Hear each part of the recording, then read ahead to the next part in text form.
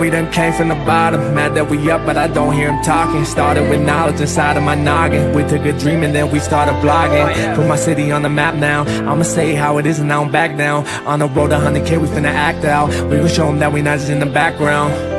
We the main event, we the main show. We the one that people always gon' pay for. FYF, we the best, no debate though. #1 sports channel, every angle. I'ma show them all how we ride. Best sports talk show, we not like them guys who playing it safe while they faded the lines. We switching the narrative all the time. Like who to go in the game is not MJ. Kobe Bryant top 10, not what we say. I keep Elijah one is very overrated. Keep it real if it ain't fact, we don't say it. Now it's stable, we won't be ignored. We #1, especially when coming to sports. FYF bringing the heat here, of course. Where everything backed up with actual source. Everything backed up with actual source.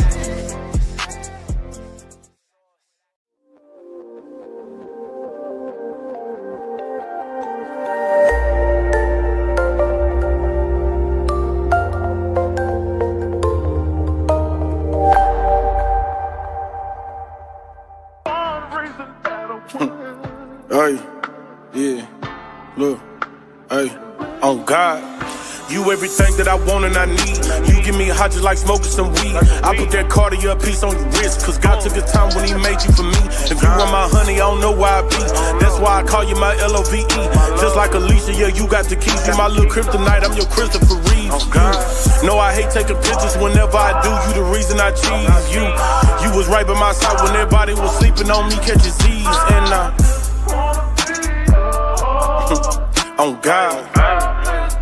Hey, let me tell you. Said I already knew from the very beginning. With you on my team, I would definitely start winning. We back to back, 96, 97. Just like the Bulls, Michael Jordan got it pimping. I could be crazy, a little indecisive, but choosing you one of my best life decisions. Yeah, it's more fish in the sea, but I play my cards right with you, babe, so I ain't gotta go fishing. I treat your body just like it's a holiday. I celebrate it like family tradition. You know I eat you like Thanksgiving pie and then open you up like a present on Christmas. Sex on the floor in the bed or the kitchen, or maybe the tub with some bubbles up in it. When we in the car, I lay back, let you ride it, but baby, go slow, we don't need speeding tickets. That's a fine, but you fine too. With no makeup, I swear, girl, you times two. Like your spine, girl, I'm always behind you. Bend it over, let me go remind you. If you lost, I'ma just use my GPS. That's a good pussy search, but I find you. When you mad and you lock all them doors down, I'ma look for a window to climb through. Oh God, you everything that I want and I need. You give me hot just like smoking some weed. I put that Cartier piece on your wrist, cause God took his time when he made you for me. If you want my honey, I don't know why I be. That's why I call you my LOVE. Just like Alicia, yeah, you got the keys. You my little kryptonite, I'm your Christopher Reeve. No, I hate taking pictures whenever I do. You the reason I cheese you. You was right by my side when everybody was sleeping on me, catching Z's. And on God. Hey, let me talk to you.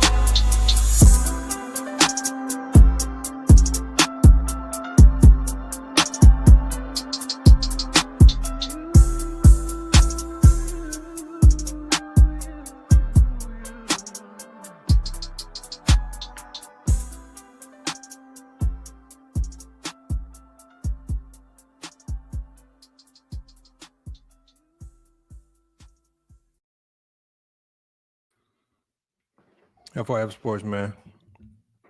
It's Lamont, man. We back, man. Hey, look, yo, we got a good live show for you guys today, man.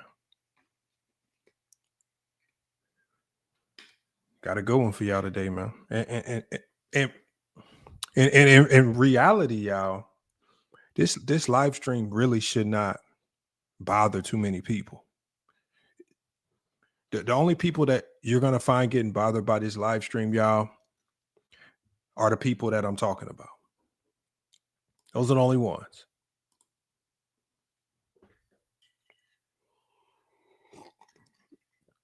No, I got the 100K plaque still. It's right here.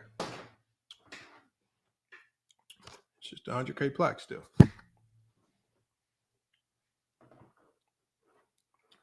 I just removed it. I've been doing a lot of stuff on TikTok as well. So obviously when I'm recording for TikTok, I take it down.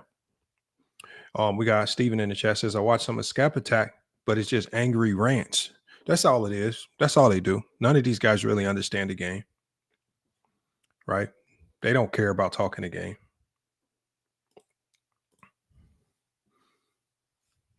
It's all the new people in the chat. Salute to the Knicks Apocalypse in the chat. the bandwagon. Ricky E245, one of the OGs of the channel.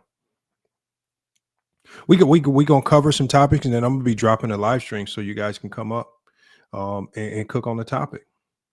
Make sure if you want to support the channel, if you have any things that you want me to address immediately, if you have any questions for the panel, make sure all you have to do is you hit the pinned link at the top of the chat. That's going to take you over to FYF Sports Clips, where you can drop a super chat. We're live on both channels, so when you super chat over there, I definitely see it over here as well. Super chat to support, or super chat to send your questions or comments or concerns if you want us to immediately address it. But again, this is a show where, you know, I love to drop the link. We're going to be dropping the link so y'all can come up here and cook after we kind of talk about what's going on. A lot of stuff going on in the basketball world. Salute to Sky High in the chat, man. And salute to all the new people that are coming over from TikTok, right? I've been dropping some TikToks. Make sure you guys go over to TikTok. Go follow FYF Sports on TikTok. Been dropping some gems over there. I'm going to be dropping 5 more this week, man. And again, you know, the TikTok, y'all, is, you know, I have a little bit of compassion for the people on TikTok. They are not as intelligent. Their level of understanding for the game is extremely low. And so I'm actually kind of light and lenient with the people over there on TikTok. You know, very, very lenient. You know, I was talking to somebody over there, and they were telling me that Kareem Abdul-Jabbar's peak was his last couple of years when he played with Magic. I said, how does that work? I mean, I don't know. I mean, I see some of the craziest takes over there, craziest talking points. Probably going to start doing more live streams on TikTok as well. But for now, we're going to keep it going over here. We're going to keep it going over here on YouTube, man. We got to talk about it, man. So we talk about LeBron James hate. Dewan Boy says, yeah, TikTok is horrible with talking basketball. Oh, man, it's bad. It's bad. And I actually went into somebody's live stream, and Hoop God was over there. Big Ox says, it's not just TikTok that's everywhere. Nah, TikTok is a different breed. And TikTok is a different breed. I went over there. I listened. You know, the one thing that I do appreciate over on TikTok is that even though they have some very, very silly takes, it's not as messy. Like sometimes the conversations can get messy, but they don't turn into all out panel wars all the time. Actually, I saw more people being cordial on the panel on TikTok more so than YouTube. On YouTube, like people just come up, they over talk, and they, you know, and it just turns into World War III on the live panel. But so they do, as silly as some of the takes are, they will let you get your take off, whatever it is. And you got to appreciate that. You know, I was talking, you know, I even did a TikTok kind of responding to Fluent. A lot of you guys know about Fluent's narrative on Steph Curry. He says he can't rank Steph Curry because Steph Curry is a combo guard. And I tell people, I did a TikTok. I did a 2-minute TikTok on this. I said, that is lazy. That is you not willing to accept the game just advancing. What a point guard looked like back in the 80s and 90s is not what a point guard looks like today. Steph is a point guard. Rank him with the point guards. Don't create some hybrid category for him that don't even exist just so you don't have to rank him. I think these are slick ways for people to keep their favorites at the top. And salute to Ricky E245 for this first super chat of the night. And hold on one second, y'all. My screen is all screwed up. There we go. He says, FYF, do you think it's time for Joel Embiid to retire? You know, it's hard to say with Joel Embiid. I mean, he's still in his prime, and this is on him. I mean, when you retire, you're giving up. Like, the fight's over. I think Joel Embiid feels he has something left in the tank. But Joel Embiid is going to have to make a decision. And a lot of people haven't criticized Joel Embiid for this. but Joel Embiid is playing way too heavy.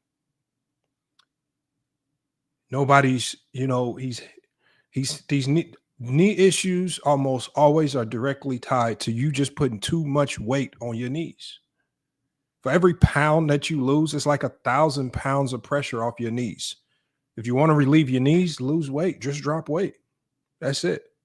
If he really wanted to. I mean, I think fixing your knees and knee ailments, that's probably the easiest thing to fix. Just drop weight. Nick's Apocalypse said, so did Man Down Sports call you out, Lamar? No, I don't watch Man Down Sports. I really, like I say, I don't really have an investment in like watching people who, one, don't want to engage in a real conversation. Two, are too afraid to pull up to FYF Sports. I pulled up to Man Down Sports. They weren't willing to have a conversation. When you're not willing to at least come to FYF Sports, I don't have any interest in even watching you. I haven't seen a Man Down video in months. No interest there. All right. We know what his agenda is. We know the type of content he's pushing. We know where his basketball acumen is at. No need for me to run around chasing him for a conversation. If people really want to talk to me, it's the same thing I told the Hoop God. I said, when I was on Hoop God said, FYF, when you going to send me the link? I said, when I go live, it's not my responsibility to scour through the internet comments just to find your profile and send you the link in the comments. When I'm live, it's easier for you to find me. I don't know Hoop God. I don't have his phone number. I don't have his email address. I don't have these guys' DMs. I don't know your IG and Facebook profiles. I'm not chasing y'all down for a conversation. If y'all really that thirsty to address FYF Sports, just subscribe, hit the notification bell. When I go live, you just pull up. It's very easy. This is not rocket science.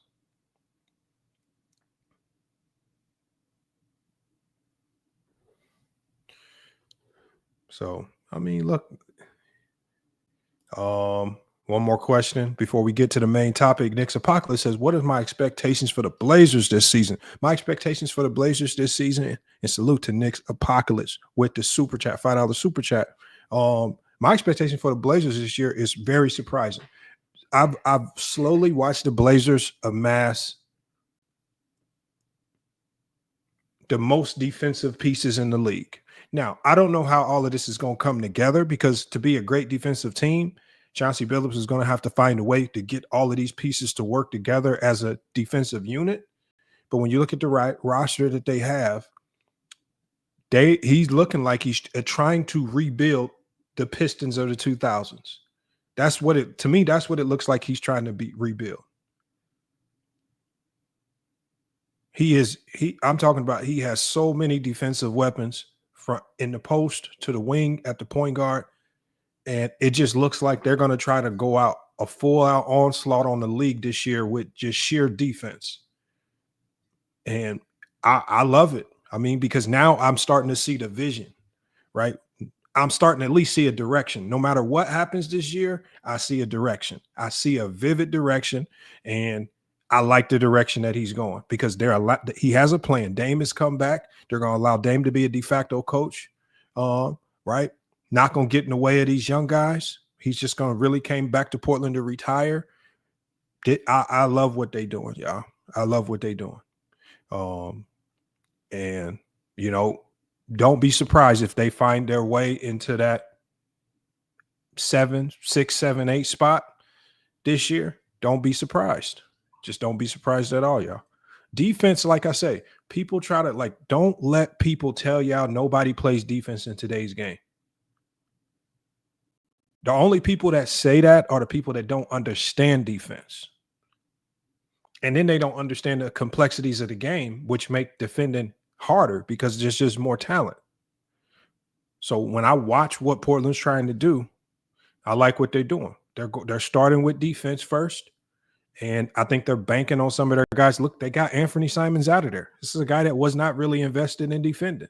They are getting those guys out. If you are not invested in defending at a high level, you are not going to be a Blazer. Just Blaze says, are my Warriors a playing team? I don't know. I just don't like the fact that the Warriors didn't do nothing this offseason. They don't have any centers on the roster. other than the rookie from last year. I like their core of Steph, Draymond, and Jimmy Butler. But outside of the core, man, I mean, I think they'll always be a fun team to watch.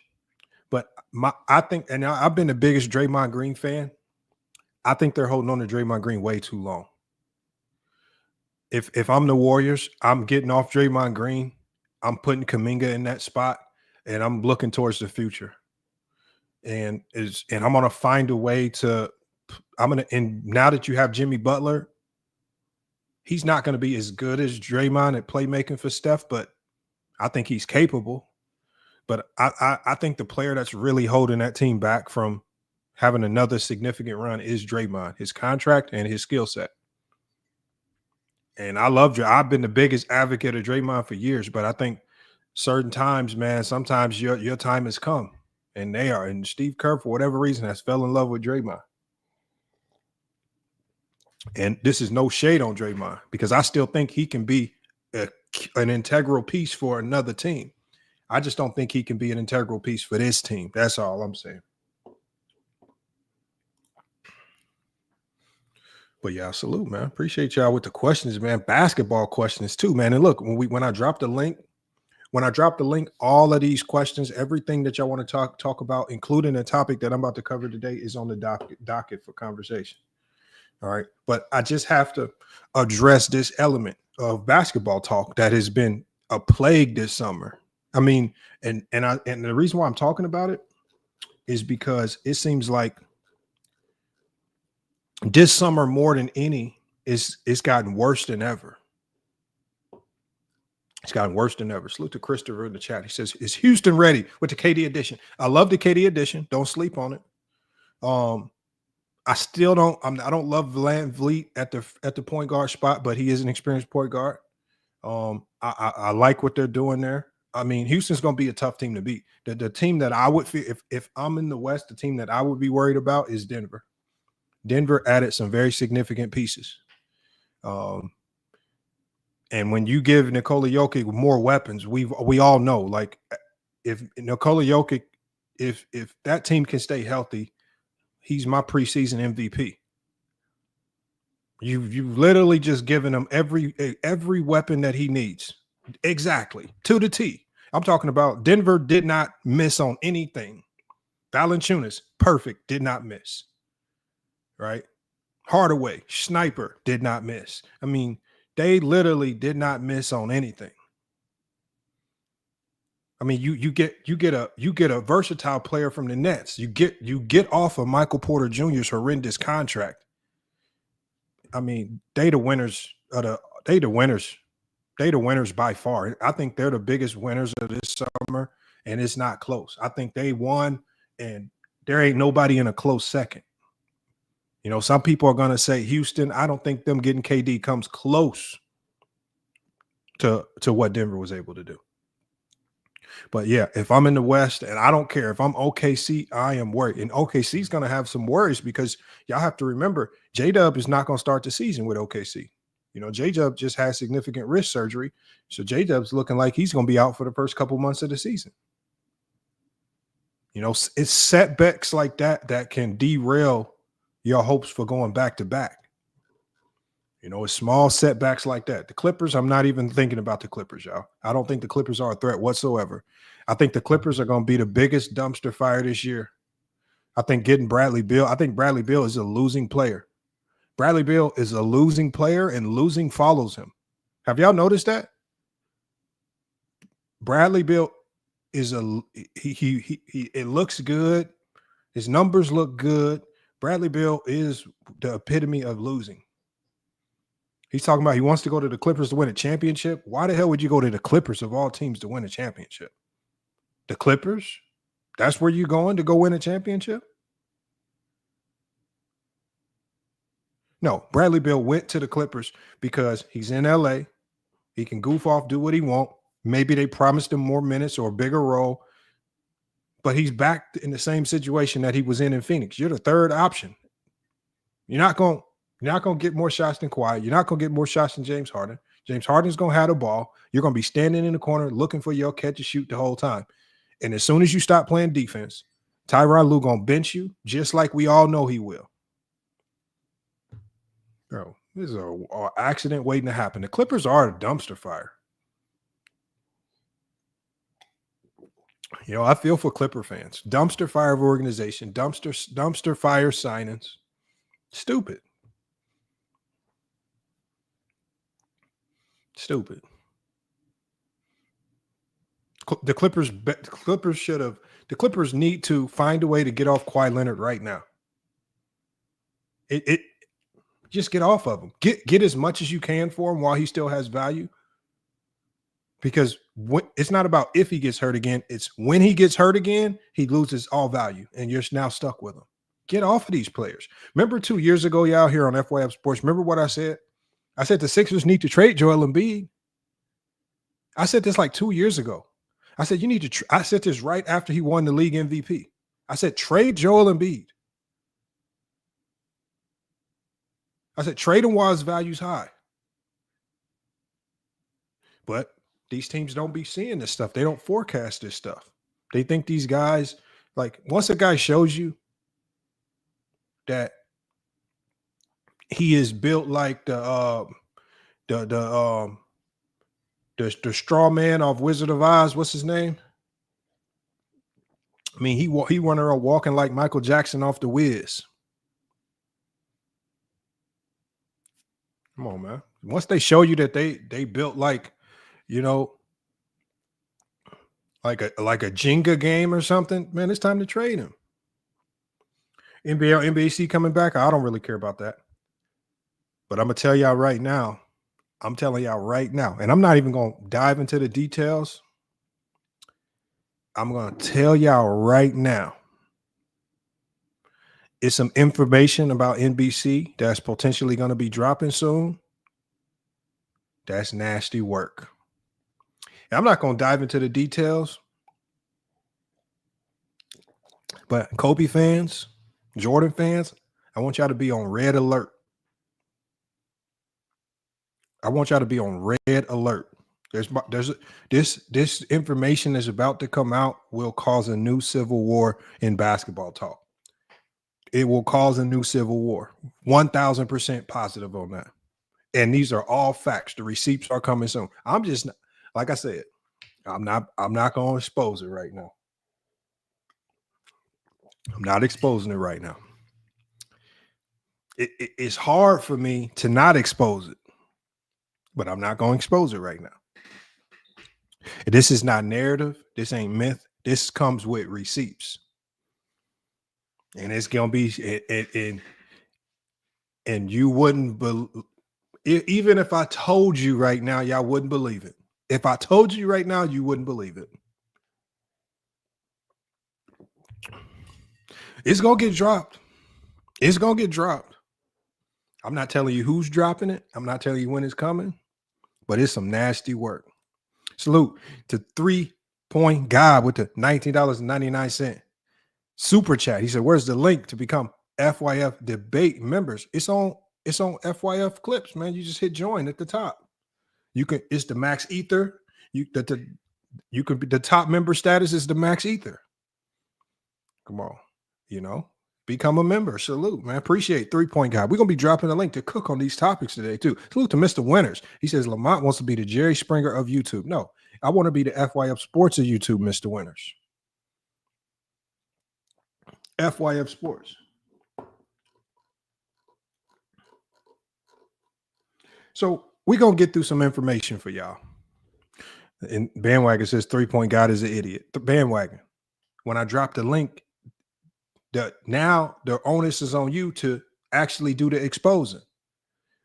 You can't say that in the chat. And then when I drop the link, then Bandwagon ain't up here doing the exposing the 3-Point God. Tawan Gant says you got to bring the memberships over here to FYF. I can't. Remember, y'all. This channel is monetized by Monetize More. This channel, FYF Sports, the big channel is not monetized with the YouTube partnership program. My other smaller channel is, My big channel is monetized with Monetize More, an outside partnership program. So again, I wish that's one of the things I had to sacrifice, but YouTube just kind of plays around too much. Now, I will be doing my subscriptions and my memberships on TikTok because I will be doing lives on TikTok more often. So again, make sure you guys right now, as many of you as you can, make sure y'all go over to TikTok. A lot of you guys already have the app. Find FYF Sports. I think we just surpassed 1,000 followers just recently. Once our students start posting, the followers started spamming in. So make sure y'all go check us out on TikTok because again, I've been extended an opportunity on TikTok to not just post, but to immediately be able to go live and do some big things over there. So make sure you guys go over to TikTok because the stuff that I drop on TikTok is going to be exclusive to TikTok only. Exclusive to TikTok only, right? I'm not going to be mixing the content from TikTok over here. So you don't want to miss it. The content, everything that we do over there is completely different. Ray DeRosa says that. Yeah. So I like I like the vibe over on TikTok. We will be next week. We're definitely going to be doing some TikTok lives. So let me break down some information for y'all real quick. And then I'm going to drop the link. I'm going to break down some information. Because you know, this hate is getting out of hand. It's getting out of hand. Let me go ahead and put the graphic up so you guys are just well reminded.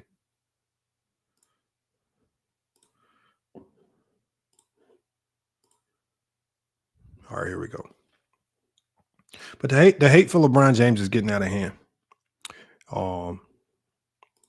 And I don't particularly know where it stems from.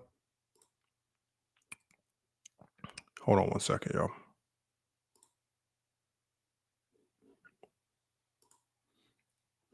I don't know where it comes from. I don't know where it stems from. But we got to address it, y'all. I'm going to give y'all a breakdown of this $18 million LeBron James hate industry. And I'm going to tell you guys why they lie on LeBron James. And I don't have to say any names of specific content creators or anything like that. We know them. We know them. I've called them out a multitude of times. We all know who they are. But we call them the LeBron James hate merchants, right? That's what we call them. LeBron James hate merchants. They have built what I call a lucrative empire in hating LeBron James. According to VidIQ, y'all, on YouTube alone in 2024, LeBron James hate content amassed over 600 million views and made over an estimated $18 million just in ad revenue.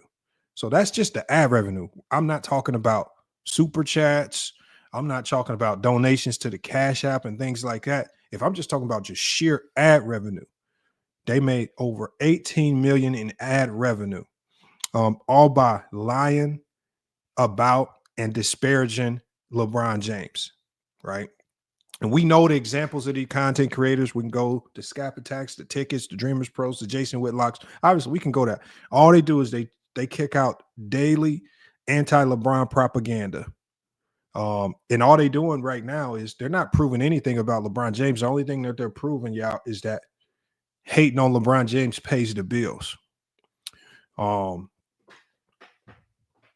It's crazy. Hold on. I got some graphs I'm going to be sharing with y'all as well. And let me get these downloaded so I can share these because I want to make sure y'all don't miss any of this.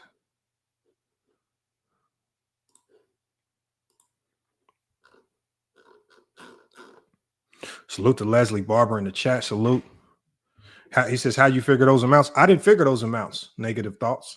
If a lot of y'all don't know, like if most people who do YouTube, when I say VidIQ, they know what I'm talking about. VidIQ is basically like a support program for content creators, right?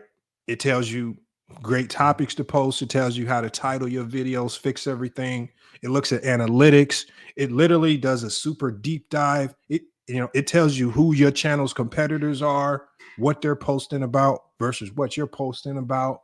I mean, it literally breaks YouTube down to a science. So most YouTube content creators understand what I'm talking about. And when I say VidIQ, and when I say VidIQ, most YouTube content creators will tell you, okay, yeah, VidIQ is very accurate. They are very accurate. And so this is why nobody's really going to refute VidIQ's information, because the only thing they do is look at YouTube numbers, topics, views, things that rank, things that earn money. That's all their company is responsible for. So VidIQ is highly respected if they are making these allegations. Highly, highly respected. Hold on, y'all. I'm just getting these charts for y'all ready because these charts are amazing, man.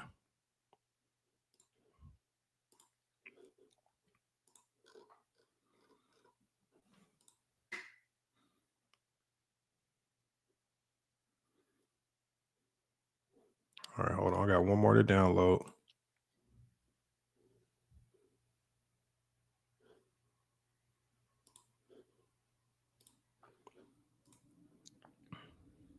We got Mr. Mike. He says, go James in the chat.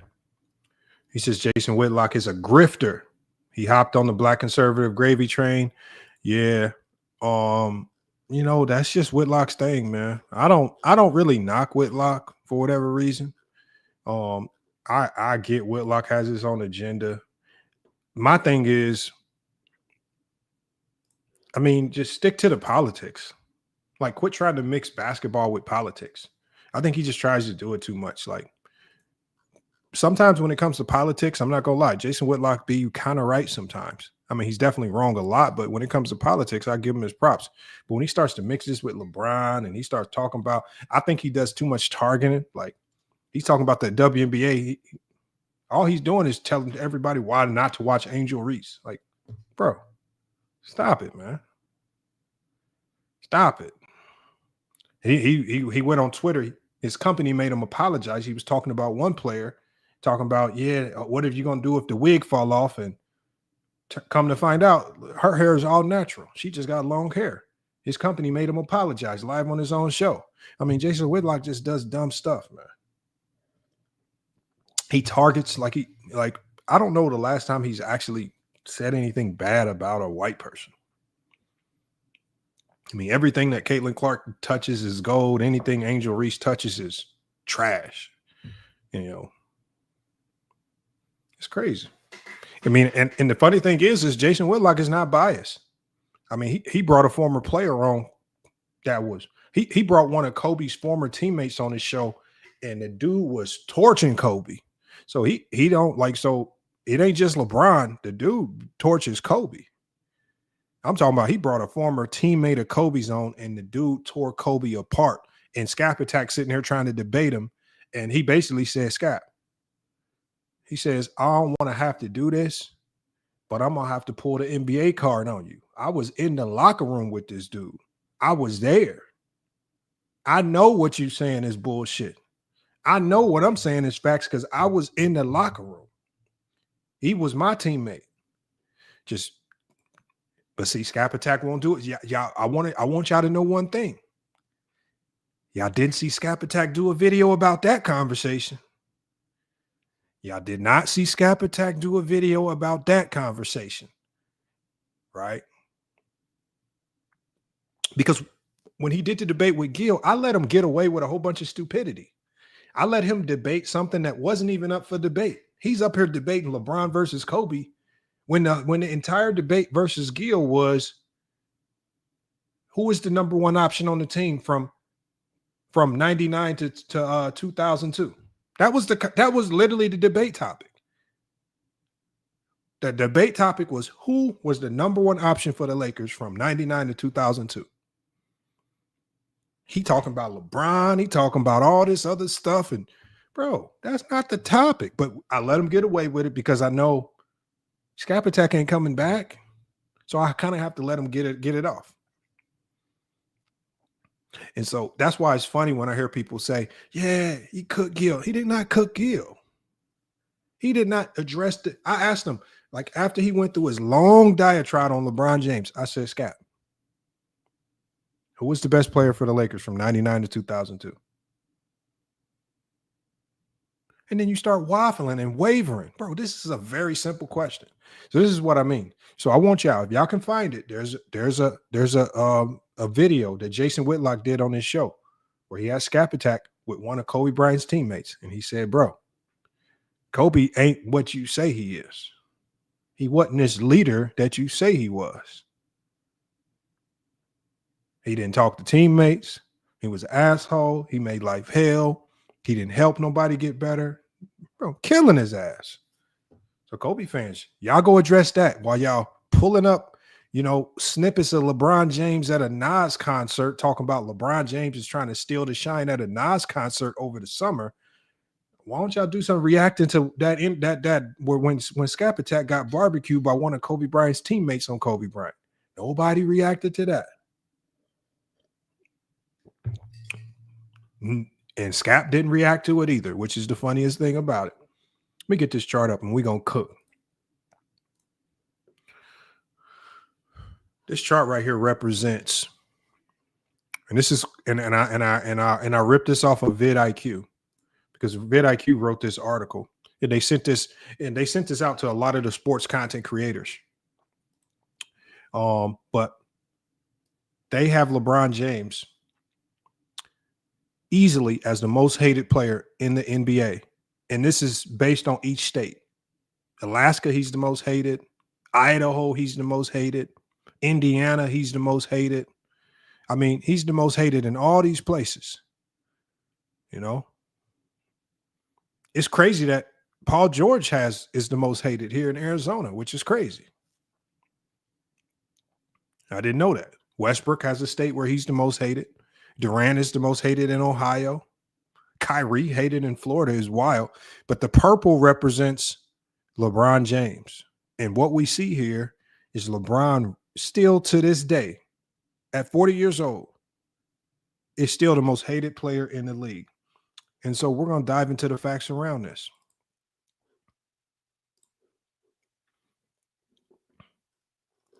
Because I think this is the saddest part about it.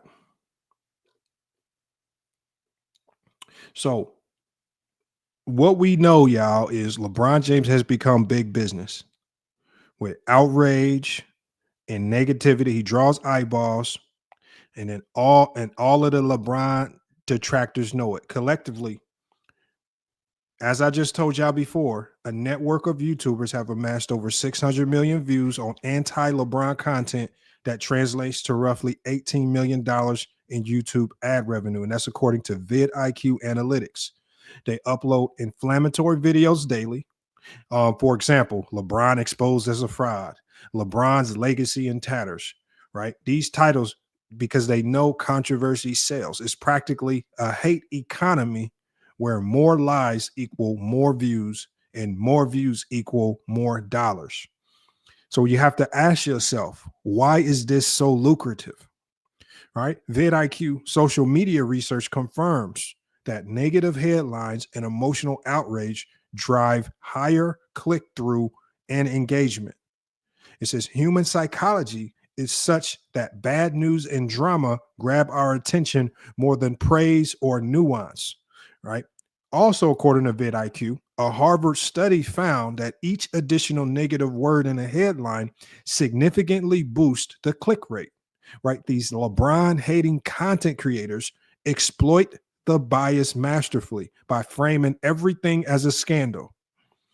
For example, when you look at titles like LeBron's secret failure, why LeBron will never be the GOAT, what they all do is they trigger the audience's emotional anger and tribalism, and they rake in ad revenue. So in short, LeBron's name generates clicks, and negative LeBron stories generate even more clicks, right? And so when we go to mainstream media, even mainstream media figures have figured out that there is gold in anti-LeBron hot takes, right? Perhaps no one illustrates this better than Skip Bayless. Skip Bayless virtually built his entire television persona around criticizing LeBron James at every turn. and it's paid off for him, right? He made over $32 million with Fox, right? And this was all based on a LeBron bashing stick on the air, right? Industry observers also noted that the first thing people associate Skip Bayless with is his relentless LeBron hate, right? I was talking to King Rowe the other day, and King Rowe was saying, no, I know Skip Bayless from him talking about Troy Aikman. No one who on this planet who thinks of Skip Bayless today thinks about Skip Bayless and Troy Aikman. His name is right now is synonymous with LeBron James hate. That is a fact. He's built his reputation off of it, right? So now Skip Bayless is now a wealthy man in large part because he's seen LeBron. He's seen as a notorious LeBron critic. And he's not alone, because now you have people like Jason Whitlock, who's attempting to follow, who regularly trashes LeBron, mostly for off-the-court activism, and then parlays the outrage into clicks for his show. And so what we got to tell y'all is that there's a clear pattern here. If you consistently slam LeBron, an audience of haters will reward you with views, ad revenue, and lucrative contracts. All right. So I want y'all to think about the LeBron James hate channels, right? Think about the LeBron James hate channels. And sometimes how you have mountains and mountains of people in those live streams or those chats just following the hate, man. It's nasty work, man. It's the craziest thing in the world, man. It's the craziest thing in the world what they do. I'm going to drop the link. I want y'all to come up here, and I want y'all to let me know if I'm right or wrong. Is VidIQ right or wrong? Is the hate justified? Is the hate fair? Because for me, after sifting through all the noise, I've only come to one conclusion, right? That there is a LeBron James hate machine. And this says far more about the haters than it does about LeBron James, right? Endless lies, endless contradictions, and the vitriol. These all are a case study they should be a case study in agenda-driven nonsense, right? This YouTube now has become what we call an ecosystem of just clout chasers and bitter Jordan zealots who have built a feedback loop to reassure each other. And I want y'all to take this into mind. These Jordan fans, what do they all do when all they're doing with each other is they just need reassurance. They try to reassure each other that LeBron isn't that great.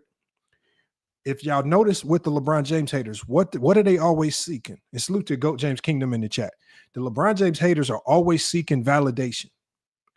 They don't really stand on anything vastly unique as far as basketball. What they do is they'll say, oh, this player said LeBron ain't the GOAT. They'll run around. They need other people to validate their thoughts. They don't have any real thoughts on their own. So so again, it's similar to what I told Mars about his use of analytics. Analytics are not the argument. They should only support your argument. It's the same with these Jordan fans. They have no argument, so they use the thoughts of other people as the argument. For example, Hoop God, he came to my chat, and Hoop God said, he posted a clip of this. Look at what Larry Bird said. Larry Bird said, I'm taking Kobe over LeBron. I said, Hoop God, why the hell would I care about what Larry Bird said? Why would you care? How about this, Hoop God? How about you come up with a stance as to why you would take Kobe over LeBron and stand on that? You don't need Larry Bird to co-sign and validate your logic. You can maybe use what Larry Bird said to support it, but why can't none of these Jordan fans, why don't they have any real logic outside of he 4-6 in the finals, which we all know is a nonsensical take. That's not basketball talk. We all know that getting to 10 NBA finals is not a bad thing. Winning 4 NBA championships is not a bad thing. Only deranged LeBron James haters try to pretend as if these things aren't great. It's complete stupidity, y'all. You know, I was just over on TikTok, y'all, and I'll go back to Hoop God again. Hoop God said, Jordan's 10 scoring titles are way better than LeBron James having the all-time scoring, being the league's all-time scoring leader. So I asked Hoop God a question when I went up there, you guys. I said, Hoop God. I said, before Jordan came into the fray, Kareem Abdul-Jabbar was the all-time scoring leader. Right? He said, yeah. I said, who had the most scoring titles? Since scoring titles is so important, I said, who is the scoring leader before Jordan? I mean, who had the most scoring titles before Jordan? And he couldn't answer the question. I don't know. I said, so how has scoring titles been more important than the all-time leading scorer? Because we always have known that Kareem Abdul-Jabbar was the all-time leading scorer, and then it was Jordan. You guys just created scoring titles. Y'all made it up in y'all minds that this is better. Right? They just make stuff up on the fly. And then again, what do they always do, y'all? This is the most consistent thing. They try to pretend like we don't know the truth. I said, Hoop God. I said, coming up as a child, we all knew that Kareem having the all-time scoring record was looked at as the greatest statistical accomplishment in NBA basketball. It was even looked at as unsurpassable. We never thought another player could play that long and amass those numbers ever again. And then somebody passed it.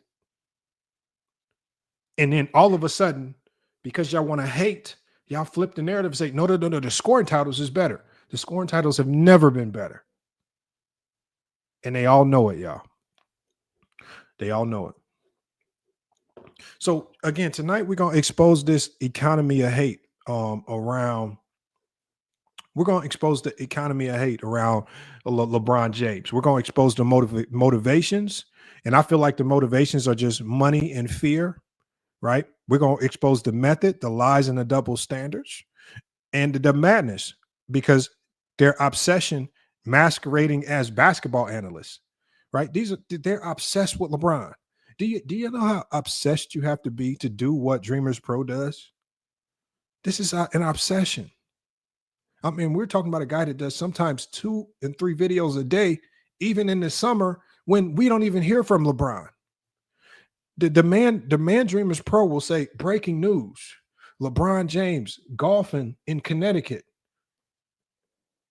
with a suspicious person. Hold on, bro. When did this become breaking news? Breaking news. LeBron James spotted with Nikola Jokic's agent. What shot? Breaking news, bro. Nobody knew about this stuff. Nobody knew this. Y'all are digging through people's Twitter pages, profiles, Reddit pages. Y'all are digging through the lowest of the low tabloid information just to find it, and then you put it out as breaking. It's not shocking. Let me ask y'all a question. Why would I care about LeBron James in the offseason having a business meeting with Nikola Jokic's agent, as if the only thing that Nikola Jokic's agent does is worry about Nikola Jokic? Bro, these guys are very odd characters, y'all.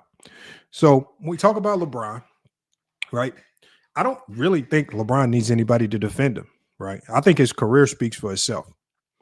But I think it's important to shine a light on this phenomenon, right? And this is to what I want to call, we need to cleanse the discourse and get back to appreciating the sport of basketball, because hating LeBron has become an industry staple. But after the night, at least everyone watching will know exactly what they lie on LeBron and why they lie on LeBron.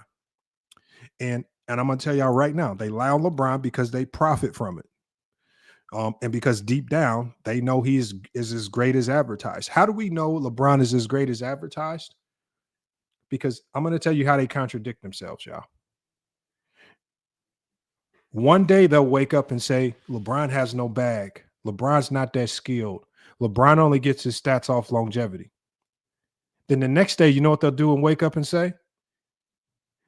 LeBron James got to be on steroids. LeBron James is too good.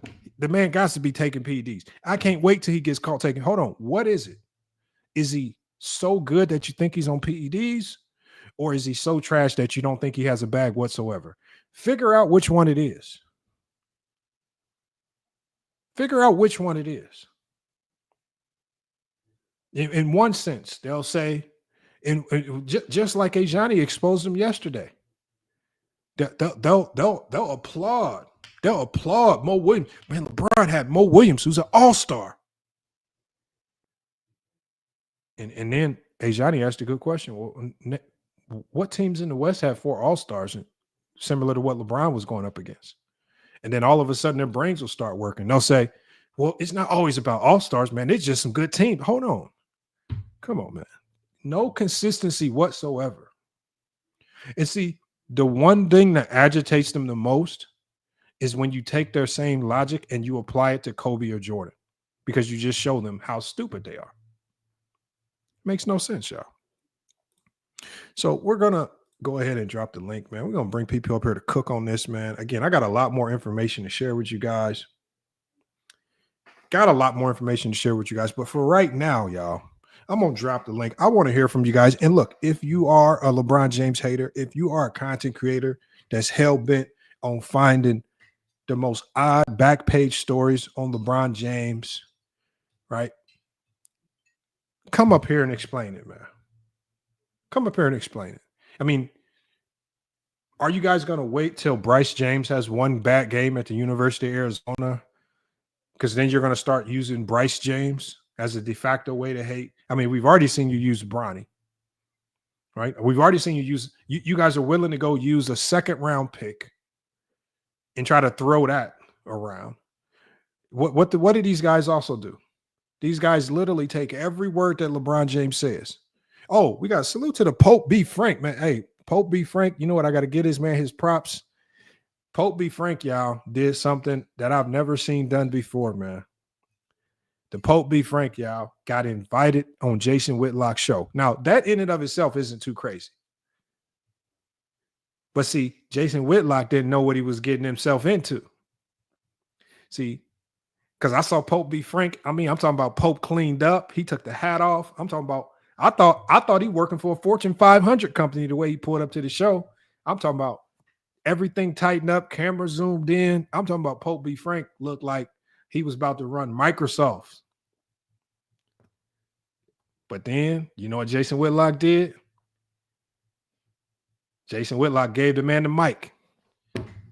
Oh, man, Pope B. Frank went unhinged on the WNBA. He went unhinged. I've never seen Jason Whitlock shocked. I've never seen him in shock. I said, bro, you should not have let Pope B. Frank get the mic. I said, you better. I said, y'all need to censor. I said, if you just let him go up there and just let him do it. I said, yeah, I should have. Yeah. Pope B. Frank went up there and went clean cut. And bro, that man went up there and said, man, I got 8th graders that can beat. I'm talking about he went up there and destroyed the WNBA. Jason Whitlock up there shocked, y'all. They might have to take that episode down, man. I said, oh, snaps. So now salute to Pope B. Frank, man, because that man went up there and said, you know what? I don't know if I'm gonna be back, but I'm gonna make this one count, man. He went up there and showed out, man. Salute to Pope B. Frank, man, blowing up over there with the NBA, WNBA content and sports content in general, man. Salute to the Pope B. Frank, man. Let me get this link out, man. I'm gonna bring people up to cook. Because we got to talk about it, y'all. We got to talk about it.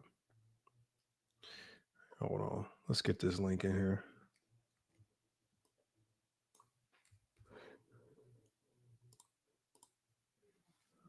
Link is in the chat, y'all. I don't know how long we're going to be live today, but oh, you said you've been on there 3 times, Pope. Okay.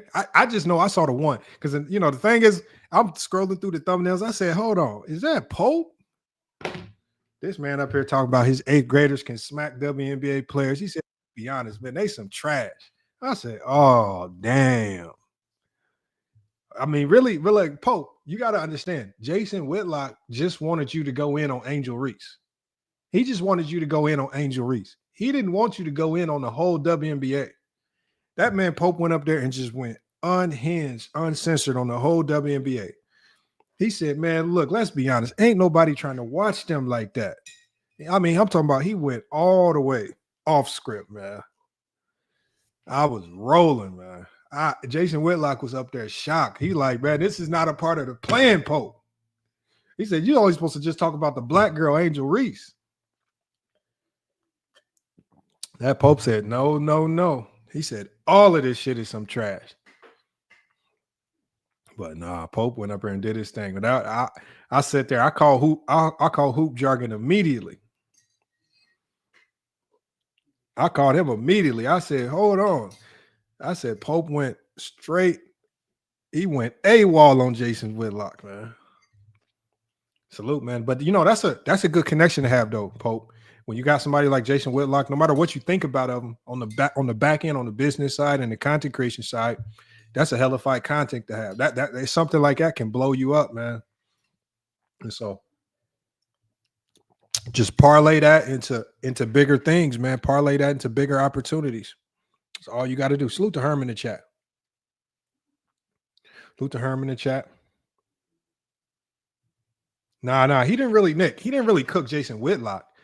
Like, so I'm just telling you what I think, and I could be wrong. I know Jason Whitlock don't really care for Angel Reese. And I also know Pope has been real critical of Angel Reese. So I believe that Jason Whitlock thought that Pope would come and just address the Angel Reese angle. No. Pope went up there and threw a monkey wrench in the whole plan. Then the whole plan. I said, oh, shit. I've never seen Jason Whitlock stumped and shocked. I said, yep. I said, that's what you get. I said, you should have vetted him. If I was working PR for Jason Whitlock, I'd have been like, hold on, Jason Whitlock. Hold on, Jason Whitlock. We got to get a mute button. We got to get a censor button. We're gonna have to figure out how we're gonna have to figure something out, man. Pope is very liable to go unhinged. I said, you better get you a StreamYard next time, Jason Whitlock. Better get you a StreamYard. Jason Whitlock couldn't do nothing, man. No mute button, nothing, man. Couldn't do nothing, man. Pope just went AWOL on him. Hold on, man. We got Scott Warrior up here. What's good? What's good? About what makes you mad about? Can I take the test after I say something real quick? Find it because I got to pull it up in some of my programs. But yeah, I can definitely run you through that test. Hopefully today or sometime on either this stream or one of my next live stream. I'm definitely gonna get you right. Okay. What makes me mad about the MJ fans? They're so oblivious. You know what I mean? Like that, they say LeBron fans are the problem. Like Uncut Hoops says LeBron fans are the problem. No, you guys are the problem. You guys always are the cancer to the NBA discourse. And LeBron fans, they're not, but LeBron fans are like the cure. Now, are they the best cure? No. And and I pulled up to one of Sports Fitness and Angry Hoops live stream one time, and I didn't even talk about Jordan or talk bad about Jordan, and I didn't even glorify LeBron because I know they were gonna get super sensitive about it. I said the NBA gets too disrespected, and I didn't even disrespect the '90s like that. I didn't even say nothing bad about the '90s. They kicked me off. That's how sensitive and loved what they have in their era. And they act like the 90s was this professional men, grown men, and today's guys are soft crying kids. No, they're not. At least today's NBA doesn't have a guy in Karl Malone who we know what he did. A guy like Dennis Rodman, who was anything but professional. A guy like Wilt Chamberlain and Magic Johnson, who admitted it, were having it with women. A guy like David Thompson, who was suspended on crack. A guy like Charles Barkley, who admitted he didn't want to get drafted by Sixers, so he openly admitted getting more fat. Like, and Kareem didn't like the media. So to stop it. Your NBA wasn't professional like that. Oh, and MJ was also a gambler and got investigated by the FBI. That doesn't sound professional to me. That doesn't sound professional to me. These are all facts, man. All facts, and I mean, and you just touched on a few of them. I mean, it goes deeper than what you said. I know. Hakeem was Both faking extremes. injuries. Hakeem was faking injuries. Sean Kemp was doing his latter half career was out of shape and fat, but they love to make fun of a guy like Ben Simmons, guy like Zion. It's all facts you spit, man. We got Atlas up here. Atlas, what's good? Salute my mom. What's up? What's good, man? What you got on, man? It's a topic that that's been on my mind for like a long while. Like I never seen this much LeBron hate content until like 2022, 2023. And I think it's mostly just a grift. Like you won't see like this type of hate for coming from people who don't idolize players like Michael or Kobe, because at the end of the day, it's like they're threatened by LeBron's presence in basketball and in basketball discourse, and they'll use like that to grift off of his name and to make money off it and farm outrage. So it's genius, but like it's nothing. Like it's nothing crazy. Like it's almost expected, in my opinion. And if we say anything bad about Jordan, they get super sensitive about it, bro.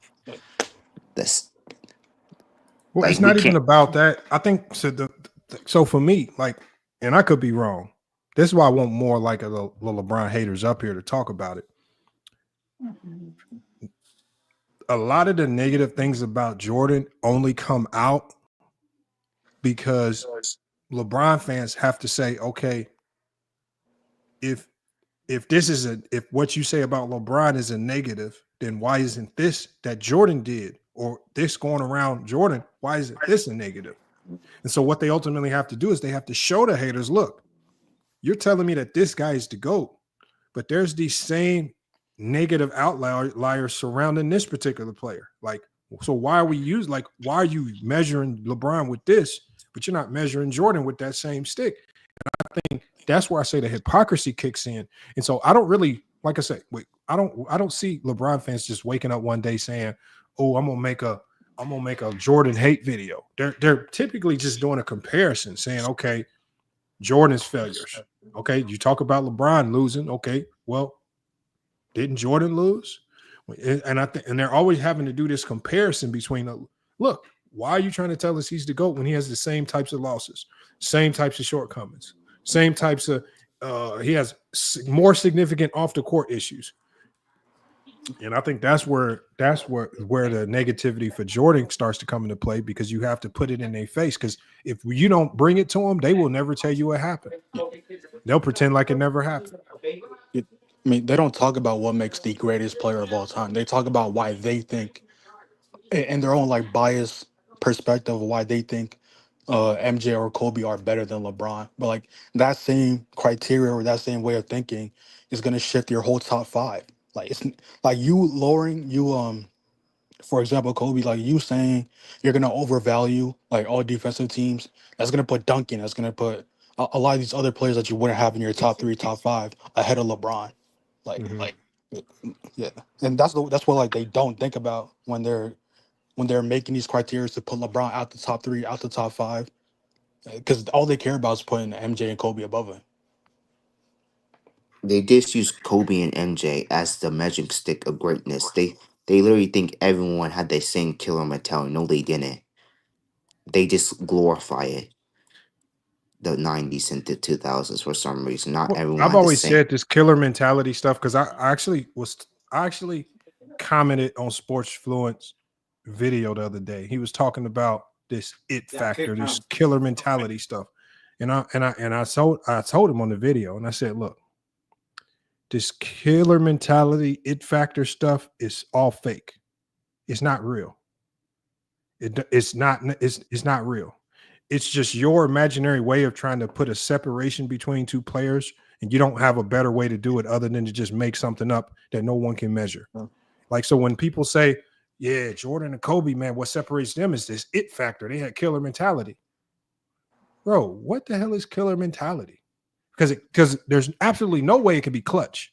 Because if we go to clutch and we start looking at clutch shots and clutch moments and clutch numbers, LeBron is right there on par with those guys, if not higher in some cases, if we actually go to the numbers. So it can't be that. So I don't know what y'all are defining as killer mentality. So y'all have this loosely defined it factor killer mentality thing that nobody knows what it means. Because when it comes down to basketball, y'all, let me ask y'all a question. If I got two high school kids, right? I got one kid that's 6'9", 220 pounds. He got a 38-inch vertical. I got another kid, 6'1", 170 pounds. Can't really jump that high, but he got the it factor. What kid y'all picking? I'm taking the kid who has the athleticism, not Ain't the it no factor. coach in the world picking you because you got some goddamn it factor in your body. You know what the coach is gonna say? I can't see and measure no it factor. I can see this motherfucker jump above the goddamn rim. I can see him being 6'9". Who I you can see taking? myself training him. Who you taking? David Robinson or Shaq? And David Robinson was more. No, but Took his body more seriously than no. it. And Scott, the only point I'm trying to make with this is the links that people try to go to be sneaky in these basketball talks. Because when you talk to a lot of older people, they will say things like it factor. He's a combo guard. Oh, he's a hybrid guard. What they will do is they will create new loosely defined terms for what they cannot explain. A lot of these older basketball minds, they don't know how to correlate in their brain what Steph Curry's doing at the point guard position. So the only thing that they see is, wow, how the hell is he doing all this as a point guard? This can't be a point guard. I remember when point guards were just back to the basket and they looked around over their shoulder and just passed the ball around. Those are the point guards I remember.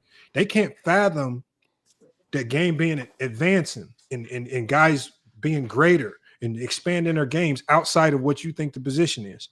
And so when you look at players like LeBron, they don't know how to measure it.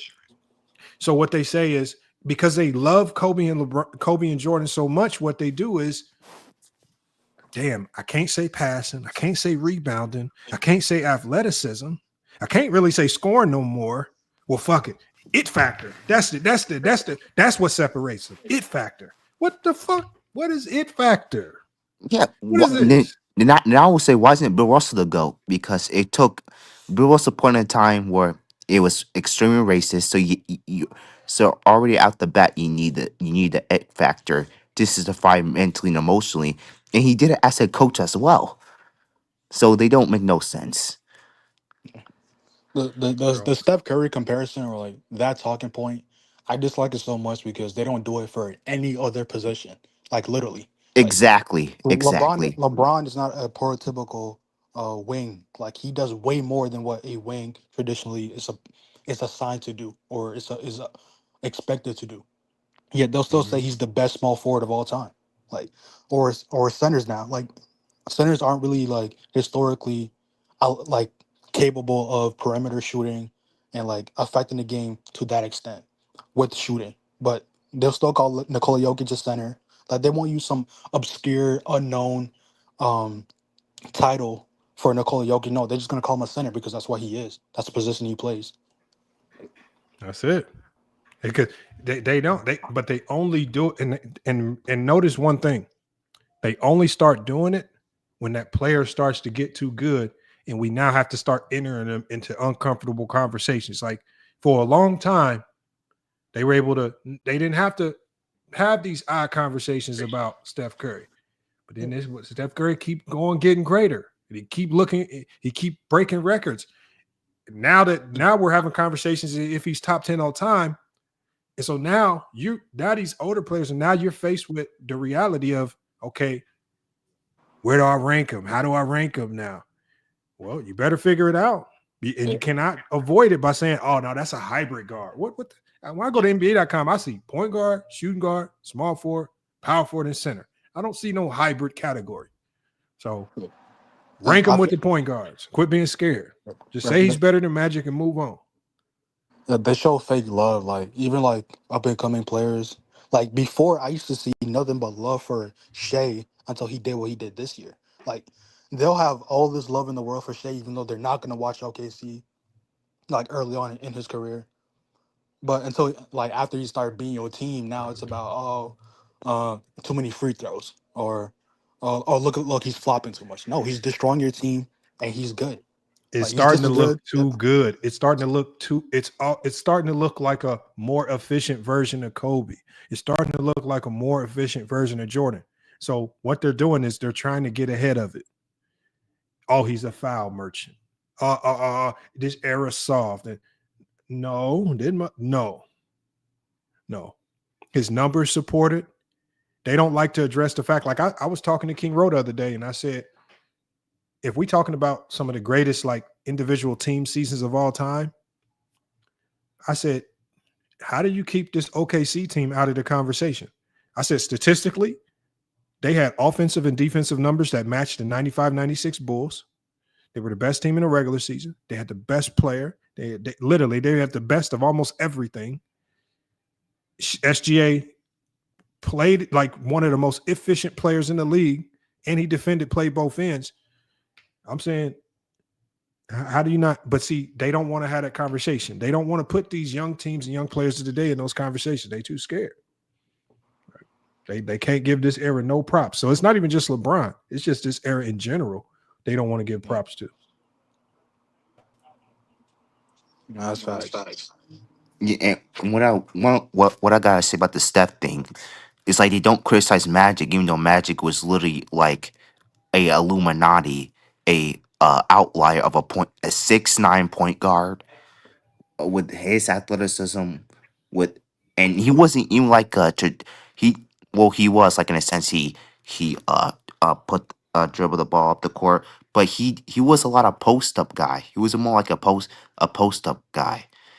And also Michael Jordan does not play like a traditional shooting guard. Traditional shooting guard, someone plays off, and I'm not saying Jordan couldn't play off the ball. He could play off the ball, but they're more like catch and shoot guys. Reggie Miller's, the Ray Allens, who else? I'm trying to think. Like those type of players. Kobe didn't play. Allen Iverson didn't play like a traditional shooting guard, but Oladipo still call him a shooting guard. So I don't. It's usually point guard and centers. They usually use the traditional. I don't care if you're a point guard. You're a point guard. You're a center. You're a center. I agree right there. That's all facts, man. But none of these guys, especially LeBron, none of them gonna get a fair shake. None of them gonna get a fair shake. I'm curious. I'm waiting for the people to come up here and explain the hate. I need the LeBron James haters, the King Rose people like that. I need them to come up here. I need to understand it because King Rose already said, "I saw your video and I'm thinking about tapping into some of that money." So King, just by me even exposing the fact that LeBron James hate channels made $18 million, it's already made King Rose. His antennas peaked up when he heard the $18 million. So he's gonna be turning it up even more now. I'm with the 93 says, the angry old hoops, the sports fitness and rants. Yeah, we hear you, 3-point guy. You want me to start? Because I guess technically I'm a zesty Jeffrey LeBron hater up here. So What? Go ahead and cook, man. What you got? Okay, What's so going on with the first of all, LeBron, man? because like I said, when LeBron James came in, he was said to be the chosen one, and like I said, we all went with it. Just like every time Who I said hype he was the somebody chosen up, one? I don't know, ESPN. Okay, the media, Sports Illustrated, right? Yeah, media. Yeah, exactly. The Okay. media. Okay. I didn't watch his high school games. I mean, I heard about him. He came in the league and he played pretty good against Sacramento his first game, and I thought he played all right. He wasn't great, but he wasn't bad at all. I mean, he was second in the league in rookie score and behind Carmelo. So I mean, he did all right. And then, like I said, he started progressing. He got better. He got his team to the finals. And like I said, I'm really at the point I'm respecting this dude. And next thing you know, he's getting on that level where he's chasing now. He's on that part where he's about to meet up with Kobe Bryant. And then when he didn't get there, that was just like I said. I thought it was disappointing. But you know what? I'm like, I think he's going to get there. And the next thing you know, he loses, like I said, he loses to Orlando, then he loses to Sub, then he just leaves. And then when he ran and joined up with, I said, that's it, man. He's eliminated Let me stop you right there. Hold on. So 3-point guy, let me ask you one question. That's hilarious, bro. So my first question, 3-point guy, my first question to you is going to be this. So when LeBron James, after a long tenure with Cleveland, became a free agent and decided to go to Miami, why do you say he ran and went to Miami? What does that mean? Because he escaped, because he didn't believe he didn't believe in himself. He didn't believe in himself, and he didn't believe in his teammates. Okay, so choosing another team in free agency is running? Yes. To me, that's when did running. that become a thing? That's coward. It's always been did Barkley run when he left Philly? Yeah, he ran. He quit on Philadelphia. Hold on, 3-point guy, because we want to go 1 point at a time. How come nobody said Barkley ran when he demanded a trade from Philly because he couldn't get them over the hump? And he demanded a trade to Portland or Phoenix, 2 teams that were 50-plus win teams, the best in the West. Where was the narrative that he ran? Because last time I checked, you guys celebrated him for getting to the finals versus Jordan. Nobody said he ran to create a super team. Oh, you're talking about the league when they gave him the league MVP and everything. I can't help that. I didn't care. No, hold on. Listen to what I just said. Okay, I said, where was the narrative when Barkley left Philly? He couldn't get him over the hump. He demanded a trade to either Portland or Phoenix, 2 of the best teams in the West, 2 50-plus win teams. Yeah. And when he went to Phoenix, because Portland couldn't facilitate the trade, Phoenix could. Phoenix was a 50-win team. When he went there, where was the narrative that he ran from Philly? And then even before LeBron switched teams in free agency, did anybody say that Horace Grant ran from the Bulls when things got tough when Jordan, with Jordan there? Yeah, and did anybody say that Horace Grant ran to Orlando when players like, is LeBron the first player to leave in free agency? Why is him going to a new team in free agency running, but no other player in NBA history is considered running? Can I answer that? I mean, you said, why isn't Barkley? Those guys are not all, like I said, those guys they're not in the running for the all-time great, like top 10. We're talking about the best. Are you saying Brown was in the running to be top 10 when he went to Miami? He's not in mine anymore. No, hold on. Listen to what I'm saying. At the time that LeBron left Cleveland, he wasn't in any top 10 conversations. No, I said for me, Lamont, and probably other Jordan or LeBron haters. Yeah, for us. God. You keep saying, I can't speak for anybody else, Lamont. Yeah, he was probably considered great. He was still top player in the NBA, probably number 1 ranking there. A lot of people. I don't know why. Hold on. 3-point guy. I'm trying. Where is the narrative that players like Charles Barkley, who one demanded a trade, he didn't even leave in free agency. He demanded a trade because he couldn't get it done in Philly. Where was the narrative that he ran? Or any other player that leaves in free agency or demands a trade prior to LeBron James going to Miami, where was the narrative that these players were running? Why is it when LeBron leaves in free agency, why is it all of a sudden considered running when it's happened? When it's happened literally hundreds of times before with other stars, but it was never considered running. I was always considered running. Just like Lamont, I was 14 years old, Lamont, when he did that. So no, I wasn't thinking, why is he being this or that at the time? I mean, but you're grown now. Is it running? Yeah, like I said, so yeah, I consider that running. You consider Barkley a coward, and you can't rank him high, and you diminish his legacy, right? As a basketball player, yeah. His basketball mindset, yeah. Still a great player. What other players, just to keep it even keel, what other players have you put into this, especially from the 90s and the 2000s, what other players have you put into this exclusive category of running? Other players? Shaq going to the Lakers. He ran? And leaving in free agency is running? He ran because he knew he wasn't going to get past Jordan. Hold on, but what was on that Laker team that he was running to? You got to talk to him and Jerry West. Jerry West was it Dale Harris? He was running to go play for Dale Harris? Whatever Jerry West consists. Was he running to a super team though in LA? Maybe he was running to more money. I don't know, but like I said, he couldn't wait to get out of Orlando. Okay, but But Shaq, for most people, is regarded as a top 10 player in NBA history. I've never once in I all these understand debates that. that we've been having over the last couple of weeks, I've never once heard anybody use the narrative that Shaq ran to LA.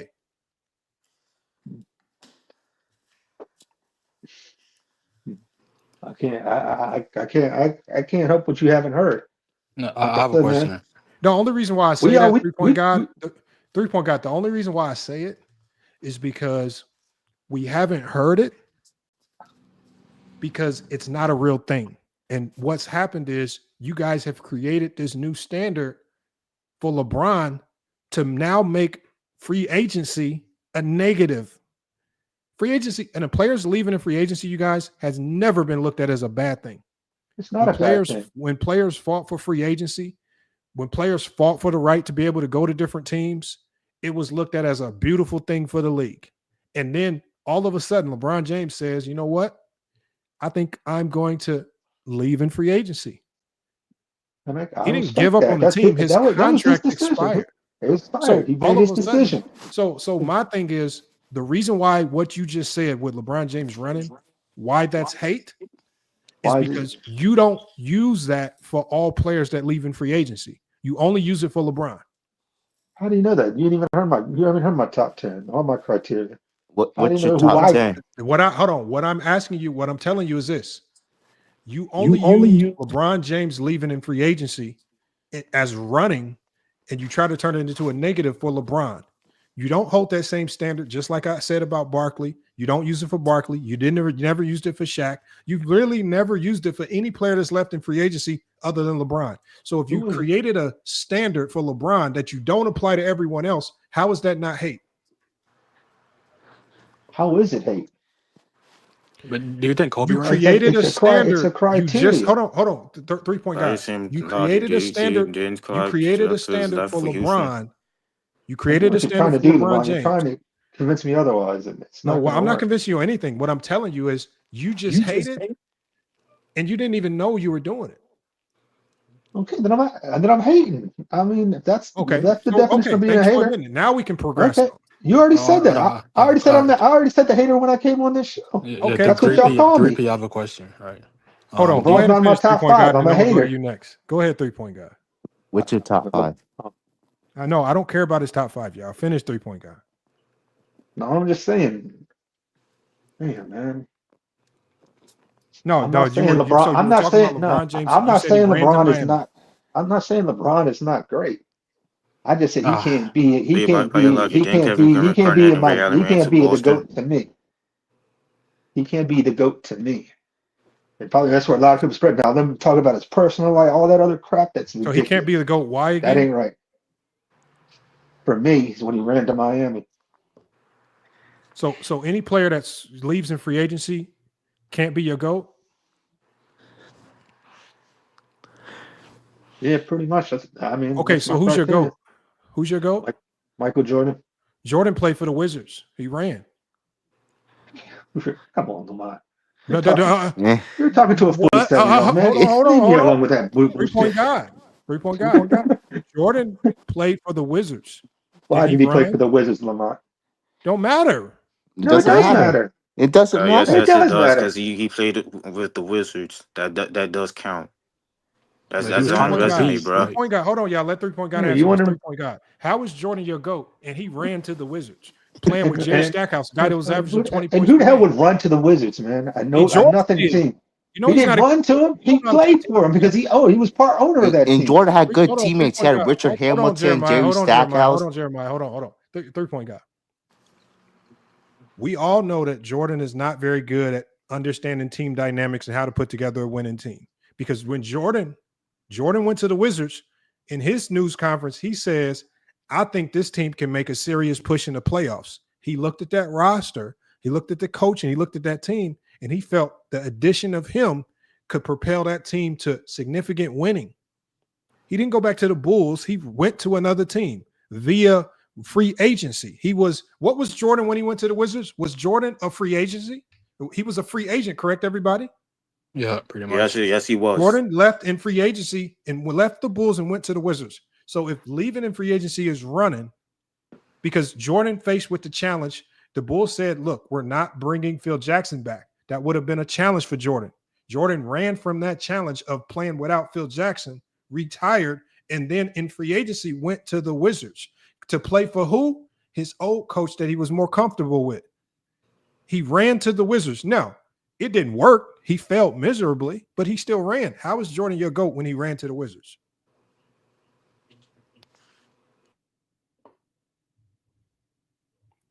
Well, I'm sorry you muted me, but am I supposed to answer now? Yeah, how's Jordan your GOAT when he ran to the Wizards? Because he never did. He played. So he didn't play for the Wizards? No, nope, he didn't run to the Wizards. So how was that not running? That's not running. So what is it called? I don't know. Being part owner and playing.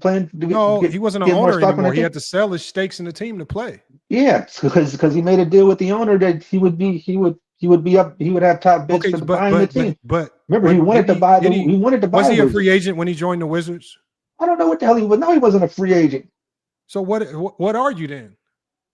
The guy who came back and said, he acting like he talked to other GMs or something and said, "Hey man, I'm back in the league." Did he write a letter saying Jordan I'm ran back? to the Wizards, but he didn't. Did he write a letter saying he was back, Lamont? Like he did in 90, like he did in 94. Don't 95. matter. He was a free agent. He didn't say I'm back. Free agency to the Wizards. He said, "I'm coming back. I'm giving my salary. I'm donating my whole salary to the 9/11 victims." So who's your top and five? Let me hear your top five. I'm sorry. My top five. Or at least who's number 2 and 3 for you? Let's just go to 2 and 3. Kobe. Kobe's number 2. And he put Tim Duncan on there. He's overrated. Magic. You got Magic at 3. You got Kobe at 2 and Magic at 3. Kobe at 2, Magic at 3. Okay, go to 4 and 5. Damn, man. Gotta keep going. Man, he ain't got that long. I mean, if you got Kobe at 2 and Magic at 3, I'm really curious to hear who your 4 and 5 are. Okay, Stephen Tim Duncan. Oh my God. Hey, he's trying to really find people that stayed on the same team. He is not trying to fall into that trick bag again.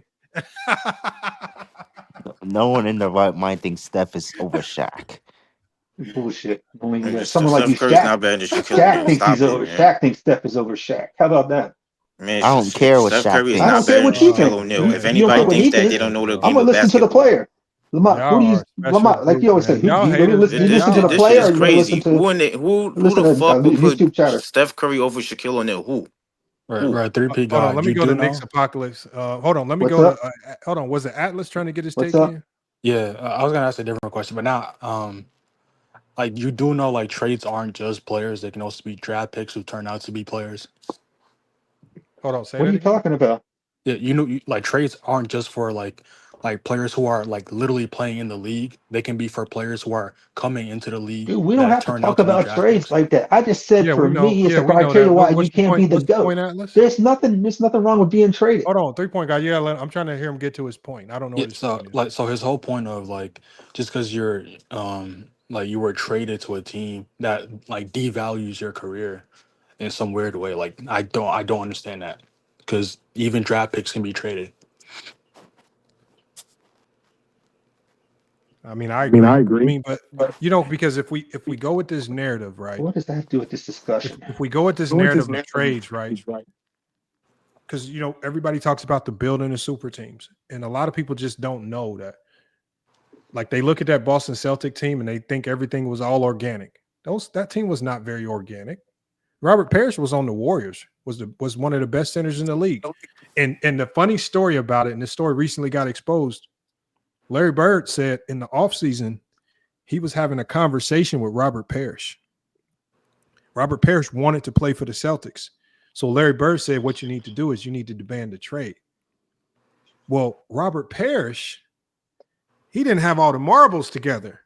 So you know what he does in the media? Instead of just saying, I want to demand a trade, he literally goes into the newspaper people and says, I want to trade to the Boston Celtics. I want to play with Larry Bird.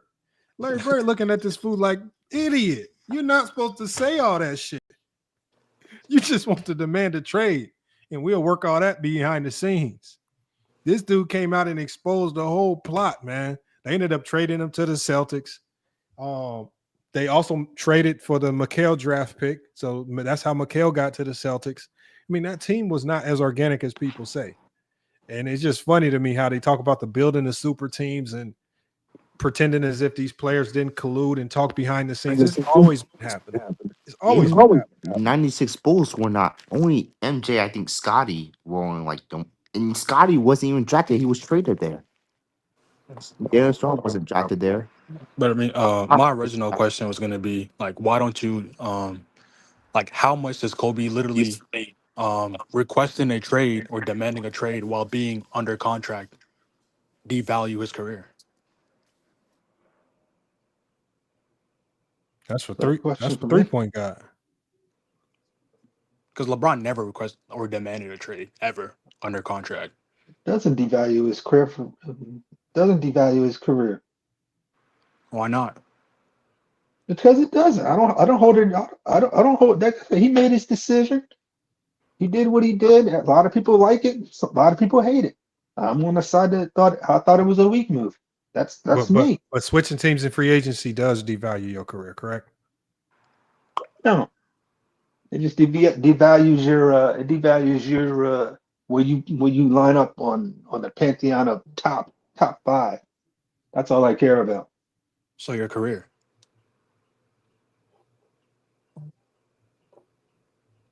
Yeah, so it devalues your career. I mean, it doesn't help. I mean, 3-point guy, man. Sometimes you have some good takes, but today this ain't really making too much sense. I can't figure this one out. I don't know what y'all are. What are y'all trying to ask? You're like, I think you know what we're saying. I think I know. I think I know too. I don't take you as a very slow person, and the fact that you're saying you don't understand what we're saying, now you got to pretend to be slow. About that. Come on, we got Twin Man in here. Twin Man, what's good? Let's just be real here. Let me cook on the topic of the show. Are we shocked that there's a whole economy on hating on LeBron James, bro? This is not shocking. We understand that LeBron James has literally put food on people's plates for over 20 years, bro. And why wouldn't there be basically an ecosystem, a bacteria of hate around this player? They, like you said, they have to protect their damn stepdaddy to make sure that he stays on top. But to get on what 3P God is talking about, this narrative of someone going to another team, since everybody, like the NBA players that people like 3P God love to revere, they wanted the NBA up today. They wanted to be able to have more control. They wanted to be able to move around. They wanted all this nonsense of, I didn't want to play with this player. I wanted to beat him is bullshit. They just didn't have the mobility that the players have today. Because if they could have did it, they would have done it. Let's make that clear. So this whole narrative that somebody leaving a team and going to another team only became prevalent when LeBron James went to Miami. It has never been a thing that somehow, some way, that somebody going to a different team diminishes their career. I can understand. Matter of fact, no, I can't even understand. If he'd have gave Cleveland 1 year and decided, you know what, fuck this. They ain't trying to put nobody around me. I'm leaving. I'm not going the Kevin Garnett route. I'm not going the Paul Pierce route. I'm not going the route of some of these all-time greats that never got to sniff the goddamn finals because they felt loyalty to a franchise that felt no loyalty to them in the end. At the end of the day, you have every right as a player when you are not under contract to go to any team you want. And if that somehow makes you less of a player, that's your ridiculous take. And that's your ridiculous narrative. And anybody with that ridiculous narrative, in my opinion, does not know basketball. I agree. I think it's stupid. Hey, shout out to my. What up, Pope? I mean, even Jordan threatened to go to the Knicks. Oh, let me hear from Pope real quick. What's good, Pope? What you got for us? Oh yeah, because y'all over here capping. You still what? capping? About what? Capping. Okay, so what the gentleman, I think 3-point something is his name, who was speaking before any of us got up here, was talking about Michael Jordan not running when he played for the Wizards. See, the difference is, ladies and gentlemen, Michael Jordan won in Chicago 6 times. So when you win for a franchise and you want to move around, especially, listen, everybody isn't the same. So we can't say when we see a Robert Parrish do it moving or something. When you're the face of the league, one of them, face of a franchise, and you can't get over the hump and you do it moving and go join up with a team that'll make it easier for you, that's what's whack about it. Because he didn't stay put and lead his team and his troops over the hump like we've seen from all the players before him, from Michael Jordans, the Kobe Bryants, the Magic Johnsons, the Larry Birds, the Isaiah Thomases. Like, all of those dudes stayed on one team. So it was different when, and all of those dudes was the main player of their team. They wasn't a Horace Grant. We're not talking about them. Can I ask you a question? Can I ask you a question? Go ahead. Yeah. So, did they build around Magic Johnson, Larry Bird, and Isaiah Thomas? Did they put? Sure. Did the owner? Did they have competent ownership to build championship teams around those faces of those franchises? For sure. And LeBron, same thing in Cleveland. Another question. Yeah. Isn't it well known Dan Gilbert wasn't spending any money to build a team around LeBron James? No, it wasn't. That's not well known. To come play with LeBron James, and they did build a team around LeBron James. He had a bunch of catch and shoot type of players. He had rim protector in Elgauskas and Verjao, right? Verjao on defense. That definitely defensively. Are you really saying a front court of Elgauskas and Verjao is good enough to get you over the hump to win an NBA championship at that time? Is good enough as Paris and McHale? You don't need it. You don't need a superstar at every position, especially when you. 2007 it was. 2007 it was good enough. Hold on. Let's be perfectly clear. I'm not sitting here saying you need a superstar at every position. But who would you rather have in your front court? Tim Duncan or Jujuno Ilgauskas? Of course, I want to listen, bro. You talking to a person? You talking about it, Michael Jordan? You comparing LeBron to Michael Jordan? So let's focus on this. Who was Michael's backcourt? Backcourt? The offense wasn't ran through the backcourt. Middle court, nigga. Who was they big man? Who was Mike's big man? Dennis Rodman. Move on. No. Luke Longley, 36-year-old Dennis Rodman. Good job. Dennis Rodman. Bill Cartwright. Now, what offensive scheme did they play? And you had the best wing defender. Hold on 1 second, y'all. Hold on, Twin Man. Hold on 1 second, Twin Man. Like, see, I think I just want to say this to the Pope. I think what happens to Pope is we get so far removed from that time frame that we forget who those players were in the moment. And when you go, so the one thing that was said about Luke Longley when he came into the NBA, it was a lot of hype surrounding Luke Longley coming into the NBA because he was the best player in Australia coming over. When Bill Cartwright was in his prime, Bill Cartwright was looked at as an elite big in the NBA. But see, we get so far.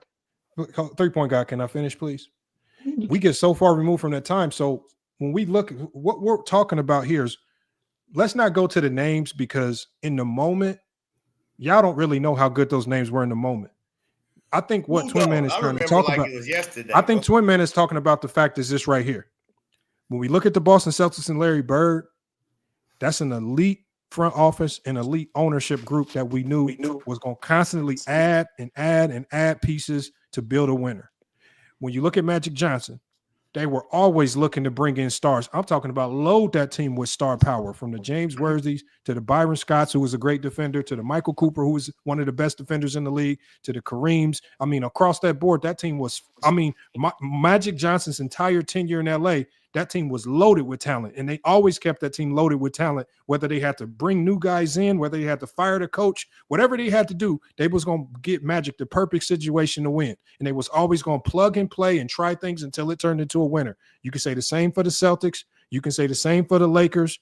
The one thing, and I think this is where we got to just be honest, it wasn't just a narrative that Cleveland was not building a winner around LeBron. This was something that was said during games from the announcers to other GMs, even Larry Bird, when the Cleveland Cavaliers tried to facilitate a trade to the Pacers, what did Larry Bird come out and publicly say? He says, we're not trading for any of those guys. They're only good because LeBron James is making them look good. Now, when somebody of Larry Bird's stature says something like that in a moment, I have to sit back and ask myself, what is Cleveland actually doing, right? Are they doing a whole bunch of filler moves? And when Dan Gilbert, when we watch what he's doing, when he's intentionally trying to stay under the cap so he doesn't have to pay the luxury tax, right? When he's really, when he turned down the trade to bring in Amari Stoudemire and you keep J.J. Hickson, and what was the thing about J.J. Hickson at the time? Well, J.J. Hickson, it was his off the court stuff, which is one of the reasons why LeBron wanted him traded. It was a lot of the stuff that he was doing off the court, which is one of the reasons why J.J. Hickson right now is sitting in prison on a 15-year prison bid, because his off the court problems. And so when people say, like when LeBron wanted J.J. Hickson out, it's because he was dealing with shady characters off the court. And when you have an opportunity to move him and you can bring in a guy, albeit injured, Amari Stoudemire, you can at least show LeBron, look, we are trying, right? But when you're not bringing in significant pieces that can help you win, you're not even trying. I think that the only thing you showed LeBron was, look, I don't think you guys are just as invested as I am. And that's the worst feeling to have when you feel like you're the only one invested in winning, but the front office ain't as invested as you are. And that's exactly what free agency was designed for. Free agency was designed for, okay, I paid my dues. Cleveland hadn't had that level of winning. They hadn't had that level of cachet or money for years. Brian gave them some cachet, gave them money, gave them winning, but they just didn't do enough. They took advantage of having LeBron. They didn't capitalize on having LeBron, and LeBron left. And so he went somewhere because what did Pat Riley immediately do? Did he just sit pat on having Wade, Bosh, and Bron, or did he go that following year, not the first year in 2011, but in 2012, did he go add a whole bunch of pieces to build on top of what they already had? See, Pat Riley could have just did like the Cavs and said, look, I got Bron, Wade, and Bosh. I don't have to do nothing else. But a good front office is going to always build and build and build. And that's what Cleveland wasn't doing. And I think when I like when players make the move and leave. Like when KD went to the Warriors, you were making bad moves. You showed KD you were not invested in winning when you let James Harden walk over $4 million, right? When you break up essentially one of the first super teams of that era over $4 million, it's time for me to go. You're not really that invested in winning if you being petty over $4 million. No. So again, yeah, I think people and I think a lot of people are hypocritical on this, because when we apply the same thing or the same logic to you guys in your real lives, it's okay for you guys to hop around from job to job and not hold no loyalty to your employers. But as soon as a basketball player leaves his employer to go to another, it's about loyalty and this, that, and the other. It's all this silly talk. No, do your job. These players won't go nowhere. If you do your job, they ain't going nowhere. If you don't do your job, you got free agency that's gonna come hit you in the back of the head when that player leaves. That's all you got to do is just do your job. Dan Gilbert, it was known that the Cavs had the worst front office in basketball for the longest time. And the fact that you, Pope, I know you're intelligent, that the fact that you will say that they were building a winner around LeBron when we watched what they were doing, when we watched the moves that they passed up, when we watched all of the stuff that they did, when we watched how they let Carlos Boozer leave and go to the Utah Jazz, who can explain that? How do you just, Carlos Boozer, with the great year that he had, how do you just let him leave as a restricted free agent? All you got to do is match the deal. He just had a hellified year for you, but you let him leave over money. It's moves like that that tell LeBron, we ain't really that invested in winning. And what did Carlos Boozer turn into in Utah, y'all? An all-star. But you get him in the second round, but you let him walk over money. These are the dumb moves that Dan Gilbert was making, but nobody wants to talk about it. You always want to hold LeBron accountable for everything and every move, but you never hold the owners accountable. And the owners are the ones that can trade players willy-nilly. They can be shady to players. They cannot give contracts the right way, just like they did Luka, right? Screw him out of his supermax. Y'all won't never hold these owners and teams' feet to the fire. It's always on the player. Always. That's the saddest part about it. Let me hold them their feet to the fire real quick. Can I do that? It's too late. Let me hold him. But it's too late. Let him keep Because talking. saying it now means nothing. All right, hold on. Okay, let's go over this because let's hold their feet to the fire. In what year did LeBron first make it to the finals? 07. What year was he in? Fourth year, and they made it to the finals. Was this just all LeBron? He didn't have a good team. Were they supposed to make the finals? Okay, no, hold on, y'all. No, Pope, tell me about the good team. Just hold on. Just answer that for me real quick. Pope, I'm gonna keep going. No, Pope, when you have the mic, don't ask us about the good team. Tell us about the good team. Now, again, bottom line, you're a good team if you win the East. Then explain it to us. Break the roster down to us. Best record in the East, correct? Because whatever your roster is, it must have worked out to the point where you had the best record in the East and you made it to the finals.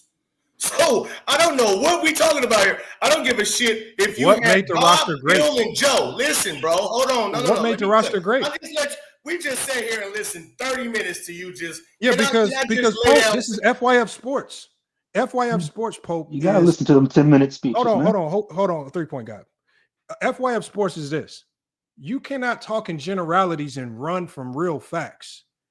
What you have to do is, if you have the balls to tell us that Cleveland Cavalier team was elite, we got to stop right there, because the first thing you got to now do is you got to explain to us not only how that roster as constructed was elite, but how that roster was built to get back to the finals year after year after year. What made that roster elite? You can't just say it because of the results. Like, for example, a lot of people say that the Pacer team that just made the finals was one of the worst finals teams of all time. Are the Pacers, would we say the Pacers should just sit on this roster for the next 10 years because they made the finals as is, or should they build to try to add to it and get better? You don't just sit on your hands just because you have a little bit of success. You always work to get better. And in 2007, the Cavs did not have the best record in the East. But no, I gotta hear. I just need to hear why this Cav roster was so elite just because they went. Because they made it to the finals. It ain't nobody said elite. Listen again. You listen, bro. Can somebody else talk or what? Can we have a conversation? I just want sensible basketball talk. But I mean, can we have a conversation? Because I'm trying to go back at you, but you're not letting me. You won't even let me. Because I can lay down a bunch of shit. Hold on. I just said. Come on, man. Can I speak, bro? I just started. I just gave you one thing. I just gave you. They made it to explain. Hold on. Just explain one thing, and I'm gonna let you cook. One. This is a basketball channel. This is not a gossip channel. Hold on. Explain to the people how that roster was elite and why the Cavs should have proceeded forward to build with that core. My bad. Because the roster was good because it made it to the finals. Like, does that mean you don't build? What did you get about that? Like, what's hard about that? It's 1 + 1. My question is this. They get to the final. Hold on. See, you're so caught up in the roster in and of itself. First of all, you don't know the roster to know that it was any good. One. Secondly, my question that I want you to answer is, Brown is in his 4th year. Brown is not thinking about getting to the finals in 07. He's thinking about, okay, I need a team where we can consistently go back and be able to compete year in and year out. So going into that next year in 08, right? What were the Cavs doing to build around that core roster to make it better, to add layers to it? Okay, we got to the finals. We didn't win it, but how do we double down on this thing and make it better? What was the front office doing via trades, drafts, free agency? What they were doing to capitalize on that success and say, look, we have a good team, wasn't good enough. How do we make it better? Just like we talked about with the Lakers, they always made the team better. Just like we talked about the Celtics, they always made the team better. Just like we did with Miami, they lost in 2011, they made the team better. Don't come up here if you don't know basketball. I'm fortunate for Pope that it's not the Pope where you can just talk in a whole bunch of odd generalities about Angel Reese. You got to explain to me when we're not dumb. We're not dumb.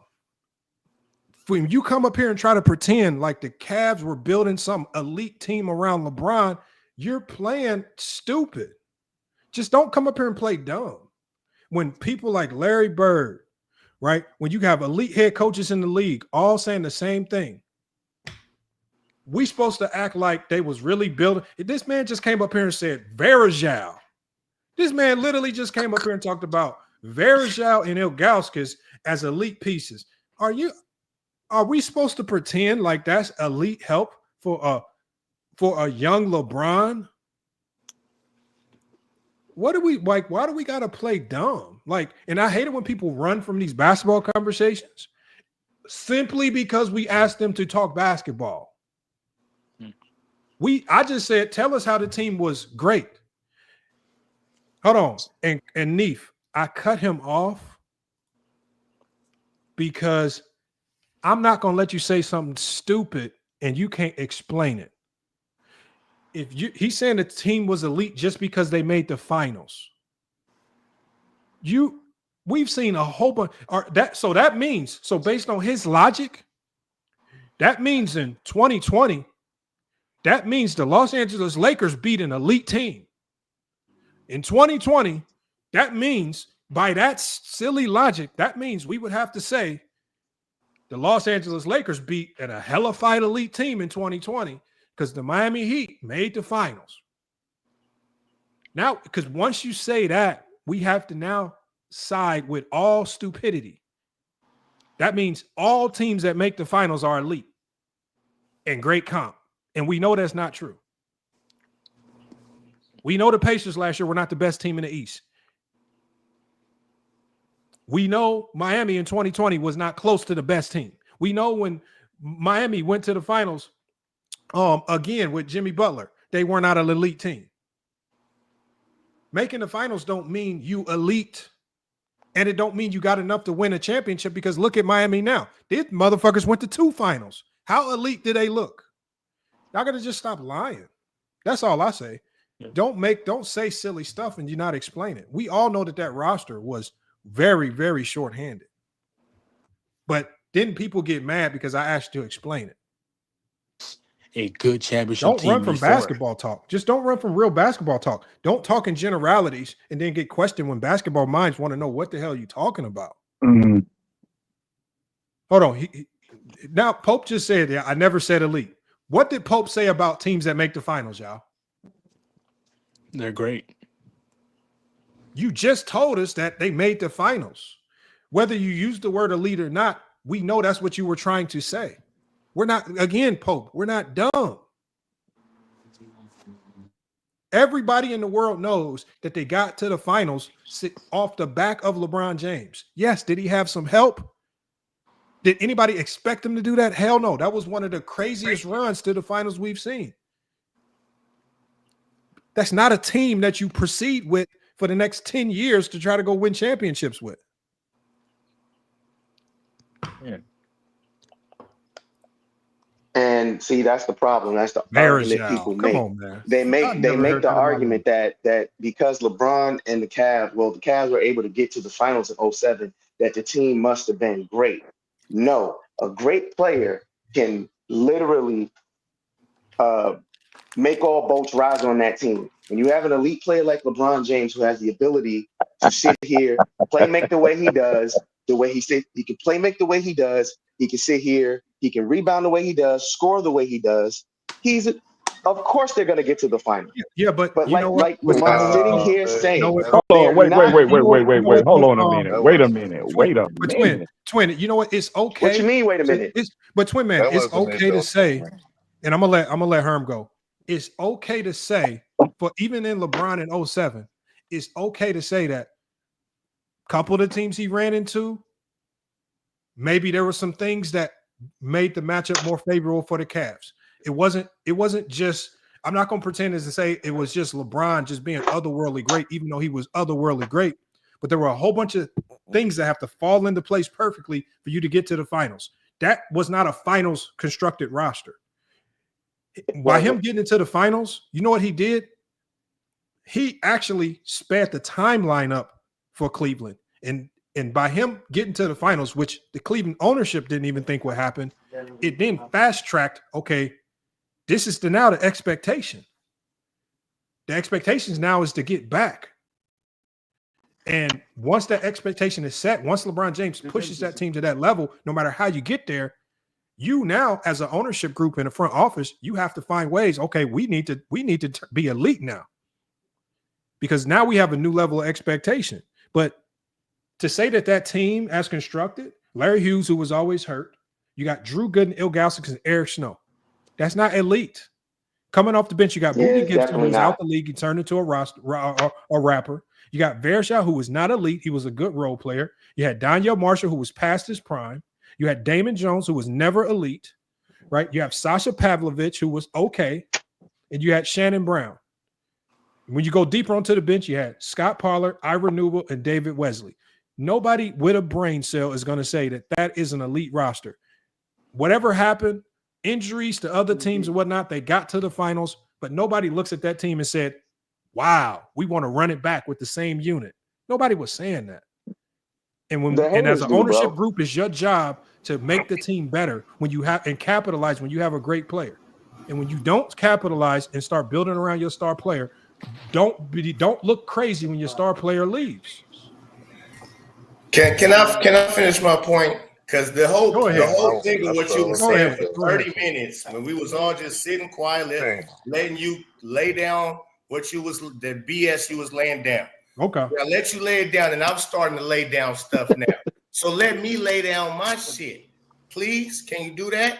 Because I know what I'm talking about. You were saying they never built nothing around LeBron James. We wasn't talking about no elite teams, no great teams, none of that shit. You said they wasn't building around LeBron James. They wasn't winning. I asked you, when did they get to the finals? You said in year 4. That means they didn't build something good enough already in year 4 to where they made it to the finals. So that means they're competing for a championship. Then they continue to be the number 1 team in the East year after year after year after year.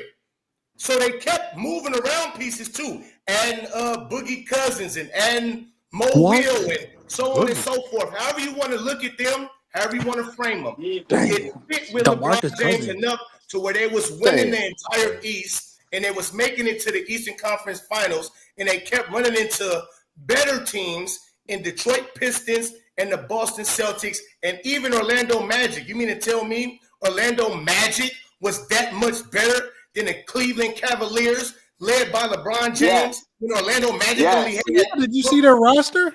Yeah, I know their roster. Orlando was missing Jameer Nelson, nobody though. to guard Dwight Howard. Orlando was missing Jameer Nelson, though, and he wasn't even there. Hey, Lamar, let me go. I was watching that team. I just cooked that whole argument. Please stop mentioning Jameer Nelson. He wasn't there. That was his second leading scorer. They were still winning games without Jameer Nelson, but it continue. Doesn't matter. That's still his second leading scorer, though. They were winning games without Jameer Nelson, but continue. Bro, you gotta stop. So you mean to tell me you're a better team without your second greatest player? Stuff we're not talking about. Come on now. They on topic. Herm, it's on you. I think a lot of cats sleeping on the fact that, you know, they was building, they was an elite defense. They was missing the spacing. I think the front office failed between the 07 and 09 that they probably could have traded for a Chauncey around. They could have traded for who else was available around that time of the month that they could have traded for. They got traded in between those times. But what's the name? There was like they could have got Almari Stoudemire. They missed out on Powell and Ray Allen as well, though. They could have got in the mix of that. But I think what got in the way of the Cavs, and I think nobody was expecting it, the NBA wasn't even expecting it when the big 3 of Boston came about. That's what threw everything off, to be honest. So Cleveland was going into the right direction, and they thought they had opportunities. Okay, we can add a piece here and there. But when Boston made the power plays that they made, that got in the way of what Cleveland was trying to do. And now Cleveland's scrambling, trying to match what Boston was doing, and that was unfair because we know Danny Ainge and Kevin McHale, someone working unison to get KG over there, and you know they put the icing on the cake to get Ray Allen. So that was kind of unfair for that organization. Now instead of us trying to build for the future and see we could plug in pieces here and there to get the elite 3-point shooting that we need. Now we got to scramble. Now we got to move 100 miles per hour. Nobody really wants to come to Cleveland as is, and now I got to move 100 miles per hour because Boston done made the power plays that they made. So that's what really got in the way of the growth for Cleveland. Cleveland was heading into the right direction, but when Boston did what they did, that's what ultimately hurt everything and ended everything, and that's when LeBron knew, damn, we ain't going to be able to get over this Boston shit in Cleveland. I ain't going to be able to do it because it's going to be hard for me to get these guys over here. So let me make my power play. Let me put some shit in my own hands, and let's see what I could build with some other stars alongside me. So that was ultimately what happened. What Boston did led LeBron James into believing that he had to leave Cleveland. So that's what a lot of people sleep on. All right, let me give this to the people. I'm gonna let Mingo Jester go next. Let me read this to y'all because I'm gonna read out their biggest misses, and I'm gonna tell you why they weren't building towards a winner. Right? So Cleveland, obviously, we already talked about them letting Carlos Boozer go for absolutely nothing, which was dumb. I think we can all agree them letting Carlos Boozer walk after the year that he had with Cleveland was stupid. That's the first dumb move. Also, they had an opportunity because when they drafted LeBron James, they had the most cap room in the league, right? But they didn't pursue Ray Allen in 05, nor did they pursue Joe Johnson in 05. Neither one of those guys were aggressively pursued in free agency, right? When the Cavs, who had the most cap flexibility in the league at the time, could have went after either one of those two guys to start building around LeBron. We like Herm just mentioned, when Boston built the big three, that should also raise the antennas for you as a GM when you have LeBron James. But instead of going after at that particular time, instead of going after Chauncey Billups, who was a free agent, right? They went after a 38-year-old Ben Wallace and Anthony Parker and Wally Zerbiak, guys who were clearly outside of their primes. We also can talk about Paul Gasol. Memphis was shopping Paul Gasol. Right, the Lakers essentially got him for nothing. All they had to do was give up Kwame Brown. Right, Marcus off. The Cavs at that particular time, had young pieces and they had a whole bunch of draft picks. They could have put together the best offer possible for Paul Gasol. But what did that front office do? They sat on their hands and did absolutely nothing. Also, in 07, the Cavs were in deep talks to try to get Jason Kidd. Right, the Nets. It says right here on ESPN, the Nets pulled back because Cleveland's offers revolved around because Cleveland wouldn't offer. They didn't want to include Drew Gooden in the deal, right? They were only willing to give up Larry Hughes and draft picks. So they don't bring in Jason Kidd because of Drew Gooden. Stupid move. Now we got 2008, right?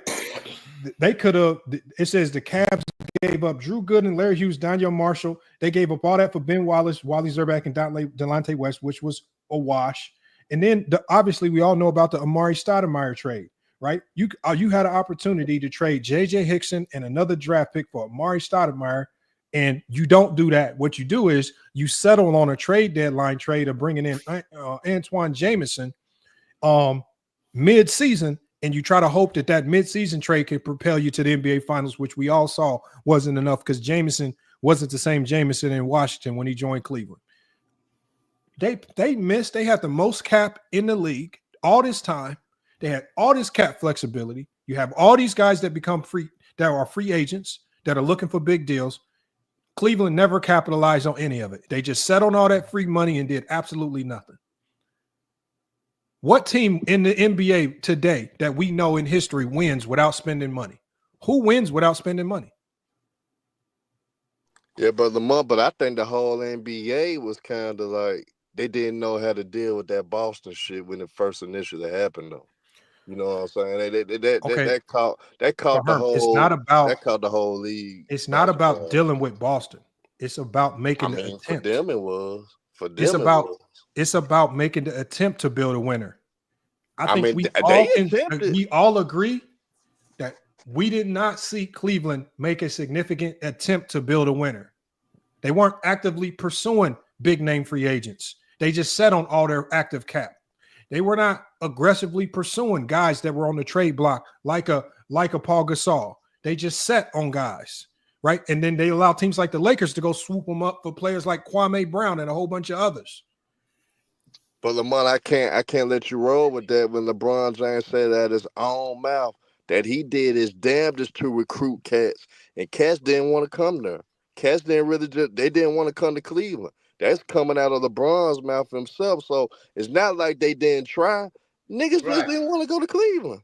They Niggas played with his ass, and it's another hold thing on. too. Secondly, hold on. What we're talking That about came out of LeBron's mouth. But Herm, what you still are, what y'all both are doing is when you say that LeBron couldn't recruit players, first of all, the last time I checked, it's a GM that gets paid millions and millions of dollars to fly his ass around the country and convince people to come to the team with that big ass checkbook.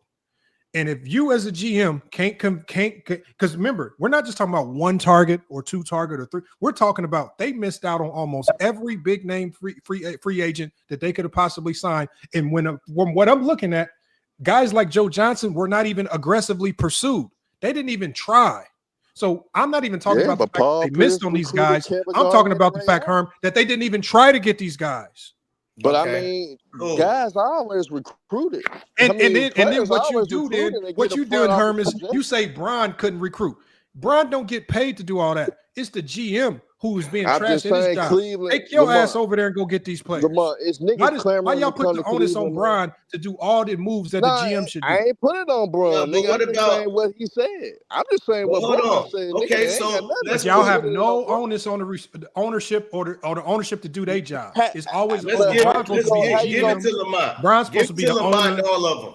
The Cleveland was a wash. They didn't build around him. Okay, cool. Pat Riley did. Why he leave? They had a head of fire squad. Why he leave? Two. And they were supposed to be not one, not two, not three, not four, not five, not six, not seven. Why after two? Why do people? Was he not a free agent? I'm just saying. He had a squad, an ultimate squad, right? He had. Are you talking about when he left Miami? Yeah. Why he leave? He had a GM who was building around him. Hold on. It was always making moves. So no matter what. It was gonna make it. Once again, Pope, this is what we're gonna do. What I like to do is I love to just. They can't answer the question. No, hold on. I love to just use common sense because the most obvious answer is the easiest answer. When LeBron left Miami, he didn't go to LA. He didn't go to the Celtics. He went back to Cleveland. Now, if we use our brains, he didn't go to the Wizards. He went back to Cleveland. Olo, let me ask you, Olo. Why do you think LeBron went back to Cleveland? Because he knew. No. He asked me. Oh, my bad. Olo, yeah, Olo. you good. Just using your brain, and we saw his post because he posted, "I'm coming home." Why do you think LeBron decided to go back to Cleveland? Just using your brain. It's pretty. He said Polo. No, he said Olo. Oh, Olo. Okay. Yeah, it's pretty self-explanatory. He wanted to go back home. Ain't rocket science too. It's not hard. It ain't hard. Why. So that's why. Sometimes that's look, as you grow and get older, maybe because Bron even talked about how he looked back on the decision, how he did him. He didn't like that. And then this is his hometown. This is where he grew up. And then not only did he go back, did he deliver when he went back? Sure did. You're so smarter than that. So he did. He went back and he delivered what? Pope. What did he go back and deliver to Cleveland? Me? It's my turn? Yeah, what did he deliver? You said Pope or Polo? Okay, so did he deliver? The reason why he went back, let me answer the question that Polo didn't. Because I got a different reason why he went back. I don't know why. Because you seen, because what he's seen, he's a businessman. He's not a dummy, he's a businessman. What he's seen was Cleveland had the first pick of the draft. He knew as long as they would trade that first pick and go get Kevin Love, who was averaging 25 and 12, right? Walking double-double, stretch four, pass the ball, all that good stuff. He knew he'd be able to trade that pick. Kyrie Irving was the upcoming superstar. No, he wasn't. What the fuck with him? Yes, the fuck he was. What you mean? No, he wasn't. Are you stupid. serious? Yes, he was. He was cooking the whole league. He's the number one pick. What are you talking about? Huh? He only played 8 games. He was the number one pick. What do you mean he wasn't an up-and-coming No, superstar? he didn't come in Kyrie's second year in the league, dumbass. That was Kyrie. Listen, never mind. I hate when stupid people say stupid shit. So check your chat, your panel, man. He said some dumb shit. Kyrie Irving was cooking the league, and LeBron seen, okay, with him, me, we go and grab Kevin Love, and we put these shooters like, what's his partner? Jay, the cat that used to play with LeBron Carmelo did all of that. J.R. Smith. J.R. Smith. We gonna get Shumpert. Yeah. So he made sure he came with his army. That came with a trade from the give him his Knicks. army, which is smart businessman. But it wasn't because of no coming back home. That's just so lame. That's so lame for y'all to even try to act like that was the case. That's crazy. Hold on, wait. This is my thing, Lamont. Hold on, Mingle. So you telling me that LeBron James on Miami, he scoured the entire league, and he looked at that Cleveland roster that could barely win 25 games, and he said, "Damn, it gonna be crazy to play with that roster." Because hold on, do you think after all these years in the league, you think Bron don't know it takes a team to win? He built the whole team. He went. No, LeBron. Hold on. See everything I just said, huh? I just told you. This is now look. This is where this is a part of the hate, and this is the cycle of hate that people like Pope don't even know he's engaging in. Every front office move, every trade, everything that happens with these teams is because LeBron traded the number one pick. No, LeBron didn't do that. The front office still had to facilitate that trade and figure the inner workings of that deal out, right? All these free agents that came in, no, the front office had to go find these guys. The front office had to make these contracts and salaries work. Bron didn't do all of this shit. What happened was Cleveland, they got their shit together when Bron came back and said, you know what? When we get Bron back this time, we're not going to sit on our hands and do nothing. So what they did was they said, we're going to get to work this time as opposed to sitting on our ass. LeBron went back knowing that he was going to do his job, but he also knew they was going to do their job, and that's what they did, and they delivered. The thing that kills me is the way Cleveland got Iman Shumpert, and J.R. Smith is because New York didn't pay him. Cleveland had the money to pay him. Why are we not acting like even though LeBron said he none wanted of that to matters though. Cleveland Hold on, had, that was a Cleveland trade between money. the Knicks and the Cavs. Bron is a plane, right? Bron does not control whether the Knicks sign off on this trade. If this, like when they traded that number one pick to Minnesota, you know who had to sign off on that trade? Minnesota had to sign off on that trade, right? There was something that they liked in the deal, right? When the Knicks signed off on that trade, I don't care if Knicks fans say they got robbed or whatever, or Carmelo says Bron took his players. Who in the Knicks organization signed off on the trade? Bron don't got nothing to do with this shit. Y'all attribute all Bron is not in these conversations when we talking about top 10 all time because of his ability to trade players. This is just y'all hateful narratives that y'all like to throw in to muddy up basketball conversations. Bron don't do no trades. He don't initiate no trades.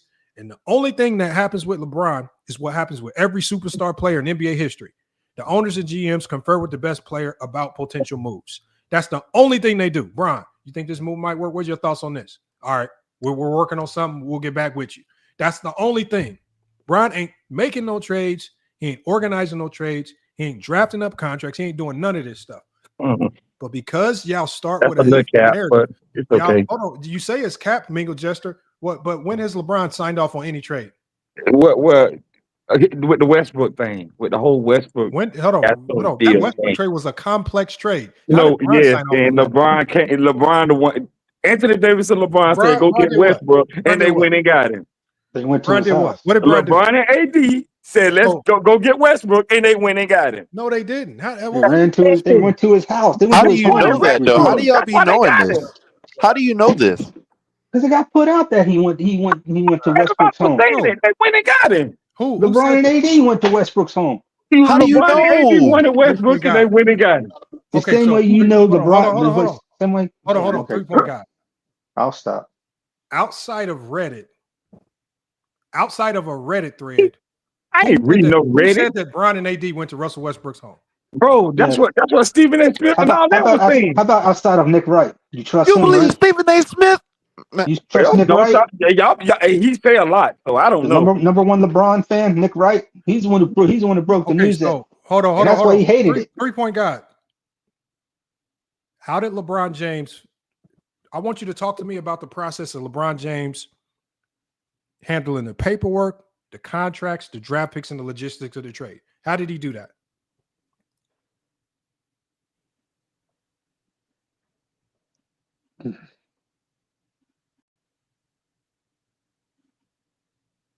How did LeBron handle all this? How did he? There was picks involved. There was multiple moving pieces, players. How did LeBron facilitate this trade? I guess the same way Steph Curry did when they said he ran to KD. Whatever. I guess they went to his house, and I guess Steph built the paperwork. That was a free up agent signing. Yeah. So how did Bron facilitate all of these moving pieces in the Westbrook trade? I mean, is there any onus on Rob Pelinka, the GM, who's getting paid millions of dollars to do that job? I guess not. Because again, you can want whatever you want. You know what's funny? Oh, hold on. You know what's funny, Lamont? Hold on. It's the funny thing is when the trade works out and they win, you give credit to the GM. When the trades don't pan out, y'all want to say it's LeBron's fault for making the trade. Who is y'all? That sounds like Jordan haters. You know what's funny? This entire conversation. You know what's funny? After the Westbrook trade fell through and it didn't work out, he wanted DeMar DeRozan. Did they go get DeMar DeRozan? No. What I'm saying is this. What I just the other said. dude from the Spurs. I said the other dude from the LeBron. Spurs. Did they go get him?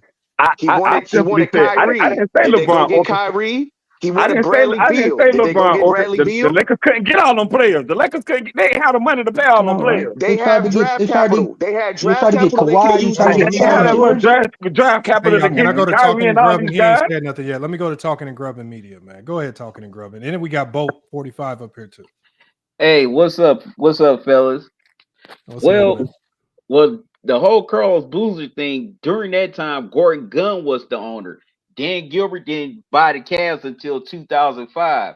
Now, Gilbert, he was a rookie owner. Of course, he came from the real estate game. He was trying to do it big. But during LeBron's first stint, he hired the wrong people. I'm a Cavs fan. I'm from Cleveland. Danny Ferry, that was the worst GM hire ever made in history. That's right up there with Jim Paxson. And we all see how it's turned out for Danny Ferry. But they made a lot of mistakes during LeBron's first stint by getting the wrong players, signing them to ridiculous deals. Like I said, Gilbert was a rookie owner trying to do a big swing for the fences, but he ultimately missed. Now, I definitely wish they would have gotten Amari Stoudemire at that time, but they wanted to keep J.J. Hickson. And of course, that didn't work out. Also, I think, I'm speaking from a Cavs fan perspective. LeBron leaving was the best and the worst thing for Cleveland. Mm-hmm. Leaving the worst, of course, they were going to suck. They was going to be in the lottery for a minute, but it was best because they had a chance to reevaluate what they did wrong the first time. Of course, they ended up getting Kyrie, and then ultimately, when he came back, they learned how to really build a team around him, which ended up in the championship in 4 straight finals. But I've seen people in the chat saying, well, Jordan, Kobe, Bird, and other greats didn't run. That's because they had front offices to build around them. Look at Magic Johnson. He had the late great Jerry West as his GM. Same with Kobe during his first stint. Well, the first three-peat with him and Shaq. If you don't have a good front office that's building around you, you're gonna basically be like Dame Lillard was in Portland. It's that old school mindset, bro, of you got to stay with this team, and they have this 90s mentality of these players didn't move, not understanding that they couldn't move. It's not that they didn't want to move; they couldn't move. Because if these players could have moved, you would have saw some crazy team ups in the 80s and 90s, bro. And that's just the real life talk of it. Well, this is my thing. They couldn't move. They couldn't move the way they move in today's NBA. Like Charles Barkley forced his way out. You mean they can't just request trades? Is what you're saying? Like they can now? They basically there was no player mobility the I way don't it want to is play now. here no more. Trade me. But this is my thing. Harder to Pretty request much. a trade because players were stuck under longer deals. It's Right. different. It's Exactly. a Well, then they little bit shouldn't different have when a signed the player requests contract. a trade. It's a little bit different when a player requests a trade and he has 1 year left on his deal, or he's going to be a free agent in the summer. See, like imagine if Scottie Pippen was demanding a bigger paycheck, but he was coming up on free agency or something in like 92 or 93. I promise you the Bulls would have acted right. The reason why they never acted right is because they had Scottie Pippen handicapped under a crazy long deal. And I'm just giving an example of why they could screw players over. They could screw them over because they had you hand tied to a bad deal. Pippen was told not to sign that contract, Lamont. But well, you can say that all you want, but what you like in baseball or like we see in football, a lot of times you get your deal renegotiated if you outplay your deal. And with Scottie Pippen, who was looked at as a top 10 player in the league, but at the time he was getting paid like in the top 200 players in the NBA. And Scottie Pippen's looking at like, okay, things have changed. We're winning. I'm doing my part. How about y'all, take care of me? And the Bulls said, no, we're not doing that. 1 year, Lamont. He only had to wait Pippen, 1 year when they did the TV deal. If your owner telling you not to sign a contract and you sign it anyway, that's on you. I'm not. That's on you. The owner told him not to sign the contract, and he did anyway. He told him to wait because the TV deal was coming. That's on you. Okay. And he knew the TV deal was coming. He's going to pay him more. And he's like, at the end of the day, like what Pippen did is what the Bulls owners did, making Pippen play under a bad contract for low money. That's a good owner. Pippen, you signed the deal. You with us. We not trading you. You got to play this out. We got you. Well, by hook or crook, a good owner is going to find a way to get you a contract. Right? When the Spurs gave up on Dennis Rodman, the Bulls swooped in and grabbed him because they said, hold on, y'all willing to give up on the league's best rebounder and one of the best defenders? All right, here you go. Here, take Will Perdue. We'll make it work. That's what good owners do. They always trying to improve the team. In today's What if NBA, the Bulls would have said, Scottie would have been able to demand a trade and leave. What if the Bulls would have said, you know what? We don't need Horace Grant left. Jason Caffey, we're going to elevate. We're going to make Jason Caffey better. Jason Caffey, you're the starting power forward now. Turn into Horace Grant. The Bulls did not say none of that shit. They went out and improved the team. Did they, though, Lamont? What do you mean, did they? Yes. Was Dennis Rodman first team all defense in the league? And Dennis Rodman out the league. Who watched basketball in '95? Who else thought that Rodman was going to make that team flop? Like I said, are you slow? Like you can't put Pippen and Jordan and Rodman, the guy who freaking was knocking them on their butts and freaking all this stuff. You're like, plus he's out there wearing makeup and was absolutely out of his mind. Hold on. The only reason the Spurs got off of Rodman, if we being honest, is because of the homosexual allegations in Texas. And in Texas, that ain't flying in the 90s. What they got on Rodman about had nothing to do with his play. He was 35, Lamont. Don't no, his matter. antics. It had everything to do with his antics. So what? He was still one of the best rebounders in the league. In 95, was he not the best rebounder in the league? I thought the Bulls were stupid. Yes. The answer was yes. The answer to that but question they're not making me look was stupid. yes. So they won 72 games. Why do we got to play stupid and y'all got to act like Dennis Rodman wasn't? Sounds like everybody else. No. I ain't saying he wasn't a good player. What I'm saying is like, why we got an argument about how good antics. Rodman was? Why we got to have an argument about Rodman in 95, 94, 95, 96? Rodman was a demon. No, they say his antics was they were trying to kick him out the league by his antics. What he did on the court was necessary for them to kick him out the league. That's the whole reason they were trying to kick him out the league, because his antics. And all but the nobody did they kick him out the league? No, they were trying to. I said they were trying to. Lamont would be saying, what are these dudes doing signing Dennis? They were trying to. You replaced Horace Grant with Dennis Rodman, the best rebounder in the league. That's they were trying to kick him out the league though, because all the stuff he was doing. Did he when get he kicked got to out the the league? Bulls, Said and how then many when he times got, hold on, wait a can he? minute. Then when he got to the league, Bro, can we Phil please not Jackson and talk them about made it very clear stuff that we Michael discussed? Jordan got to watch him. Nobody said this stuff, man. Like, hold on. It was Please on How the not. many last times did dance. Rodman What get do you mean ejected in nobody said this '95? stuff? Yes, So they did. basketball. Hold on. First of all, everybody knew when they lost to Orlando that the Bulls needed to upgrade the power forward position immediately. I don't remember. I was little, but I do not remember any conversations about Rodman going to the Bulls being a bad thing. I remember '96 being one of the most hyped up off seasons going into that season ever because we were Yep. thinking about the fact that That's a Jordan was lie. going to full I season. thought Orlando was going to Jordan beat was him going to be That's a on again. lie. revenge mode, and the Bulls roster was looking elite. I don't know where y'all getting this That's fake a lie. It was on the last Rodman dance. question They mark. told Michael Jordan. Y'all gotta stop making stuff Phil, up. no, I didn't make that up. Go look at the last dance. Phil Jackson told Michael Jordan, "You got to watch him. You got to Yeah, I make sure remember that he that. So do what? what You he got does." It you was got to on the baby. last You dance. got Go We to look at the still last. know I you did got to not the make babysit that him. up. You got to Go overall look at babysit the him, last Fez. dance. Mingo Jester, That's Mingo all you got Jester. to do. We Go still watch know the what the last dance. I did overall not make that outcome up. was. They didn't kick him out the league. He stayed on that team, and they had a whole three-peat based off his elite rebounding and with Bro, an I'm elite not saying he team. wasn't good. I keep saying about his antics. They was talking about his antics and the stuff Okay, that he does. got it, and you're not wrong. I That's remember that all I was time saying. I period. didn't Them say he talking about wasn't elite or he wasn't he good had no a more. whole wedding That ain't dress what I'm on, all arguing. kinds of crazy shit. But his performance on the court is what the Bulls cared about.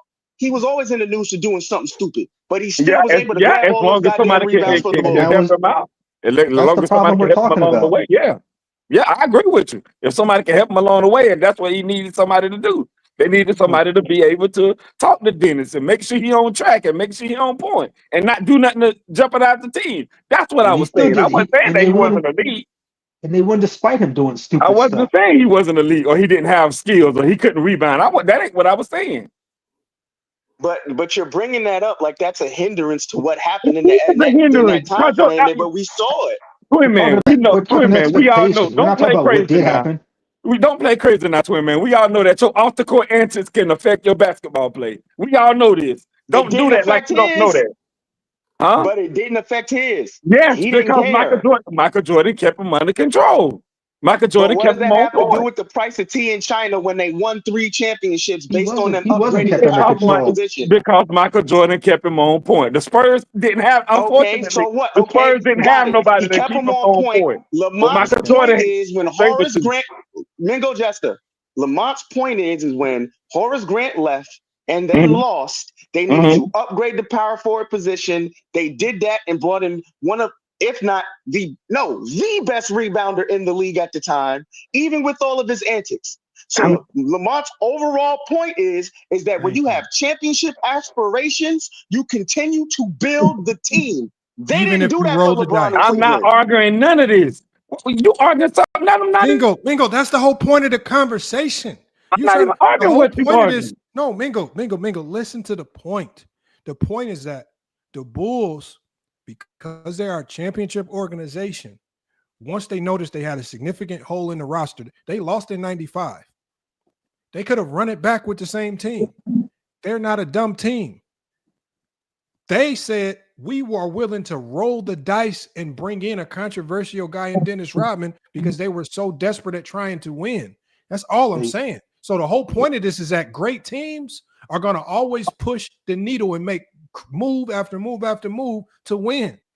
They will always push the needle on moves, even if I it's agree. controversial. I agree. Okay, But like so you said, with you had that to being roll the said, That's dice. all I'm They saying. didn't do It was a that. gamble. They didn't do with that that for being 7 said, years in Cleveland. wait And a minute. that's So why even with that being LeBron said, James left. okay, even with that being said, even That's with the that being point, said, though. okay, That's just the point of the whole they willing to conversation. rebuild a team. Okay, I get all that. Okay, What's that's up all with well and good. Lamont? No, Mingo, that's the But point this of the my whole thing though. conversation. It goes no further than that. That's the whole Yes, it point. does. It go way further than that. Yes, That's it what does. great. It It No, goes sure no, way does. isn't further that than what that. Yes, great it If the teams does. do? team don't build around you, you No, can't no, win. that I ain't. don't care how great of a If y'all player stand you up and are. let me talk, god damn it. Okay, so what's the point then? This what I'm saying. Jesus Christ. This what I'm saying. With LeBron going to Cleveland, okay, y'all say he didn't have enough help. Y'all say his team wasn't good enough. Okay, that's all well and good. He leaves. I don't have a problem with LeBron. I'm one of the ones that really don't have a problem with LeBron leaving to go to Miami. But when you do that and you make a decision like that to go to a team like that, and you underperform like you did, that's when I have the problem. You get all on TV saying all this crazy stuff, the decision, all this nonsense, all this big parade and pet rally and Mingo stuff, Jester. and you get up there and don't do what Mingo you said Jester. you was gonna do. Mingo It's when I Jester. have a problem. Mingo Jester. LeBron was with Miami LeBron James was with Miami 4 years, correct? Yes, he was. They went to the finals 4 times. He was in Miami for 4 years. No, they went to the finals 4 times, correct? He the one left. Hold on. They went to the finals. He was only in Miami for 4 years. I'm just asking you simple questions. LeBron James went to Miami for 4 years. He went to the finals 4 times, correct? Yes. He won 2 championships, correct? Yes. When was the last time 2 championships in 4 years is a failure? He said not one. When was the? I don't care what he said. I'm asking you. Not 4. I'm not asking 5. you. I'm asking you. Jordan did the same thing. Y'all didn't hold him to it. So does that sound like 2 championships? Mingo Jester. Why do y'all use comments at a fucking prep rally to make it seem? Y'all gotta let him answer questions, please. When was the last time winning 2 championships in 4 years a bad thing? Just please answer that question. It's a bad thing when you say something different from what you did. Jordan said something different. They didn't win 8, 9, 10. When Jordan said that? I missed that. Put that up there. Put that on the screen. Parade. He said the championship parade. Put that on the screen. Hold on, Mingo Jester. Where do you think? He had 6 fingers up, then he put up 9 more Please fingers. shut the hell up, man. Mingo, where do you think LeBron got the not 1, not 2 thing from? He got it from Jordan. Well, I didn't see it. I want to see it. Say that he's trying to emulate Jordan, but Jordan did it first, and y'all didn't hold Jordan to them ridiculous I didn't see it. Let me see it. I didn't see it. Hold on. Now all of a sudden you don't see this stuff when Jordan does it. I didn't see it. What you want me to do? I didn't see it. Okay, so put it up on the screen like you do everything else. But I'm telling you, he got it from Jordan. Did you hold Jordan to that same standard? I didn't know that. I didn't know that. Okay, I didn't know that. Now, if I play the video, is it going to change your standard for Jordan? And the 6 championships ain't going to mean as much. 6 is still more than 2, but I guess it would. If I show you the video where Jordan has them winning more than 6 titles, but they don't get 6 titles, does it devalue his 6 titles? Man, 6 is a whole lot hell of a more than 2. But hold on. If I show you the video of him saying he's going to get more than 6, but he didn't win 6, will it devalue the 6 titles for Jordan? Yes, but then Jordan them didn't have a chance to win 6 because they broke the team. Well, hold on. I'm just asking. They didn't have a chance to. Will it devalue the championships? No, because Jerry Krause broke the team. Why does what LeBron said devalue his championships? I just told you because Jerry Krause broke the team up. They didn't have a chance to get more than 6. Hold on. This is the whole point of the show, y'all. Jordan does it. He's not held to the same standard. LeBron you said it earlier. LeBron says something in a jamboree, and they say, "Oh, he said it in a jamboree parade before the season starts." We have to. It's the Bible now. No, 4 years, 2 championships is always a success. Never in NBA history has 2 championships in 4 years, 4 NBA finals been a failure. It's only to complete weirdos that want to hate LeBron, where y'all say that 4 finals appearances, 2 championships in 4 years is a failure. That's the only time 2 championships is a failure. My boy said he was gonna win 7. Y'all single-handedly put Hakeem Olajuwon in the top 10, 2 championships in 17 years just because he got back-to-back. He's not in my top 10. Come on, man. The shit that kills me, and I can't stand. I'm gonna be real, Ron. I can't stand when people use that not 3, not 4. Don't matter. I can't stand when people say it. I can't stand when people say that shit, Lamar. It drives me crazy every time. He's at a fucking pep rally. He's at a pep rally hyping the team. What are you supposed to say at a pep rally with your fans hyping the team? You can say it's plenty of things you can say besides that. Tell me why can't you say that? Oh, we're just going to be an average team. We'll be pretty good. No, we're going to win. All you had to say is we're going to win. And left it at that. We're going to win. And leave it at that. Hype your fucking fans up to watch you to make money. I mean, this is that dumb shit. You got to say not 1, not 2, not 3. He could have said we could have won 1,000 fucking championships. So what? That's a lot of championships, my boy. He's at a pep rally with fans. You hype your fans up. Oh, you hype your fans up by lying to them. Oh, okay, then. I guess so. Shit is fucking ridiculous. Y'all you hype your fans up by lying to them. That what you want me to believe to him, man? You hype your fans up by lying to them? You hype your fans up by basically getting them Hey, y'all. motivated to watch you I play. think, hold on, Twin Man. Sometimes with people like Mingo Jester, if he's gonna pretend not to understand the logic in what I'm saying, there ain't just no hope for him. There ain't no logic. There ain't no logic. Okay, Twin Man, I'm gonna try one more time. If I show you the video of Jordan saying that they're gonna win more than 6 championships, are you gonna hold him to the same standard? No, because they broke the team up. They didn't have a chance to. Oh my God. But I said it like 3 or 4 times. No. And they did because they broke the team up. Yeah, because he left because his coach didn't stay. Hold on, y'all. Hold on. Mingo doesn't know that Jordan said this on the first three-peat run. Mingo thinks Jordan said this on the second three-peat run because he really don't know Jordan like that.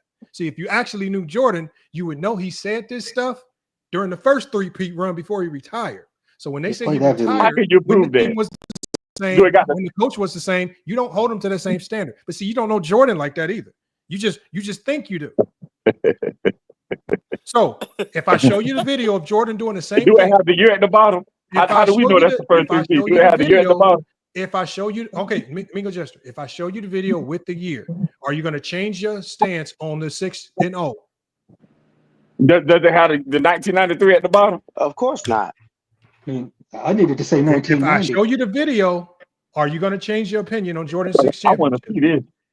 See, because he knows that this makes no sense. You cannot devalue 6 That makes championships. sense. Hold on, Mingo, hold on. Mingo, you know that no matter what Jordan has ever said in his career, can't nothing change the fact that he got 6 championships. 6-0 is going to be 6-0, and it's going to always hold weight. Just like LeBron's 2 championships, Miami, 2 championships in 4 years. I don't care how you slice it. I don't care what nobody said. 2 championships in 4 years is a hell of a fight accomplishment. I don't care. LeBron could have said he was going to win 95 championships. We all know in our mind what he did in Miami in such a short amount of time. That was a hell of a fight run. It wasn't. I think he underachieved in Miami. With the team he had, that was underachieving. Oh my God. And Do the you East hear that? That is the most ridiculous shit I've ever heard in my life. 2 championships in 4 years is underachieving. Bro literally weakened the East. The East was already weak as it was. You took He weakened the East, so did motherfuckers run West? You took 2 players from the East, and you joined those players. How is that relevant? How is that relevant when he made it to the finals? Come on, bro. What are we doing here? How is that relevant when he got to the finals? Y'all would have killed Michael Jordan. Hold on, Mingo. Be quiet, real quick. I watch basketball a lot. I remember a lot of players running West because they couldn't beat Miami. Who ran West? Players like West Paul they couldn't beat Miami. Ran West. You had plenty of players running West because they didn't want to fuck with LeBron in the East. You just saying players. Name them. Who went East? Name them. Name them. I just gave you an example in Paul Millsap. Tell me Tell me what team Paul Millsap had. Tell me what type of rosters there was on the East. Matter of fact, what you gonna name the fucking Raptors or something? Tell me the type of teams that the East had going against the Miami Heat. Are we really going to pretend? Hold on, Twin. Let's hold on. What you're doing is you're engaging in the illogical portion of what they're trying to do. See, because what SFM is going to do is SFM is going to come up here and try to tell us. I'm gonna take you down through there. SFM, hold on. So there's 2 conversations here. In one sense, people like you will tell us how trash the East was. And let's just go with that. Let's just go with that logic. The East was down, which is something that LeBron can't even control. But let's just go with the narrative that the East was down. You know it was. LeBron, doesn't that directly contradict the logic in the team around LeBron being better? Because can it then be said that those guys were just better because the East was weak? Okay, now tell me what was his reason for leaving Miami in 2014? SFM, right now, I just want you to engage in the logic of what you're talking about, because it seems like people that run with this logic, y'all have 2 different contradicting arguments. In one sense, you would try to tell us that Mo Williams and Ilgauskas was all-stars, and this is an elite level help, just like the Pope was doing earlier. And then in another sense, you tell us the East was weak. So was the others around LeBron James, did they just look better because the East was weak? I'm not even talking about that. I'm just asking you a question because you're saying that the East was weak. That means I'm assuming that you know the Cavs roster and that you know LeBron's team, and so was it that LeBron James had strong elite teammates, or was the East weak? Which one was it?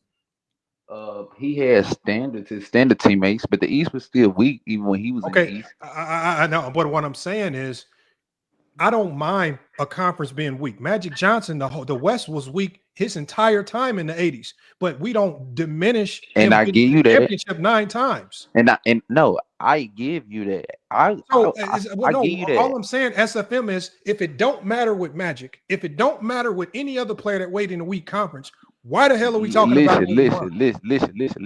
For I don't know, for whoever else, it don't matter. For Magic, for what are those reasons? I don't even really know if I got Magic in my top 5. It matters a lot to me. Your competition and who you go win against in your conference matters a lot to me. How can a player control that, SFM? Your road to the finals matters to me, because how when I look at LeBron, players based on things they can't control. How I judge them. Okay, this is how I look at. No, that's not what I asked you, SFM. I said, how do you judge players on things that the player cannot control? How do I judge players on the things that do not control? Yeah, I do not. I don't take a big hit on his career for it. What I do is compare it to all the other players that had to go through those tough roles in the finals. That even though he couldn't control it, that's his fault. That's his fault. I think you're going down a tangent that's just going to lead you to Kobe. No, Lamont. Listen to what I'm saying, SFM. Hold on, SFM. Please listen to what I'm saying. LeBron James helping lead the Cavs to being the number 1 seed in the East. I thought specifically that the purpose of being the number 1 seed is so you can play the 8 seed in the first round. It's so you can play the 4 or 5 in the round after that. I thought working your ass off in the regular season to get the number 1 seed was to make your pathway in the playoffs a little bit easier. Was LeBron James supposed to say, hey guys, let's lose 10 let's just lose 10 more games so we can be a 4 seed, so we can be a 3 seed, and our path can just be a little bit harder, so what my legacy can look better, so we can tell people later on my path through the East was harder. You fight and grind through an 82-game regular season so that your path in the playoffs can be easy. That's the purpose of the regular season. Why do y'all hold it against him for being the high seed, making his path easier? Isn't that the point? That sounds too much like common sense, Lamont. Stop it. What are you supposed to do? Play a 2 seed in the second round? Oh, be a 7 seed? Just be a 7? Oh, we upset the 2 seed. Like, is they supposed to just be trash in the regular season? What are you supposed to do? Again, Lamont, that sounds too much like common sense. What's Stop common sense about it? You know when you start destroying narratives, and we can't just use the Skip Bayless talking points of the East was a cakewalk, then you know it's going to start to, the goalpost is going to start to shift. At the end of the day, but even their measuring stick. This is what every time. Real quick, Lamont, real quick. Every time we talk about this topic right here, they won't talk about the trash that Jordan played in the finals. They won't talk about that. You said the trash that Jordan played in the finals. Yeah, the trash Jordan played in the finals. 60-win team trash. The trash. Same way y'all say the Atlanta Hawks 60-win teams in the finals. Since when did that just get ready. Thank you, Lamont. Thank you, Lamont. Mingo, don't say nothing, man. Let them just talk, man. You're right. The same way y'all sit here and say that the 60-win Atlanta first place Atlanta Hawks was trash. The same way you sit here and say the 60-win Hawks was trash. I never said the 60-win Hawks was trash, number one. Hold on, I thought the East was trash. I thought the East was trash. I've never said that. He had to play the MVP and Derrick Rose. He had to sit here and he had to play. Toronto was always a good team. Indiana always had a good team. But the East was always trash. Rose was a fanboy. That doesn't count. I didn't get what they to say. Let's go back to Lamont's point earlier. Week when Magic was playing. Let's go back to Lamont's point earlier. See, Lamont said that that LeBron's supposed to get the #1 seed, and that makes his path easier. Okay, y'all say his team was trash his first stint in Cleveland, right? He had the #1 seed 2 years back to back. He had a #1 overall seed in the NBA 2 years back to back. So if y'all saying that getting the #1 seed is the whole purpose of everything, then why he didn't win those 2 years? And y'all say he didn't have a competent team, but he had a #1 overall record in both of those years. What Lamont said. He didn't have #1. What in He 2012? had a #1 seed in 09 and 10.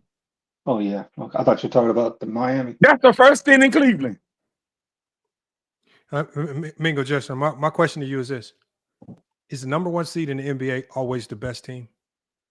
Oh, not back. You don't do that back-to-back season. Name me another team that ever went back. Lamont, I'm back. Why is it every time I ask a question, one, nobody can answer, and then two, everybody else wants to chime in? Because for the most part, yes. I'm gonna answer for the most part, yes. For the most part, yes. You have the #1 seed. The questions your questions don't be logical. Hold on 1 second. Hey, Lamont, y'all like to make up so many excuses for this man.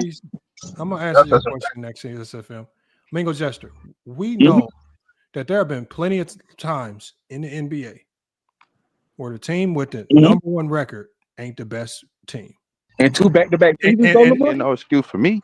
Hold on. But Mingo Jester, if you agree with the logic, which you do, that the East was weak, then being the #1 seed in the East can't mean that they the best team in the league. He had a #1 record in the whole do you understand what I'm saying? If you agree with the logic that the East was weak, then there's no way that the #1 seed in the East at that time can be the best team in the league because the East is weak. Lamont, he had the #1 seed in the entire NBA. Bingo. It's called slight use of your brain. And no, it doesn't. It's called if you say that the Eastern Conference was weak, that then makes the #1 seed in the Eastern Conference no, it does also not, weak. because he had a #1 seed in the whole entire NBA, not just the East. Lamar, you don't know what I'm trying to make. That's not true. Just the whole entire NBA. He had a #1 seed in NBA. They had the Cavs had the best record in the NBA that year. Not just the Eastern Conference. Mingo Jester and Vish, something's wrong with your mic. Please fix it. Mingo Jester, who do you play your conference most? You play your conference the majority of times. So if you say that LeBron James played in a weak East, because I don't make these arguments. I don't use these stupid arguments. If it's about him having the best overall record in the league, then why do you guys say that he played in a weak East? Why does his run to the finals matter? He had when you compare against the other all-time greats, when you compare against certain all-time greats, I'm not talking about Magic. I'm not talking about Magic. I'm talking about the likes of Michael, where he had to go against in that tough Eastern Conference. Kobe. When you talk about even hold on, let me finish. SFM. Like, can we please talk real basketball? Let's talk real basketball. Real basketball talk is not crying about what a player had to play through. LeBron James could not say, Commissioner, can you switch us to the West because it's too easy? He can only play. All he can do is wake up in the morning, look at the goddamn schedule. Damn, we got the Cavs. Damn, we got the Pacers. Damn, we got the Celtics. Bro, hold on. No, SFM. Can we move on? Because us talking about who a team can play, players don't control that. No. Okay. Let's make it reasonable. Do you give him any? Let me say something. Do you give him any shame on what he did in 2007 in the finals? Right? Do you give him any shame? Does that hit his career what he did in 2007 in the finals? No, because he's 22. He doesn't deserve any criticism. He's 22. Okay. Bro, hold on. Can y'all please let me go into my point, Lamont? They just talked. The point is this, bro, because we use very simple logic. Like when we see a fourth-year player get to the finals, and you got to go up against the San Antonio Spurs. Of course, the Spurs were this is shit I be talking about. Now let me talk. Please let me finish, SFM. We're not talking about Kobe. There's no need for you to rant. I don't see basketball the way you see it. the way you see basketball, SFM, a guy could be a rookie if he get to the NBA Finals. If he lose, he choked. The way I see basketball, young players always struggle.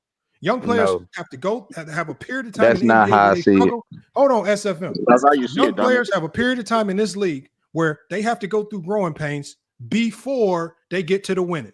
Jordan went through a shit ton of growing pains before he got to the winning, right? Most great players. I mean, there's very few players that walk into the league on a ready-made team ready to win it all like Magic did. That don't happen very often.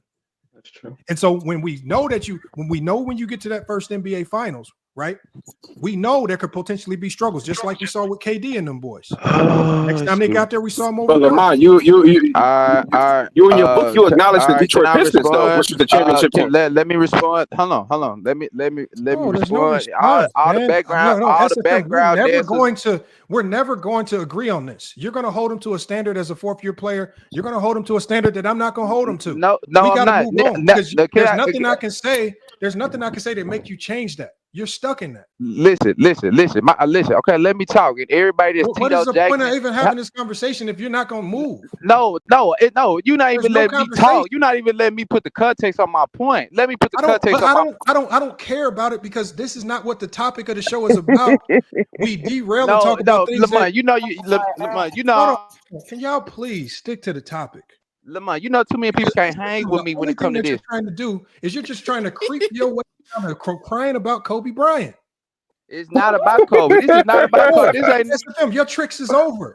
We know that. It's not about Kobe at all. You're scared. We all know that SFM, when he starts talking about competition, he wants to say Kobe played all these 50-win teams. Listen, to Kobe.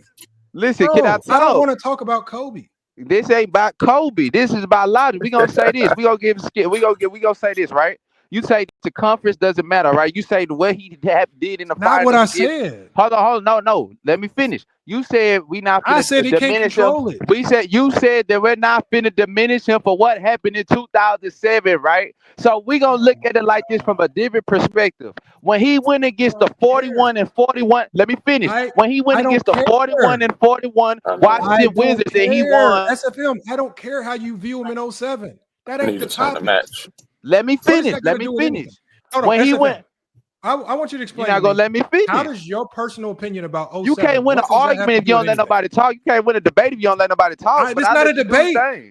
It's not a debate. I'm get this point off, Lamont. It's just one that you know you can't win with me. No. Can we talk about the topic, which is hate? The topic is not about, I don't give a damn how you feel about LeBron in 07. What the hell does that got to, I don't give a damn about who LeBron played to get to the finals. How you personally feel about those things, those are all basketball things. And what did I say yesterday? I said, that's all on the table. How you feel about 07 is your opinion. I don't give a damn. It's basketball talk. And if you feel one way and I feel another, none of that's considered hate. I don't give a damn how you feel about 07. I don't see SFM as a great basketball mind. Why would his opinion is not going to change how I feel about LeBron? You see it, Johnny has a great basketball mind. So at the end of the day, no, what I'm saying is I've already stated how I feel about A. Johnny. And you don't know basketball at all. The funny thing is, Viz, is that you on a FYF show bringing up A. Johnny. Because you allow other people, you make these points and you allow other. Okay. This is y'all sad. That y'all know the topic. Like I said, I table What's anything. The topic? I understand that anything on the court. Did anybody read the thumbnail? As I said to 3-Point God, when LeBron James used free agency, he didn't say LeBron used free agency to go to Miami. He said LeBron ran. The only reason why I designated that as hate is because he don't say anybody else that uses free agency ran. He only says when LeBron uses free agency, he ran. You have a special standard for everything that LeBron does, but you don't hold that standard to anybody else. When Jordan goes to the Wizards, he doesn't call that Jordan exercising his right to leave in free agency. He calls that Jordan trying to do business moves and all this other stuff that he don't even know what the hell he's talking about with. Exactly.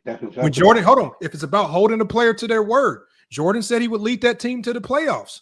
None of y'all held him to his word. He said he would, but they didn't. I didn't hear it. And I wasn't. So it's not about holding the people to his words. No, Y'all It was didn't about hear the it because y'all Lakers. don't It was care about to hear the those Lakers things. in 02 and Y'all don't 03. hear it because y'all hyper focused on LeBron and everything that he says because y'all looking to hate. That's it. Facts. Lamont, Like again, Lamont, Oh, we Lamont, already Lamont, know topic of the show. they built an The topic entire. of the show is the hate. Lamont, Address Lamont, the hate. Lamont, Lamont. Nobody is looking to hate, but when you not let nobody talk and really let them prove their Okay, point, SFM, you and you got the got big screen. Go ahead and okay, get your rocks off okay, about okay, 07. okay, and I need God damn. Jermaine Jackson and Tito Jackson and the rest of the Jackson 5 or Jackson 10 to shut the Bro, fuck can up you in get the on with your background point too. about 07?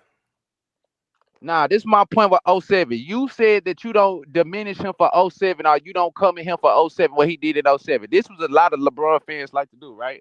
But you would give him so much credit on what he did to beat the Detroit Pistons in that Eastern Conference Finals. Remember, in that same year, he beat the 41-41 Washington Wizards that was missing Gilbert Arenas in the first round. They didn't even have a winning record.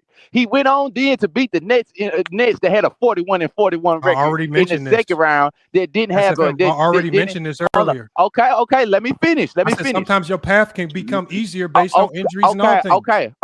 Okay, let I me said finish. this about his run Okay, in let me 07. finish. Okay, let me finish.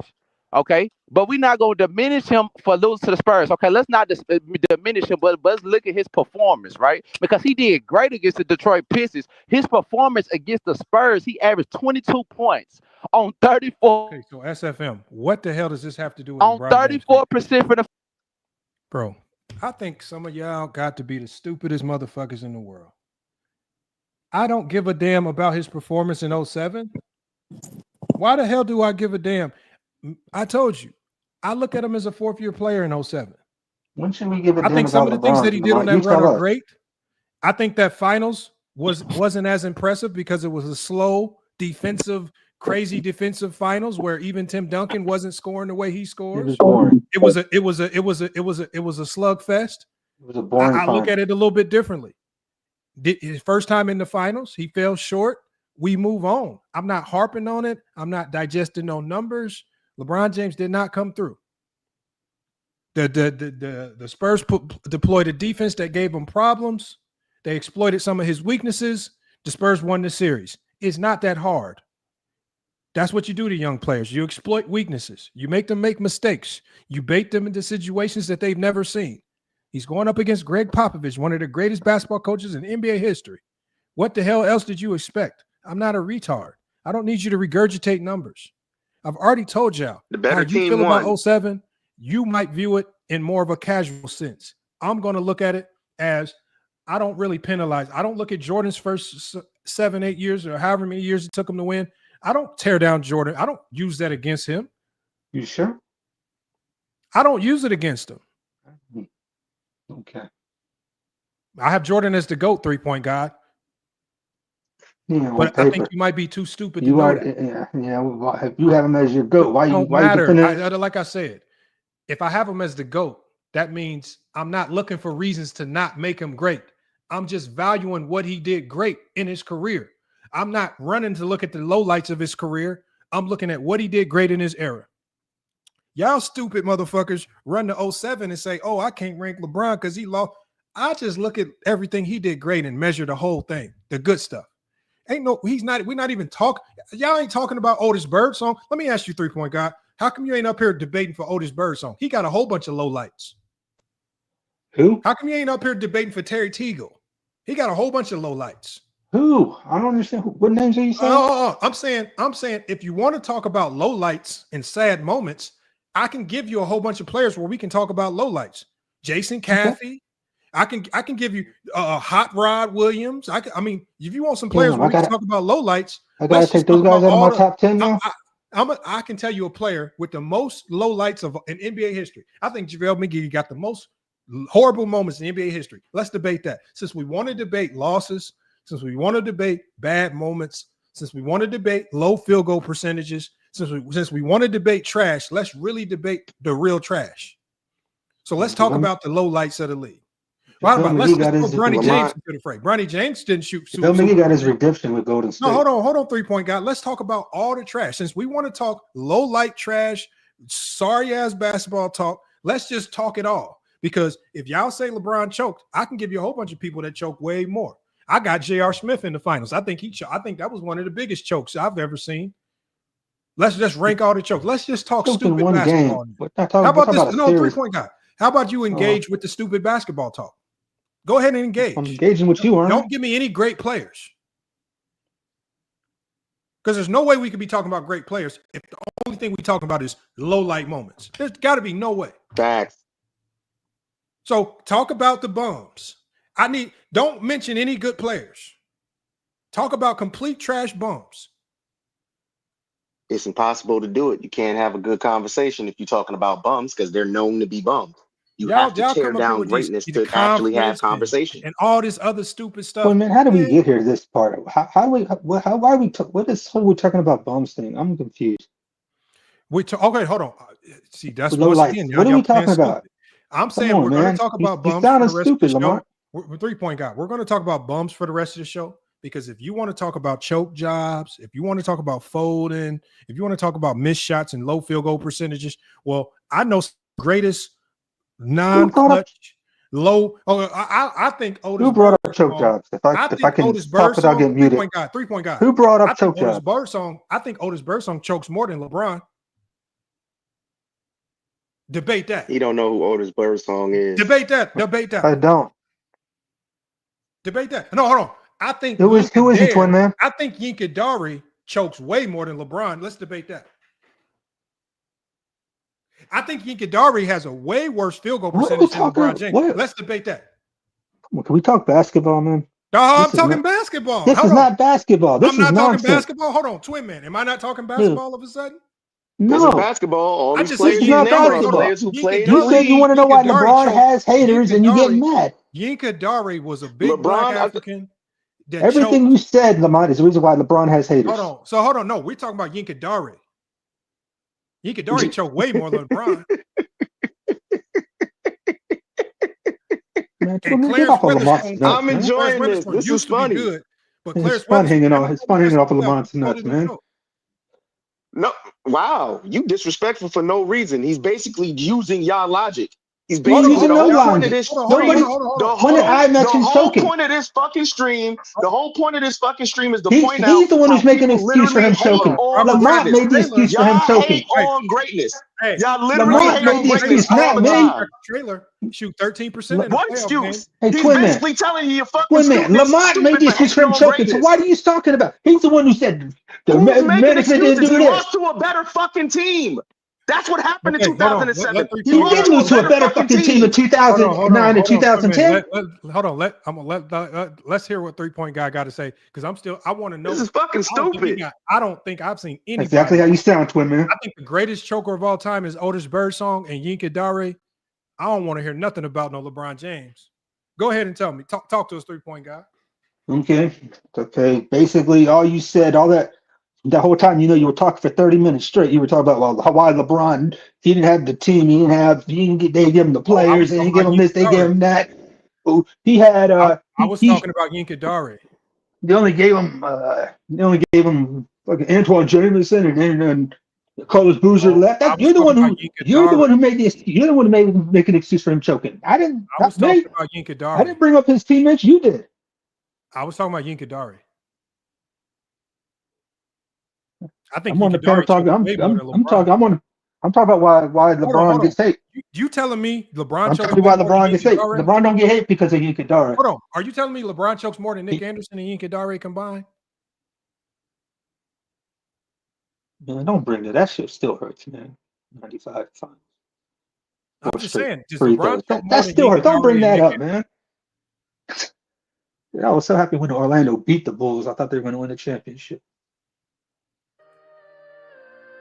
Talk to us, man. I am. I'm talking to you. Hey, man. Hey, Lamont, man. We talk about the greatest chokers of all time. I don't think LeBron ever choked like Yinka Dari and Otis Birdsong and Terry Teagle. Lamont, it don't matter what year we bring up about LeBron. I ain't never seen them have a field goal percentage like that.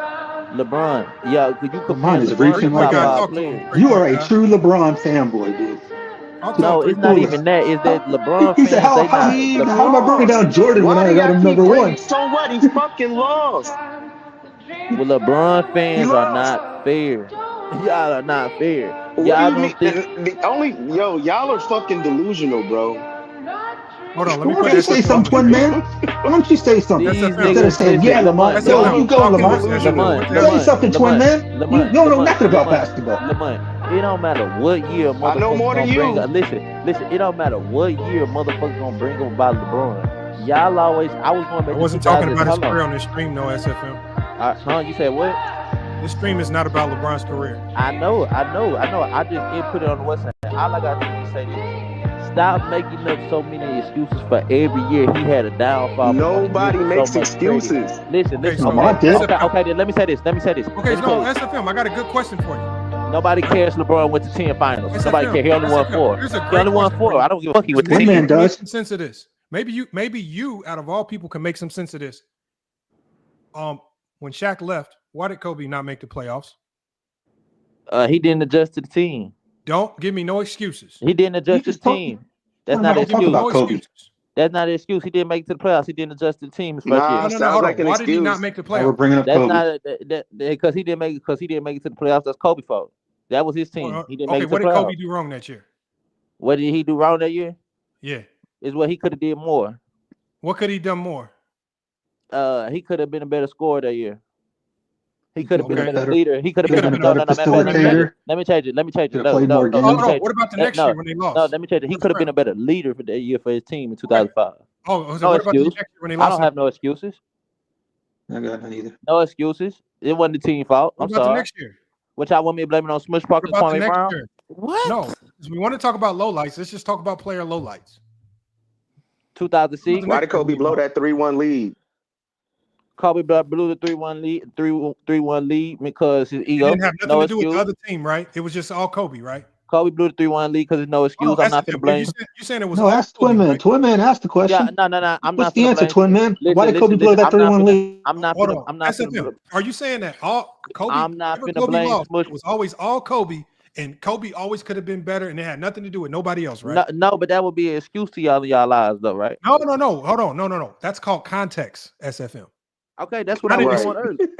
That's called context. So I know that. I know for that. example, I know that. hold on, SFM. I know that. For example, when Jordan was losing the first years of his career, it's context when we talk about the roster flaws, inaccuracies, Doug Collins' poor coaching. That's context, right? Poor coaching. We talk Got him to about the Eastern Kobe Conference Final. after Shaq left.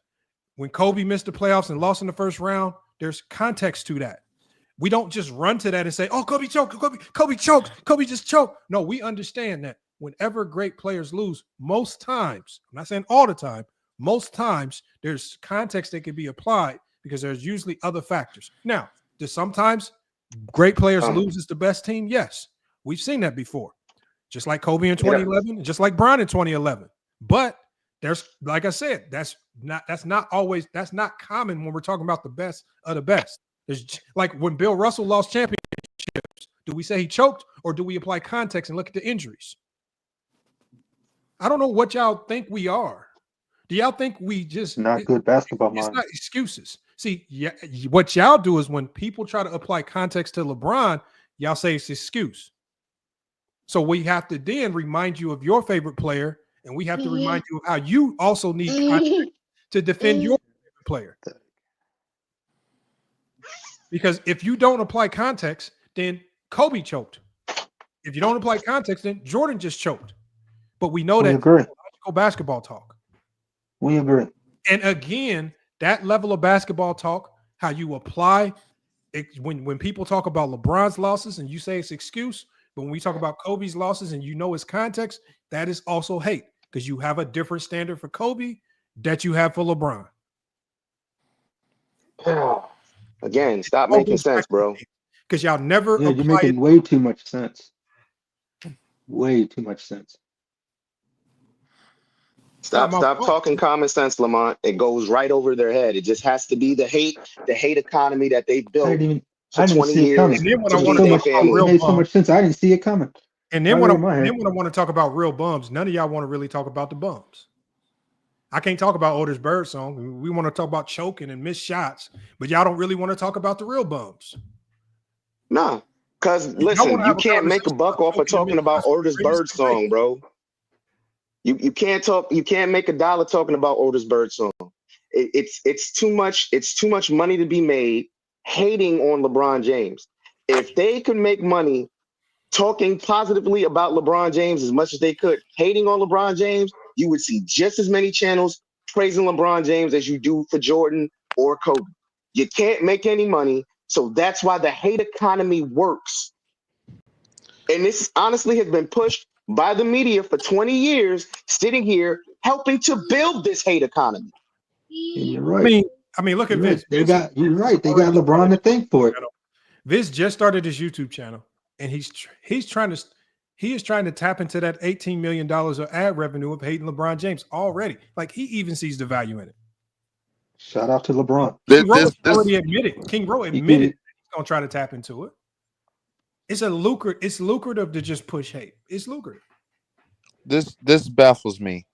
How can someone call themselves a basketball fan, but they hate on the guy that not only played 22, finna be 23 seasons, but he's a 21-time All-NBA player, 4-time champion, 6-time All-Defense, four-time MVP. How can someone call themselves I'm a basketball fan, but they hate him or try to diminish Can like that? I answer? Do it No, exactly don't like answer. Michael Jordan. You don't speak for the haters. You know the answer to my that? bad. Go ahead. Because As why long as you you acknowledge that you're a hater. Because why is somebody a hater? Why is somebody a hater of someone when he still got him in their top 10? Lamont said Jordan's the GOAT. He don't hate him. I got LeBron in my top 10. Why am I a hater? We're not talking to you. Yeah, I'm really not. I'm talking to You the should guys feel that bothered about the constantly. things that we're saying if you know we're not talking about you. Yeah. You don't see Olo up here getting agitated about the things I'm saying. Twin Man ain't getting agitated. We're not agitated about the things you're saying, Lamont. You said you don't take a pause and let people. Why are you getting retract? Because we're trying to retract what you're saying, but you talk for 30 minutes. Hold on. We're not trying to be disrespectful. Hold on. So let me ask you one question.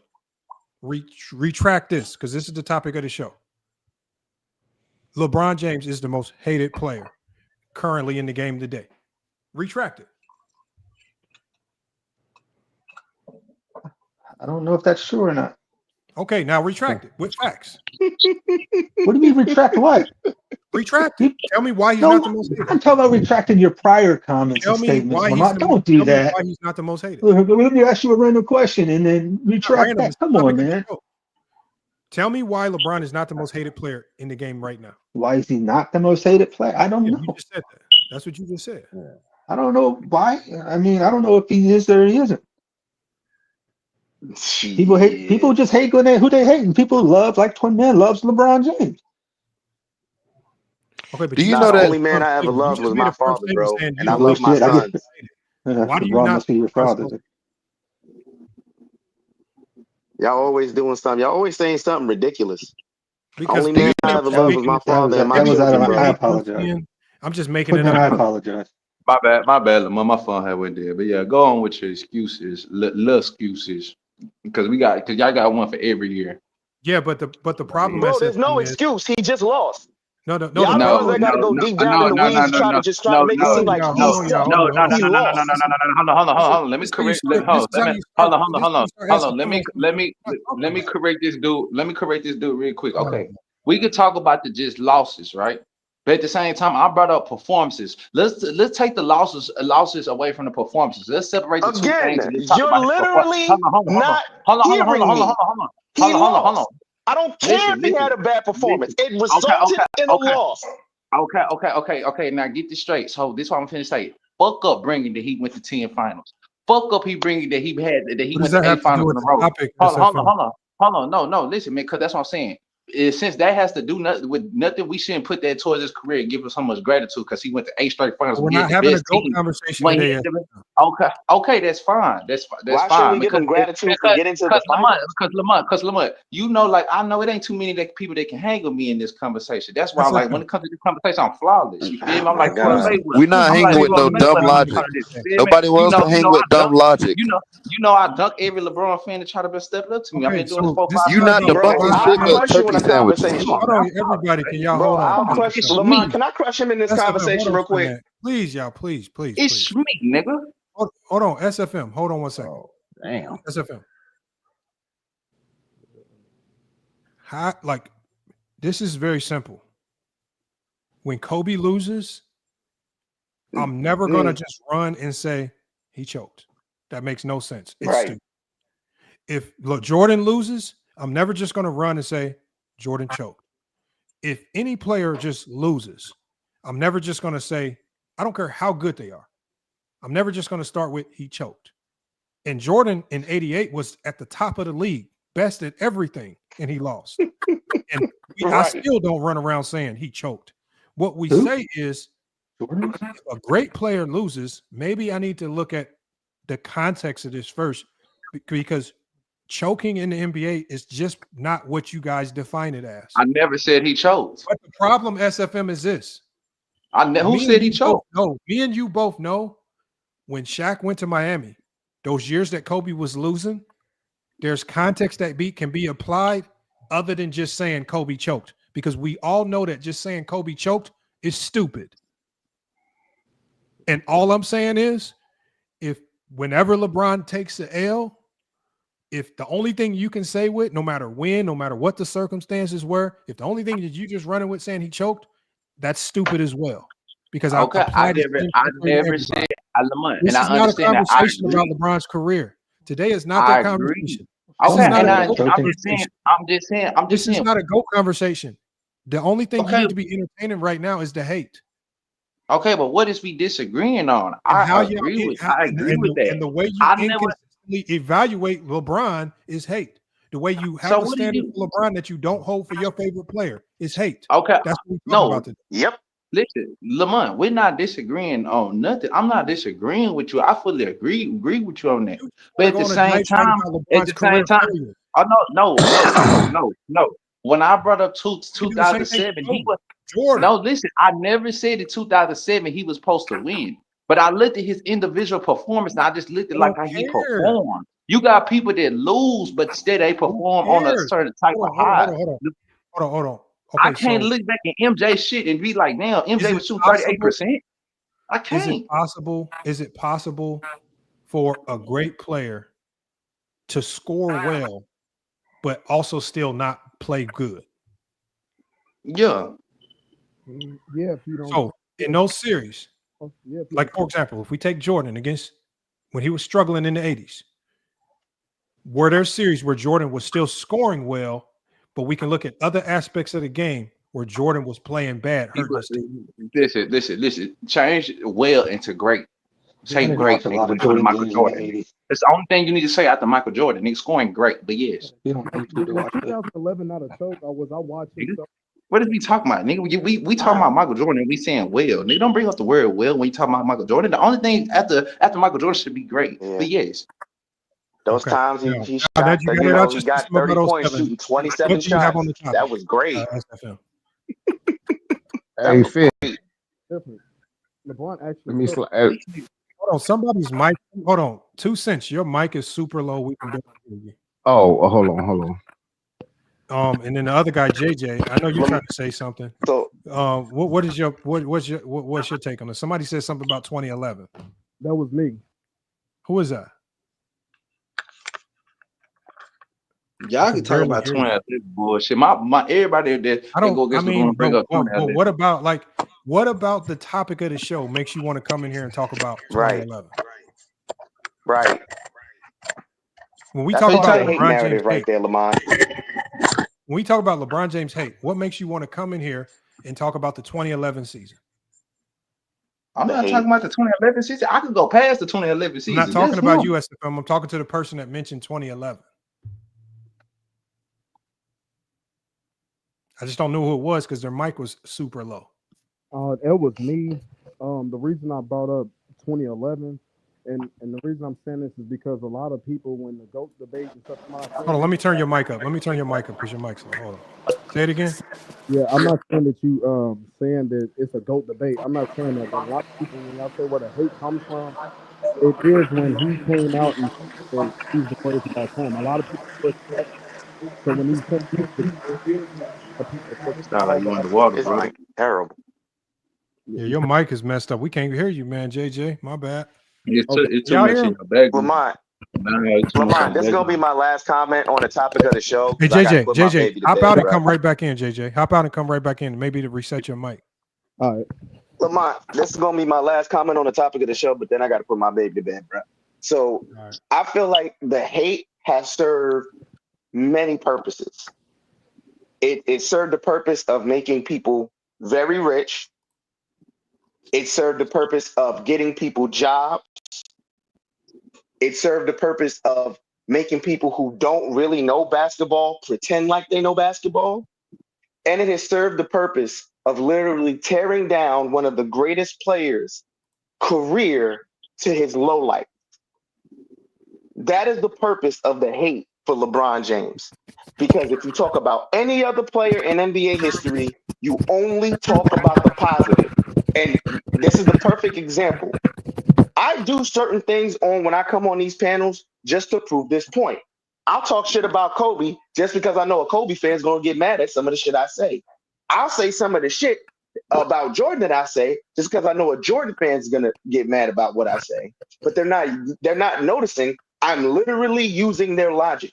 So when you talk about 2007, 2011, or the finals losses, I can run right to the 80s and talk about how Jordan never beat Larry Bird in a playoff game, or how Jordan got stunned by the Pistons 3 years straight.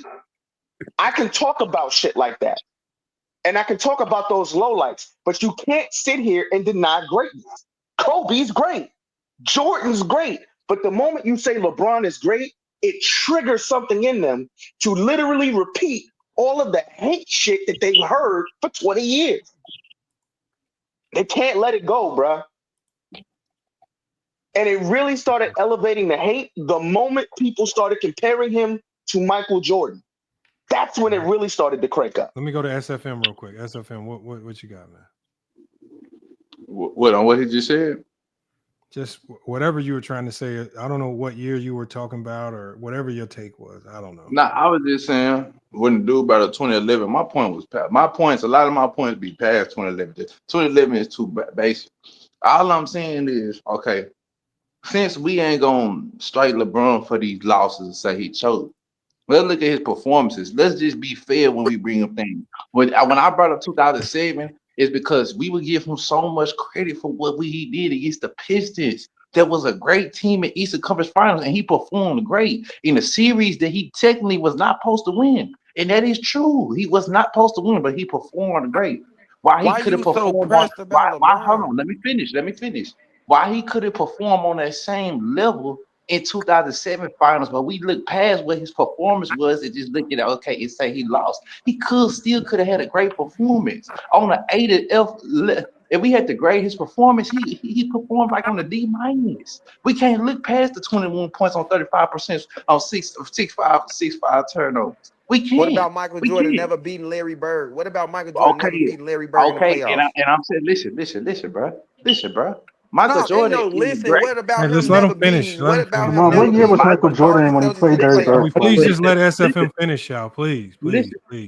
Michael Jordan is great. I don't make up certain excuses for Michael Jordan. Sometimes people overhype Michael Jordan. To me, in my eyes, I'm a Kobe fan. What Kobe about is the Kobe greatest player losing I to have ever seen. Detroit? What about Kobe losing Bro, I to think y'all missing Boston? his point. Hold on. SFM, finish, please. Let him finish. Against Detroit, he played shit. I can't make up an excuse for how he performed. He performed horrible. Then he played shit.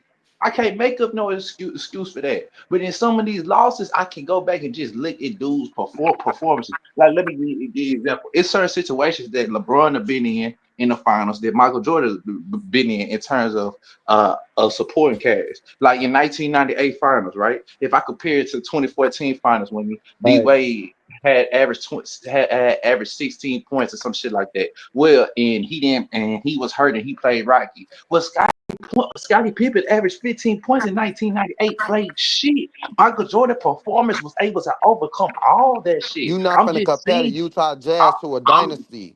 You're not going to compare the Utah Jazz to a dynasty. Well, the Utah Jazz can never become a dynasty because the You comparing the Utah Jazz to a dynasty. Hold on. SFM, hold on. Just so I can have the year right, SFM.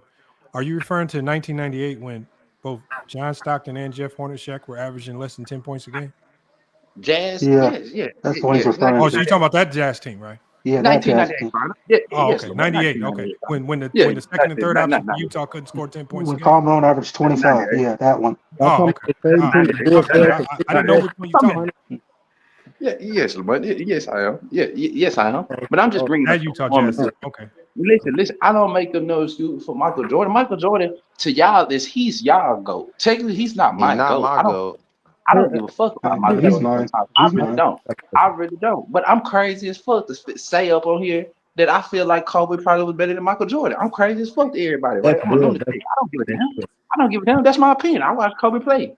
I didn't get to watch Michael Jordan play. I feel like Kobe would have probably been better than Michael Jordan in the 80s and 90s. Just my opinion. Just my opinion. That's just my opinion, though. You feel me? But like I say, I look at these dudes at their performances and what they had to go But against. now I agree with what dude said earlier when he was like, LeBron underperformed in a lot of if it's not a What debate, does LeBron? What does you And we think just LeBron underperform have to do with LeBron's getting hated? what LeBron hate. I I mean, cause I don't feel like it's LeBron hate. I feel like it's LeBron correction and LeBron fans taking it as hate. You can't compare him into the GOAT, and then when we look at the standards of what Michael Jordan is the GOAT for, then we compare the same standards to LeBron. The LeBron is GOAT not checking conversation off has the nothing list. to do with hate. I say it's hate. Okay, and that's what I'm telling you. Then it's not LeBron hate. That's It's not just what we LeBron define as correction. hate. Okay, then it's not hate. It's just correction. mean, but both That's all I'm sides saying. get Yeah, Y'all hate. say LeBron but I hate. think It's what not. no, Sides SFM, get hate. we're not when it comes to LeBron. This has nothing to do with the basketball talk. But why do LeBron be lying The though? hate that I'm referring to is the hate that gets thrown at LeBron for all these non-basketball reasons. Like the example that I said is this other day, I pick up my phone. The first thing I see on my phone is that dude Uncommon Sense YouTube channel. He doing a video talking about LeBron is disgraceful for trying to upstage Nas at a Nas concert. What is this?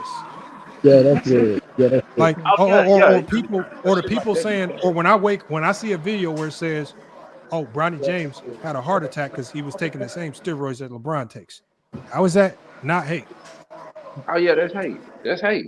Nah, I'm I a No, thought It's it, just but when like I I talk thought it's it, just but about I like hate, thought about it, but I it's didn't just like say when it they out want loud. to bring a LeBron talking about that shit that was going on. What was that word just going on Ukraine and what's still going on? And they wanted LeBron to put his input in and try to say something for them people. He ain't got nothing to do with that. You shouldn't say a motherfucker.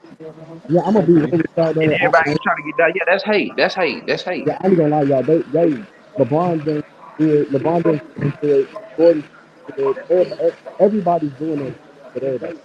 It ain't just LeBron going through it. We not gonna do it and act like that's why. Soon as Jordan's son got locked up over at Coke, he Yeah, shouldn't have whose mic all is over that? the That's every his mic. LeBron JJ, fans JJ, going your mic crazy. is still crazy. I don't know. That's his mic. It's his mic. It's Yeah, I don't know mine. how to fix it. When LeBron, I mean, Lamont, for you to get there, get your Quizette, you got to go on those. You got to go on those channels and ask guys like Fitness and Rants and all those guys who. That's the questions you got to ask No. them Hold who on, want to 3-point make it guy. Here's personal. the thing, 3-point guy. I don't have to ask them about hate to know what hate is. I know hate. I'm not slow. When I hear Fitness and Rants say that LeBron James has no integrity, LeBron James is a bad father, LeBron James is a bad husband, I don't need to go question Fitness and Rants about what he said. That's just hate. That's just hate. You don't think it's both You're telling sides? me LeBron James is a bad father. That's hate. I don't need to talk to you about that. And then LeBron fans to return the insults on Jordan, calling him a bad father. So I mean, Same thing. and we don't care, man. I'm not saying It's the not tit for tat basketball. is right. I'm saying that when you have people who are Jordan fans who parade and push Jordan, and then they do a video saying that LeBron James is a bad father and a bad husband. Well, doesn't that by default open the door for those same Jordan fans to talk about Michael Jordan as a father and a husband? I don't know. It depends on who started it. So no, You saying 3-point the guy. Jordan Listen, fans did it first? you got to start thinking logically because I'm trying to think it's logically. almost like the court of law. Because you don't wake up randomly, just see. Do you wake up randomly and just see, for example, James Kingdom, and he's doing a video about Michael Jordan as a bad father? Yeah, No, he says it all the time. hold on. In Are fact, you going to wake up randomly? You a And fucking see, lie. are you going to wake up randomly and see no, Go that James dude Kingdom literally do a goes on video his saying, panel and says Zesty hold on Jeffries one don't pay second, you child one guy, support. because He said, hold on, JJ, your mic is messed up. Are you going to wake up? Are you going tomorrow on the Sunday show? Is Go James Kingdom going to be doing a live about Michael Jordan's drinking problem? he probably won't. It depends on, I don't know what the So topic let is. me ask you: how often do you wake up and you look at your YouTube thread and you see live streams about Kobe Bryant's grape case, live streams about Jordan as a father, live streams about Jordan's bad business deals, live streams about how Jordan had to sell the Charlotte Hornets and he almost goofed up the team, live streams of how he was almost getting investigated for the GameStop stock thing. When do you see all this non-basketball stuff about all these other players? I see If it I'm not about Jordan all mistaken, the time. I mean, Cap. That's Bro, why do Okay, cap. y'all be when? thinking Tell this me cap? What I where I can got find it. since Lamont did a Hold video on. bro, They look, say hey, they look, say hey, about look, how Jordan all the LeBron, how time. Jordan's dad died. Don't What's that have to nobody do with say basketball? Hold on, nothing I still negative got about 2-3 people Jordan. bro. talking. I look, this is weird to me. Okay, it's crazy how y'all say okay. Hold on. Y'all Where wasn't do you see seeing Jordan. this channel? Y'all wasn't seeing when Where do you see Jordan's this son was content? all. Listen, y'all wasn't seeing when Jordan's son was all over the internet. We're talking about he's doing coke. Jordan's a bad father for this and all that shit. That's No, they Bron did not fans. say that. Yes, they was Because doing. Man, when I cut go it to out. TMZ, I see them plaster Jordan's son on the screen. I see them indict Jordan's son. When I go to all these, I can pull up a million articles about that situation, and none of them are going to try to correlate Jordan's on-court basketball greatness to his son. I said the fans, bro. You talking about the media? When did the media say that Brown was a bad dad? Hold on, bro. I You run talking a about YouTube Stephen channel. A. Smith? Hold on. How do you run into more social media people than me? I see it more than you. So you telling me I'm lying? You trying to say I'm lying? Yes. Bro, you are a fanboy. What is going on with you, bro? Lamont What are you wants you to talking explain about, something bro? he's hearing that I'm we over. don't. He No, wants us to explain something I we don't. can't have both of y'all on the panel at the same time. yeah, that's weird shit. JJ, I'm listening. tell me the name of one person that you know that was saying that. You said Let's the just call name them of out right now. somebody? 'Cause I'm a big believer in calling people out. Who was doing that? Let's call this motherfucker to the forefront. Well, I said fans. When people be debating these topics, so like when we sit there and like when we debate and shit, like if I debate with LeBron fan, they gonna Okay. bring up any little thing they can. What channel, what platform? Who do you remember last doing this? Oh shit, I don't remember. I didn't say media though. I said fans. I didn't say media and shit. That's what I'm talking about, fans. Because I can name fans. I can name Bro, AOH. fans is next door, fans is barbershops, fans anywhere you go, bro. It's fans. What are you talking about? Okay, Fans ain't just you, bro. You're not the scholar of so JJ, basketball, what fam. I'm asking you is, I don't care who it is. It could be your neighbor. Who was the last person you heard doing that to Jordan? But Who was okay, it? that's why I said it's GOAT debates and everything. You can go and join these groups and everything. People debate about it. Fans say these things, bro. That's on my kids. I don't have to lie to kick it, bro, about no basketball players. Okay. So when we talk about hate, right? Because the hate that I'm talking about isn't just getting doled out by fans. As I explained when the show started, the hate that I'm talking about is the hate when you wake up and when you pick up your phone, big platforms with 500,000 followers, big platforms with 1 million followers, big platforms are propagating and pushing the hate. It's not just your buddy next door. So the hate that I'm talking about ain't just Fred at the barbershop. The hate that I'm talking about is hate that you pick up your phone and it's flooded through Reddit. It's flooded through a whole bunch of blogs. It's flooded all over the internet. That's true. So was So not the let media me back ask then you, saying I'm that not Jordan got his referring to dad killed? no. I'm not referring to hate from your buddy next door. No. But I'm saying wasn't back in the day I'm when talking Jordan, about they were hate saying that's Jordan got having a his dad world. killed. I'm talking about hate that's having a worldwide impact. That's not hate. That Bro, was a come on, bro. reaction. Y'all acting like this is bothering y'all Hold on, life, bro. JJ, hold Cut on. it Hell no, that out. is hate. That is Hold hate. on, bro. I cannot talk with all y'all talking. JJ, when people say that Jordan got his dad killed, right? This is not nothing that is just being randomly concocted through thin air. I'm going to give you the source of who said it. When I did my investigation into it, the FBI, the guy that investigated the case, said it. He's the one that said we couldn't get the two shooters of Jordan's dad to flip because their families were under duress. from various gangs in North Carolina. The mob member, Michael Francesi, who's with the Italian mob, he's the one that said it. These are things that are being said by credible people. And if we're talking about that particular incident isolated, and when most people talk about that incident, they're not talking about it to tear down Jordan's GOAT case. They're just talking about that incident in an isolated way. So when I talked about it, as many people remember me talking about it, I never said this is why Jordan can't be the GOAT. We're just talking about it because it was an interesting topic, but it has nothing to do with where he might potentially rank. The hate with LeBron James is y'all will take all this off the court fodder, off the court stuff, and this is why he can't be the GOAT. What does these things have to do with what happens on the, like, for example, LeBron James, what he said, not 1, not 2, not 3, at a pep rally. What does that have to do with the basketball court? Y'all just take things that don't happen on the basketball court and run with them and try to connect everything back to the basketball court and say it has a place in the GOAT conversation. I ain't gonna lie. I do think this shit's wrong, though. I ain't gonna lie. I think that shit's wrong. I ain't gonna What's care. wrong? Now, like, if it ain't got nothing to do with basketball, I don't care. I wouldn't give a fuck if LeBron was sucking Diddy's dick. I don't give a fuck. It ain't got nothing to do with basketball. Yeah, but the funny thing, JJ, is this. There were channels out there pushing that narrative. And the funny thing about it is I didn't see not one person go and check anybody on those platforms. For the channels that were all pushing the narrative that, oh, yeah, LeBron in trouble when these videos come out because LeBron is on these videos with the Diddy parties. See, are you talking about 93 Zay? No, are you talking about? Hold on. I ain't gonna lie, 93 Zay's funny, man. He's Actually, funny in a motherfucker. Actually, I was Like I said, Ticket hold on TV. one second, Ticket y'all. Hold on, TV. hold on. Gonna say nothing because Hold they on one second, agreeing y'all. with the shit, Lamont. They not Hold gonna on, say hold nothing because they agreeing I with think it was the only one. When people was running around putting these accusations that Bron was at these Diddy parties, it was more people celebrating and getting behind the nonsense than people actually defending Bron.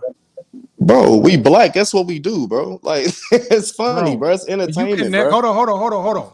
Connecting a grown man to messing with kids ain't having fun. Bro, come on, bro. Since Hey, when bro, did look, connecting I'm a grown man to messing with little kids having fun? But what you talking about? I'm talking about them just being funny about the situation, bro. Like, if you getting serious about it, it's wrong. No, JJ. There were platforms saying LeBron is done, and they were putting information on the screen, and they were putting out fake information, basically saying LeBron is done. They were basically putting an information out. They were not saying it in jest. They weren't just joking around. They were. Am I lying, y'all? Bro, they was doing that shit for clicks, bro. They was trying to get some money, bro. That's hate. They ran with a narrative, bro. That's hate. That's hate. They would do it to anybody, though. You acting like they just singling out Bron, like. So if they would do it to anybody, then when Diddy, when it came out in Diddy trial that they was cosplaying as Michael Jordan and Kobe Bryant, there you go. That was your retaliation. You said, hold on. You said they. Hold on. Video. You said they was cosplaying. Hold on. When the fuck that? No, bro. Let the man answer the question. When it came out in the trial that Diddy and Cassie was cosplaying as Jordan and Kobe, where the jokes about that? When it came out that Kobe was at a Diddy party a month before his death, where the jokes about that? No, you said they was dressing up. Go ahead and joke. No, hold on. No, I'm saying you saying they was dressing up as Kobe and Jordan. They was calling each other Jack in the bedroom. They was dressing up, yes. But what's they got to do with Kobe and Jordan, though? I mean, what's they got to do with them? Like nothing had nothing to do with LeBron. But let's go ahead. But Bron's over saying ain't no party like a Diddy party. I mean, I guess. How about we all? And Kobe was at a Diddy party before his death. He never said that. He ain't never say that. Look, I don't even care if he said it or not, bro. If it ain't got nothing to do with basketball, I'm being sarcastic. Of course he said it. Yeah, like I don't care. The jokes ain't cool if we starting to use Jordan and Kobe. No.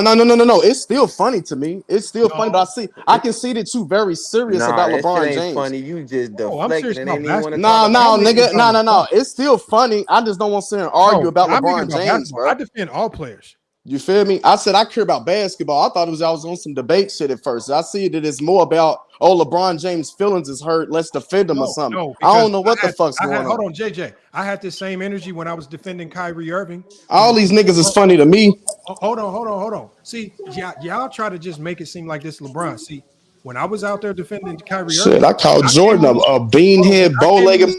When I came on this platform and told y'all that the movie that he's talked about had nothing to do with anti-Semitism, and had nothing to do with that. I was one of the few people only defending him.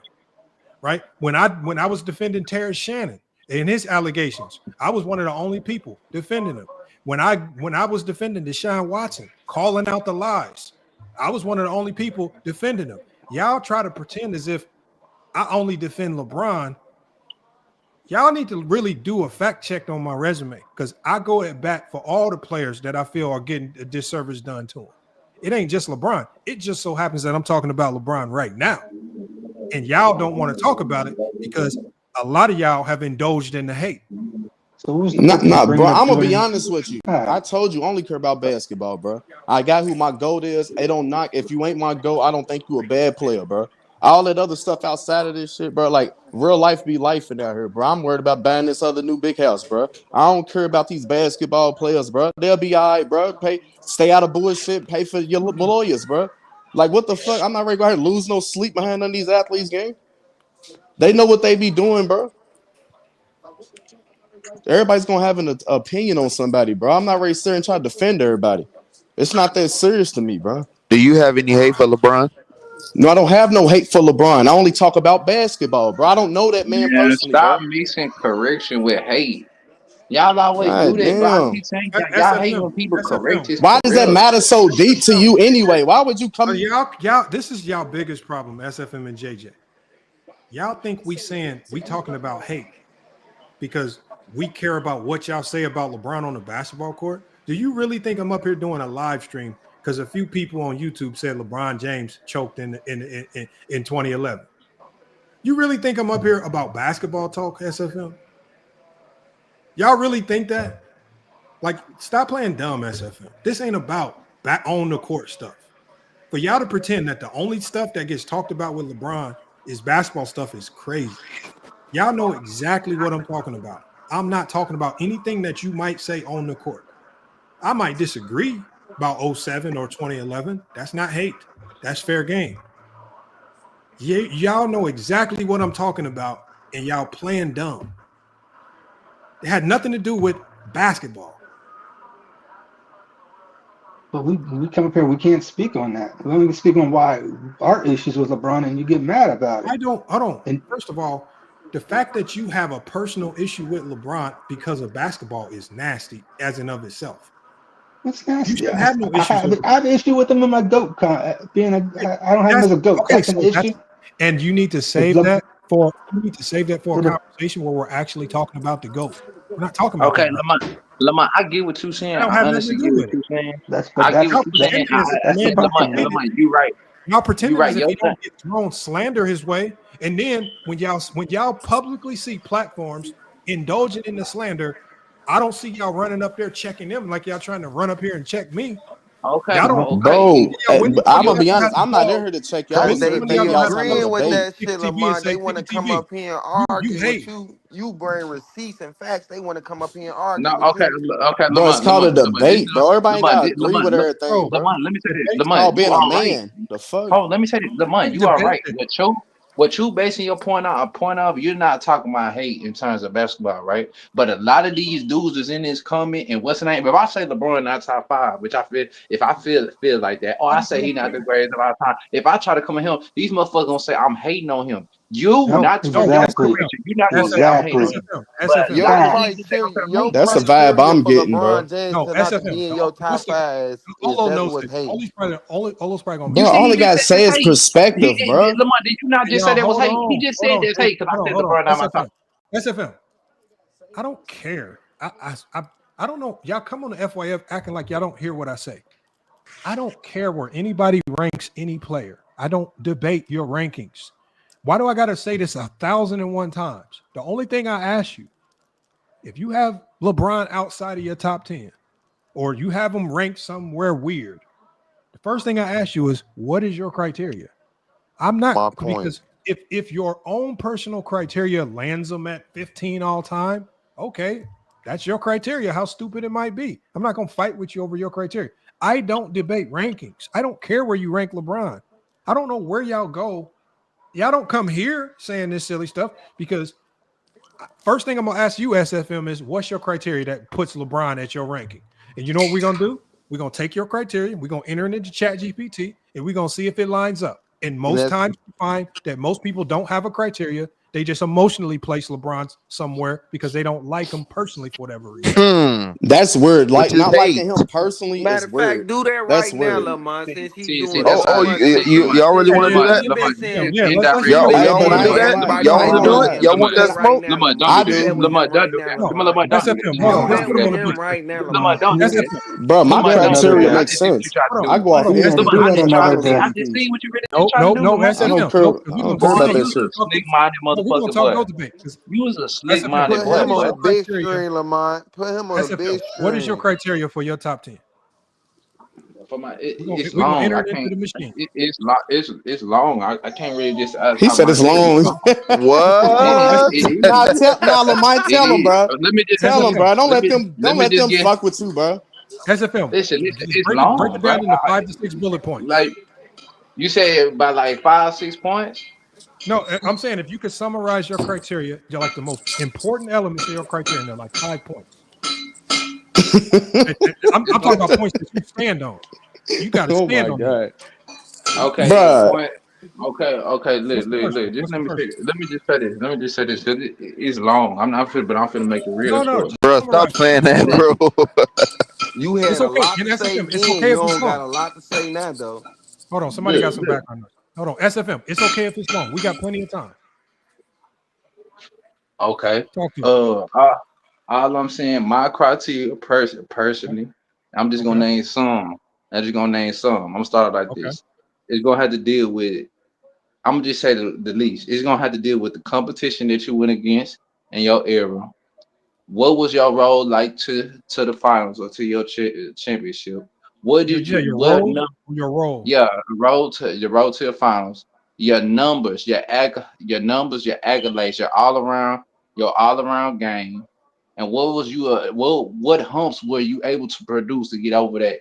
Like, what was you able to produce to get over those certain humps? And when I compare you to other players such as all time greats like Michael Jordan, because he is the GOAT, he is the greatest of all time, and I Okay. compare you in certain situations like in terms of Kobe when he had a broken finger and all that, he was able to win the finals. What was you able to overcome to get your success? I don't base it off no easy road. I'm not no easy road type of person. Just like when you brought up Magic Johnson, I don't rate as people. I don't rate Magic Johnson as high as others. Okay. Your losses and your losses and your wins in the goddamn competition at your position, the competition at your position. I base off a lot in your skill set, in your skill set, in I your ain't gonna lie, skill. bro. I'm on your side, Hold bro. on. I'm But trying to type it in. LeBron's Hold on. I'm definitely trying to up type it there. in. Hold I on. ain't Hold on. gonna Nah, lie Hold on. to LeBron. you. Let him finish. Let him finish. Let him finish. I'm not saying LeBron is not. I'm not saying LeBron is not No, up. I just LeBron want your probably. criteria.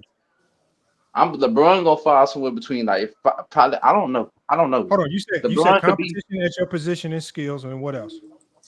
your skills, your all around game, the competition that you win against, I which in got that terms of already. the teams in your conference or just in the league, your teammates that you had around you to get over these your performances, and just your overall impact on the game at hand. Yeah, that's gonna have Bron high as a motherfucker. I ain't gonna lie to you, bro. Hold on. What else you got? No, If high is a are there motherfucker, any nuances or anything that? if high is a motherfucker to you, is it 6 or some shit like that? That's fine. Nah, That's I fine. ain't gonna. Hold on, Nah, I y'all. think Hold like on, he's y'all. top Hold on, three. I'm y'all. That's not number finna. one, I'm motherfucker. not finna Malcolm. have. I'm not Hold finna on. have SFM, just stick to nobody the like criteria right LeBron in now my because I'm top 5. typing it in. LeBron had too much help. He had way too much help. Okay, He SFM, can't. I'm typing in your criteria. Nah, see Give me what your they criteria. doing is, bro. They using your. Okay, please. SFM. Can you finish your criteria, please? Because you can add in any nuance, That's as any small. angle. That's as small as I can symbolize right there. No. I don't know. Go Like into the finest details that you can it, think of right now.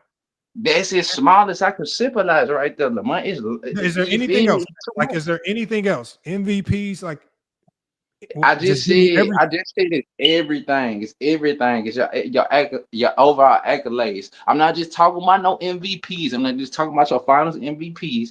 Your all defensive teams, your all NBA teams, your all-star teams. When I talk about accolades, but it's not just based off of accolades either. It's based off your numbers. It's a combined. It's multiple things that combined as one. It's not just one thing. Me personally, I'm not saying LeBron don't check out some of these lists, but he don't. He not what I Don't look make it at about is LeBron. Just make it about the criteria. he not a nail threader for me. He not. He don't No, I get move that. But my what's butt. your criteria? What's your criteria? I just get simplified as low as I can do it. Are you Like sure there's it's anything else yeah, you want me it's to a add bu- in? no, it's more stuff, but it's a bunch. Like it's a Okay, bunch. no, I that's gotta go through my fine. notes. Just tell me. Just tell me. I just told you enough right there. You would try to just base it off the things that I said. No, what I want, FFM, we're trying to get inside your brain because I don't want no leaf unturned. I want to input this how you see the game in its full totality. Listen, Mo. I mean, Lamont. Can't nobody get to my brain. I'm hard headed. They always say I was hard headed as a child. Nobody else was able to get to my brain. That's why I act like I act now. But yeah, like I said, that's what I can give you right now. I can't. Like where I rank at LeBron. I can tell you why I rank LeBron and where I rank LeBron. But No. The next thing. can't. So now that we're done with your criteria, now give us your top 10 all time. Before the computer tells you who your top 10 is based on your criteria. My top 10 all time: Michael Jordan. Personally, Kobe Bryant will be 2. Number 3 will be Kareem. Number 4 would be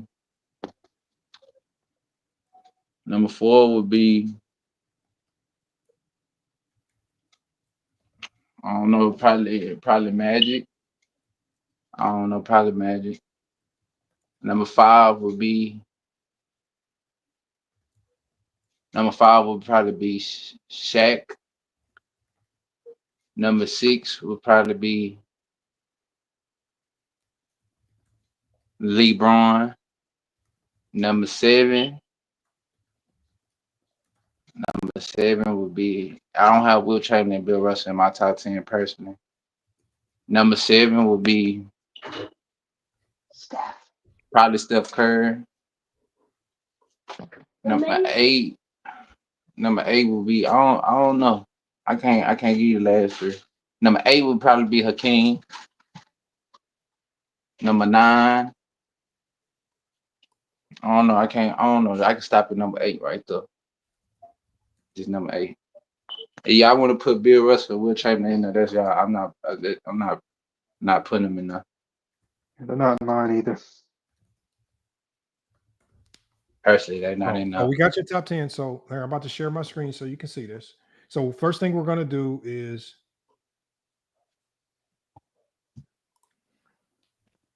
LeBron's going to be number 1. If that's what the computer say, that's what the computer say. I can't go. That's what the computer say. No, first thing I'm gonna do is it's summarize your criteria. So I'm gonna read it back and I want to see if you agree with its summary of your criteria first. All right. God damn. What the fuck? Okay, so SFM, are you ready? Yeah. Oh.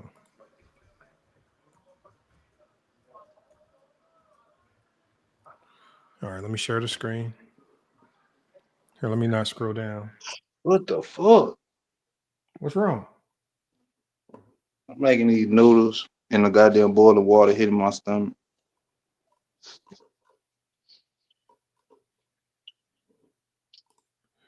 All right, hold on. Let me share my screen.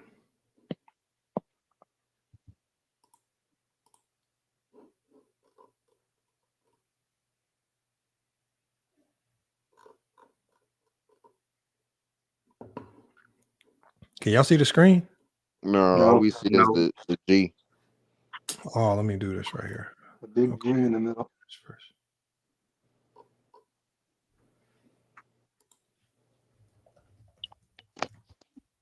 I like how everybody's calm right now. Okay, I think I fixed it. That's kind of a nasty list, but I mean, he did give some in-depth criteria because it broke his criteria down into like 7 elaborate points. Because SFM, you got to think a lot of things you see as LeBron's weakness. And that what you say GPT's gonna look about at the that opposite what way. you say? Like I said, that's just my top 10 out of probably my head. Number nine would probably be Larry Bird, but I be going between KD. I look at these players different now. I look at these other players. KD might crack my top 10. I don't know. It depends how I Tim Duncan. feel. So Tim Duncan is not in Oh, your I top did not 10. say Timmy D. I did not say Timmy D. Yeah, I can't put Hakeem over Timmy D. I'm tripping. I don't know Listen, how I I know did you not was say going Timmy off your D. head. You ain't have a complete top 10. No, I couldn't Timmy just remember D's overrated. everybody. Timmy D. Whatever Listen, I I had, know you didn't have a Hakeem. complete top 10. You was Whatever I just had going off your Hakeem. head, bro. It's Nah, matter okay. of fact, It's Magic okay, ain't gonna be my bro. It's top. Magic okay. not gonna be my top 5 then. Magic not gonna be my top 5. I put in Hakeem. I mean Timmy D. Nah, Magic gonna be at You 5. got Tim Duncan over Magic? Come on, man. Yes, I You put Tim see how Duncan you over just Magic. Oh my God. disrespect? Now you Hell just yeah, I put taking Tim This Duncan Magic is over out of the Magic. ridiculous. This top is 10. ridiculous Hell now, This is man. this shit yeah, is diabolical, We got to bro. really have a nigga, I put Tim conversation with Duncan your over list. Magic, nigga. Yeah, nigga, I put Tim Duncan on Magic, nigga. What's the fuck wrong with you, nigga? Oh no. Come on, nigga. You talking about Timmy D? Timmy nobody. Big fundamental. Big boring. Oh, that's nasty. Okay, so I fixed it now. Here you are. I think I can share it now. No Tim Duncan slander allowed. Tim Duncan got the top Share. 5. Okay, now this should work. Hold on. Tim Duncan got the top 3 lowest ratings of finals history, where nobody even wants to watch him That play in the means finals. Let nothing. me zoom in on this. So It y'all means a lot. It means nobody wants to watch him play. That doesn't mean anything. Oh, right. Okay, you're right. Don't mean nothing. 15 all defensive teams out of a 19-year career, that means something. No, 5 chips, that means something. Kobe got the most times? birthday team. No rebound titles. Never led the league in Okay, blocks. here it is. So SFM, Scoring, nothing. your criteria. That still means We're nothing. gonna make sure your You wake the bed criteria up. is accurate first. All right. So your criteria is competition and path. Who you faced in your era? Were there dynasties, 60-win teams, or stacked conferences in your way? How tough your playoff role was, easy paths or constant battles. You like that? Yeah. And then we got numbers in production, regular season playoff stats, both raw and advanced, efficiency, consistency year after year, ability to sustain production against elite defenses in high-stake games. Is that cool? Yeah. All right, Hold on, accolades, bro. MVPs, finals MVPs, championships, all NBA, all defense, Olympic, world achievements, not just MVP count, the total resume across career. Hurdles and adversity, injury, weak rosters, franchise instability, coaching changes. Did you overcome major setbacks and still win? All around game impact in multiple areas, scoring, passing, defense, rebounding, leadership, versatility. Could you dominate the game in more than one way? Helping teammates, what level of talent you played with. Did you play with compared to your opponents? Did you elevate weaker rosters or rely on stacked lineups? And then number 7 is impact and legacy. How did you change the game? Longevity and dominance, influence future generations in the culture of basketball. So if we go to SFM, at 10, you got Elijah. At 9, you got Wilt. Can't have Will. He doesn't have him on his list. 8 is Larry Bird. 7 is Shaq. Tim Duncan is 6. LeBron's going to be number 1. Magic is 5. Bill Russell is 4. Kareem is 3. Jordan is 2. And then you got LeBron James as your GOAT at number 1. It says as a summary. I told you, It says as a SFM, I summary told you. right here. It says that under SFM's framework, LeBron James has absolutely no weaknesses. He is the GOAT. Everything I Uh-huh. told you, everything you said was weakness. Mo, ChatGPT said Mo, no, it was a Mo, strength. Mo. I mean, not Mo, Lamont. It's okay with the GPT say. I don't know Okay, what they talking about that he has no. No, you it heard it. said under ChatGPT your said he has no framework. weaknesses. boy. He No, living it rent said under free in your your head. framework, it says he has no weaknesses. None. It says face dynasties, never had easy finals runs, won with 3 different franchises, What overcame dynasty did he 3-1 face? deficit versus 73 win Warriors, most complete all-around game ever, revolutionized player empowerment, longevity, and positionless basketball. It says no weaknesses in the SFM framework. He is the GOAT. They lied You right. set the framework, SFM. I didn't. They lied. See, I Hey, told you, I fuck with ChatGPT your. Hey, lied I right fuck there, with your Lamont. I work, mean, SFM. FSM. Now, SFM, what you can do is you can also ask it questions about how it came to this conclusion. Can I answer the question? What dynasties did they beat? Okay. Can you ask ChatGPT that question? Oh, who is this Golden talking? 3-point State, guy? Yeah. Dallas. What dynasty did Okay. they I mean, beat? Hold Golden on. State and San 3-point. Antonio. Hold on. 3-point guy on the panel wants to know what dynasties did LeBron beat? Correct? Yes, I want to hear it say Golden State so I can laugh my ass off. I mean, they only won one championship when he won his. we're about to They find weren't a out. Great dynasty question. yet. Hold on. It says, great question. It says dynasties LeBron beat with context. The I knew it. 2016 Golden State Warriors, 73 and 9. It says the San Antonio Spurs, Popovich Duncan dynasty. It says the Boston Celtics Big Three, which was a mini dynasty. And it says 3-point God. It says LeBron didn't just beat good teams; he beat dynasties in their prime. He didn't beat no dynasty. Were historic. The Spurs were the model dynasty of 2 decades. The Celtics Big Three were the power of the East until LeBron shut them down. It says on top of that, he faced and pushed dynasties he didn't beat. The 2014 Spurs, the KD-led Warriors, meaning his finals losses weren't easy outs, but against all-time great dynastic teams. Dynastic teams. That's a way of rewording it. You said that's a new word? I said that's a way. That's a good way to word it. He beat dynastic teams. No, I Golden didn't say State he beat Warriors him. weren't a It dynasty says, in 2016, though. But you also have to remember, 3-point God, that this is under the framework of SFM's criteria. If he wanted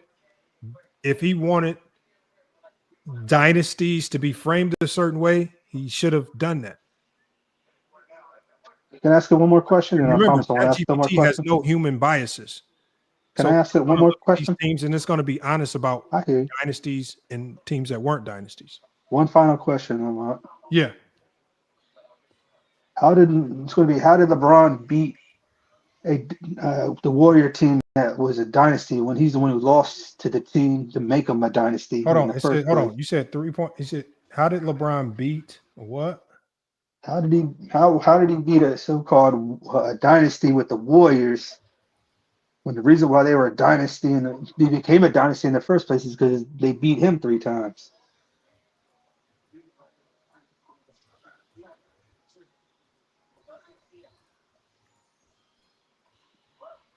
That's your question? Yeah. I mean, you want to answer? You want to see if you can answer it yourself before ChatGPT does something? Bro, these are your silly questions. Let ChatGPT. I like that. I don't think it's a very sensible question. It's an easy question. So it said, I know we're about to find out. It says, how LeBron beat the Warriors dynasty, even if they beat him more? So no, I didn't say that. That's not my question. Hold on, let it answer. It didn't interrupt you when you was talking, 3-point guy. No, it created. No, it said dynasties. You didn't write it right. It says dynasties are defined by dominance over an era, not being undefeated. The 80s Lakers, Magic and Kareem lost in the finals, right? The 90s Bulls lost before their runs. The Spurs dynasty lost in the finals too. Beating them once at their peak is what cements legacy. LeBron did that in 2016 against the record-breaking 73 and 19. It says context for losses. In 2015, Kyrie and Love were both injured. LeBron still averaged 36, 13, and 9 and pushed it to 6 games almost by himself. 2017 and 2018, the Warriors added Kevin Durant, turning a 73-9 team into the most stacked roster in NBA history. Losses came against literally the greatest collection of talent ever assembled. 2016 stands alone in NBA history, the only team in NBA history to come back from a 3-1 deficit in the finals. LeBron led both teams in points, rebounds, assists, steals, and blocks. He knocked off the unbeatable 73-win Warriors, the centerpiece of their dynasty. That single win is more valuable than some players' entire career. Right. They got It themselves in a says. 7-game So series. hold on, 3-point guy. This It's not thing. done. It's not done. Okay. It You says, already exposed ChatGPT no, to me, so it's not me. it You're don't talking to matter. I ChatGPT. mute Why are you myself. talking to me, 3-point guy? Please hold on. Don't Talking be to rude you. to ChatGPT. But ChatGPT. Don't be rude to ChatGPT. It did not overtalk you. It says saying No, the Warriors beat just you LeBron are. 3. Can I read it, please? Saying the Warriors beat LeBron 3 times proves his competition was dynastic level, not that he failed. Jordan never even faced a dynasty of that caliber. No, He beat 8 teams from the 80s Lakers with no Kareem, post Bad Boys not Pistons, 90s Jazz with no depth. LeBron both lost and defeated active dynasties, which shows he fought tougher battles than anyone else. So it says, to finish this off, dynasties don't have to be undefeated, 3-point guy. The Lakers, Spurs, Celtics, they all took finals losses. The fact that LeBron is the one who cracked the 73-9 Warriors proves he didn't just survive dynasties, he ended them. Jordan never beat a dynasty. How did he win the dynasty? They became a dynasty losing that. Always interrupted. It says he didn't just survive dynasties, he ended them. Jordan never beat a dynasty. LeBron toppled 2. 3-point guy. Do you have any other questions for ChatGPT? No. That's why he the GOAT. And that's why Jordan's the GOAT. Okay, so do you have anything you want to say to ChatGPT? I don't need it to lie anymore. That's good. Okay, what do you feel it lied about? It lied about LeBron beating the dynasty and going to State. Okay, hold on. Dynasty. Hold on. 3-point God. 3-point God says you lied about what? Lied about what? You lied about him beating a Golden State team that only won 1 championship, calling them a dynasty when he beat them. Beating Golden State was not a dynasty yet. Team. With just one, they Warriors are were not a dynasty with just one championship. Dynasty yet. With just 1 championship. Okay, with just 1 title. Okay. What else? That's it. He still ain't finna like this. Man, why are you arguing with a supercomputer? It's super retarded. I mean, so it says you gotta get new software. You gotta get upgrade on that software. 3-point guy. 3-point guy. Hold, please hold. ChatGPT did not overtalk you. It says, by definition, yes. Start of a dynasty. 2015, Warriors won the title, first chip. 2016, Warriors broke the all-time record with 73-9 record. Had the reigning MVP and were already being called the next dynasty by national media before KD ever arrived. Dynasties start with a championship and sustain dominance.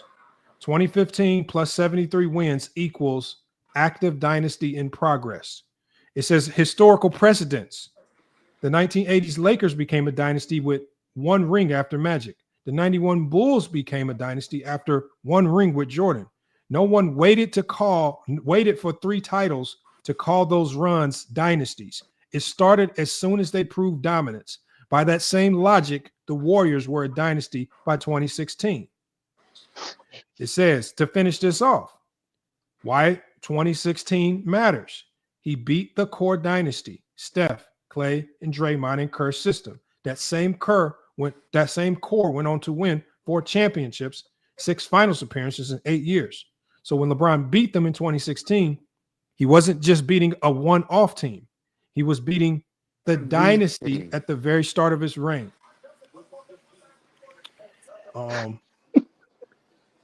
Hey Lamar, it 3-point don't guy. matter how many He times need you to get use a get a Chat get. G. Hey, look, You need Lamar, a it don't matter software how many upgrade, times man. you Get a use software Chat upgrade. Okay, so GPT hold or on. Let me you tell it. do Hold on. something. Hold on. 3-point guy. 3-point guy Said you need a software update. says you need Software update. a software upgrade. I also need to go on a channel that doesn't mute you every day. Claim his ass. Mute you every time.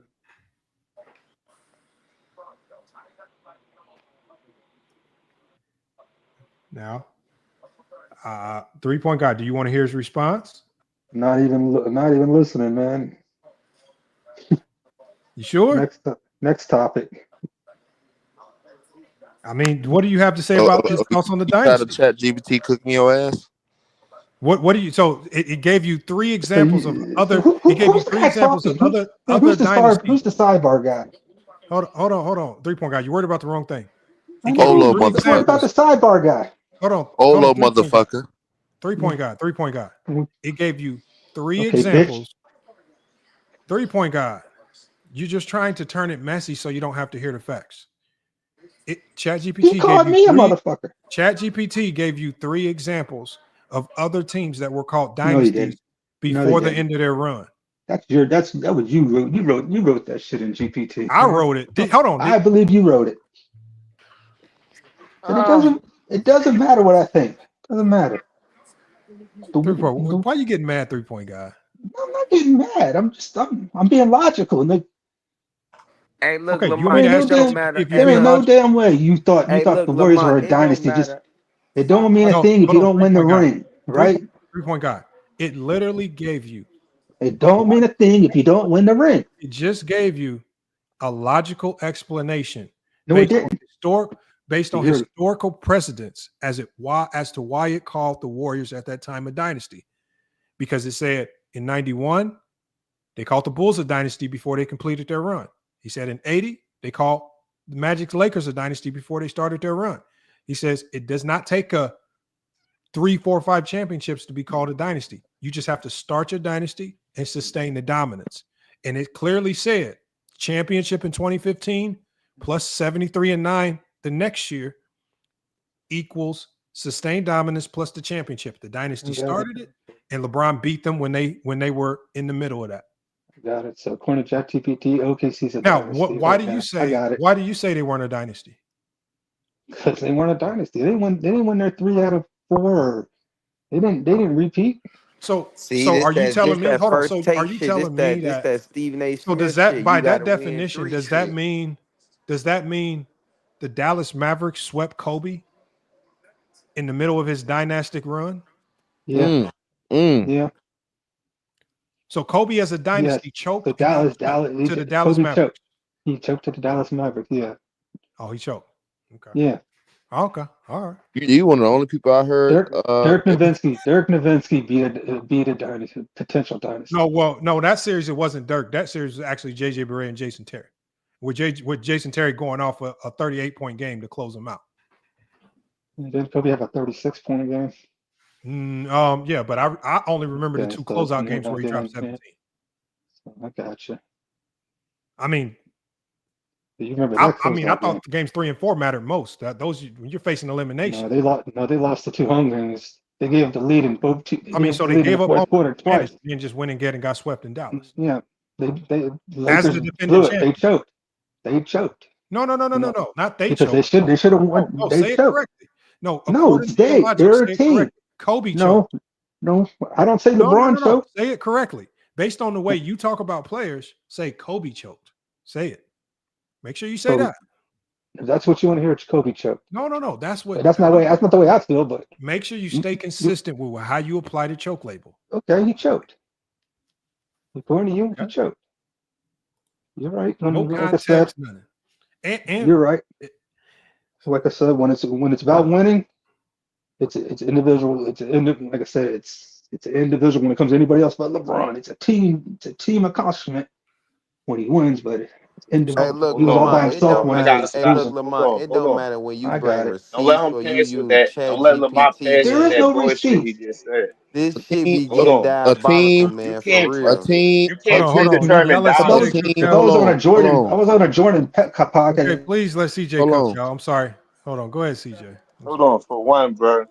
What's up, Lamar? How you doing, bro? What up with you, man? What's up, Ola? What's Man, up, man? 3-point guy, yo. But look, you can't predetermine dynasty just because you won one ring. You can't say that's a dynasty. You can do that Exactly. with any team. Thank you. You can do that with any team. You do that No, because you Thank no, you. gotta let CJ. it Can No, you no, Thank read? you. Can CJ. you No, don't please say nothing, read it Lamar. Let again, him cook. Lamont? Just read chat. Okay, hold on, y'all. Hold on, CJ. It basically said it gave a definition as to why it said the Warriors were a dynasty. It didn't say it was predetermined. It said that it used historical precedents to label them a dynasty. So it specifically said, based on historical precedents, when it looked back on the 80s Lakers, they won one championship and they were being called a dynasty. They talked about the 91 Bulls.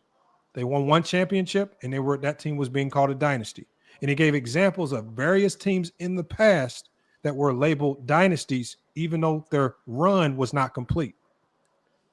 So based on what was historical precedents, by those definitions, that would be fitting for the Warriors as well. You cannot do one thing for the teams of the past, but then all of a sudden try to so have a different standard for the teams like the so is Warriors Dallas just because Mavericks a LeBron beat dynasty? them. So Huh? is Dallas Mavericks was a dynasty? Was Dallas Mavericks a dynasty? No, it gave a very clear definition. So this is what it said. It said the championship plus the sustained dominance. So it's at the Warriors with the championship. The following year, not just make it to the finals, but they had the greatest regular season in NBA history at 73-9. It said those two things together qualify the Close that door. Warriors as a dynasty in starting. Because for every dynasty, it has to start somewhere. So dynasties don't typically start. After Dynasties don't you win, typically start you after their gotta fifth win though. championship. So There's a let difference me from ask you good one question, teams and CJ. dynasties. You can't be a Hold on, dynasty with CJ. one ring. CJ, my question to you is, when is it okay? When is it okay to label a team a dynasty? Because from the sound of it, Well, let's go through CJ, history. CJ, please wait till I'm finished talking. From the sound of All it, right, my CJ, it fault. sounds like you're saying you can't label these teams a dynasty at the start. You only can label a dynasty at the end after they complete their run. Is that what you're saying? No, I mean in between you got win rings because like for example, the Lakers they still had 3 rings. The Spurs within that 5 year span or 6 year span, they had like what like But when three. do you label them the dynasty? At the end? He's missing the point, Lamont. Like It's Beach, not do you missing the understand what I'm point. Is saying? it that you can't label They a team a called them dynasty? a dynasty before they had 3 rings. How can you say a team a dynasty with one ring? Look, bro, That they don't make called. What sense, they bro. saying about OKC right now? Hold Just on, because you had good playoffs runs don't mean you're a no, dynasty. bro, That means you're a Lamar, good what team. is hold on, ESPN dog. saying about OKC Hold on, right you're now? missing the Bro, point. When Magic and Michael won, they had a dominating team. That's So a dominant team, not a bro, dynasty. will you let me finish, bro? Are you gonna listen, or are you gonna just try to retort? One championship, not a When dynasty. That's facts, when bro. when Michael Jordan won in 1991, they were calling him a dynasty. They said, "Who gonna stop this team?" They came back. They did it again. They came back and they Why you ain't did in it the again. bed? They didn't wait till they Then you just won. fall, lay down. They didn't wait till they won 3 titles to call them a dynasty.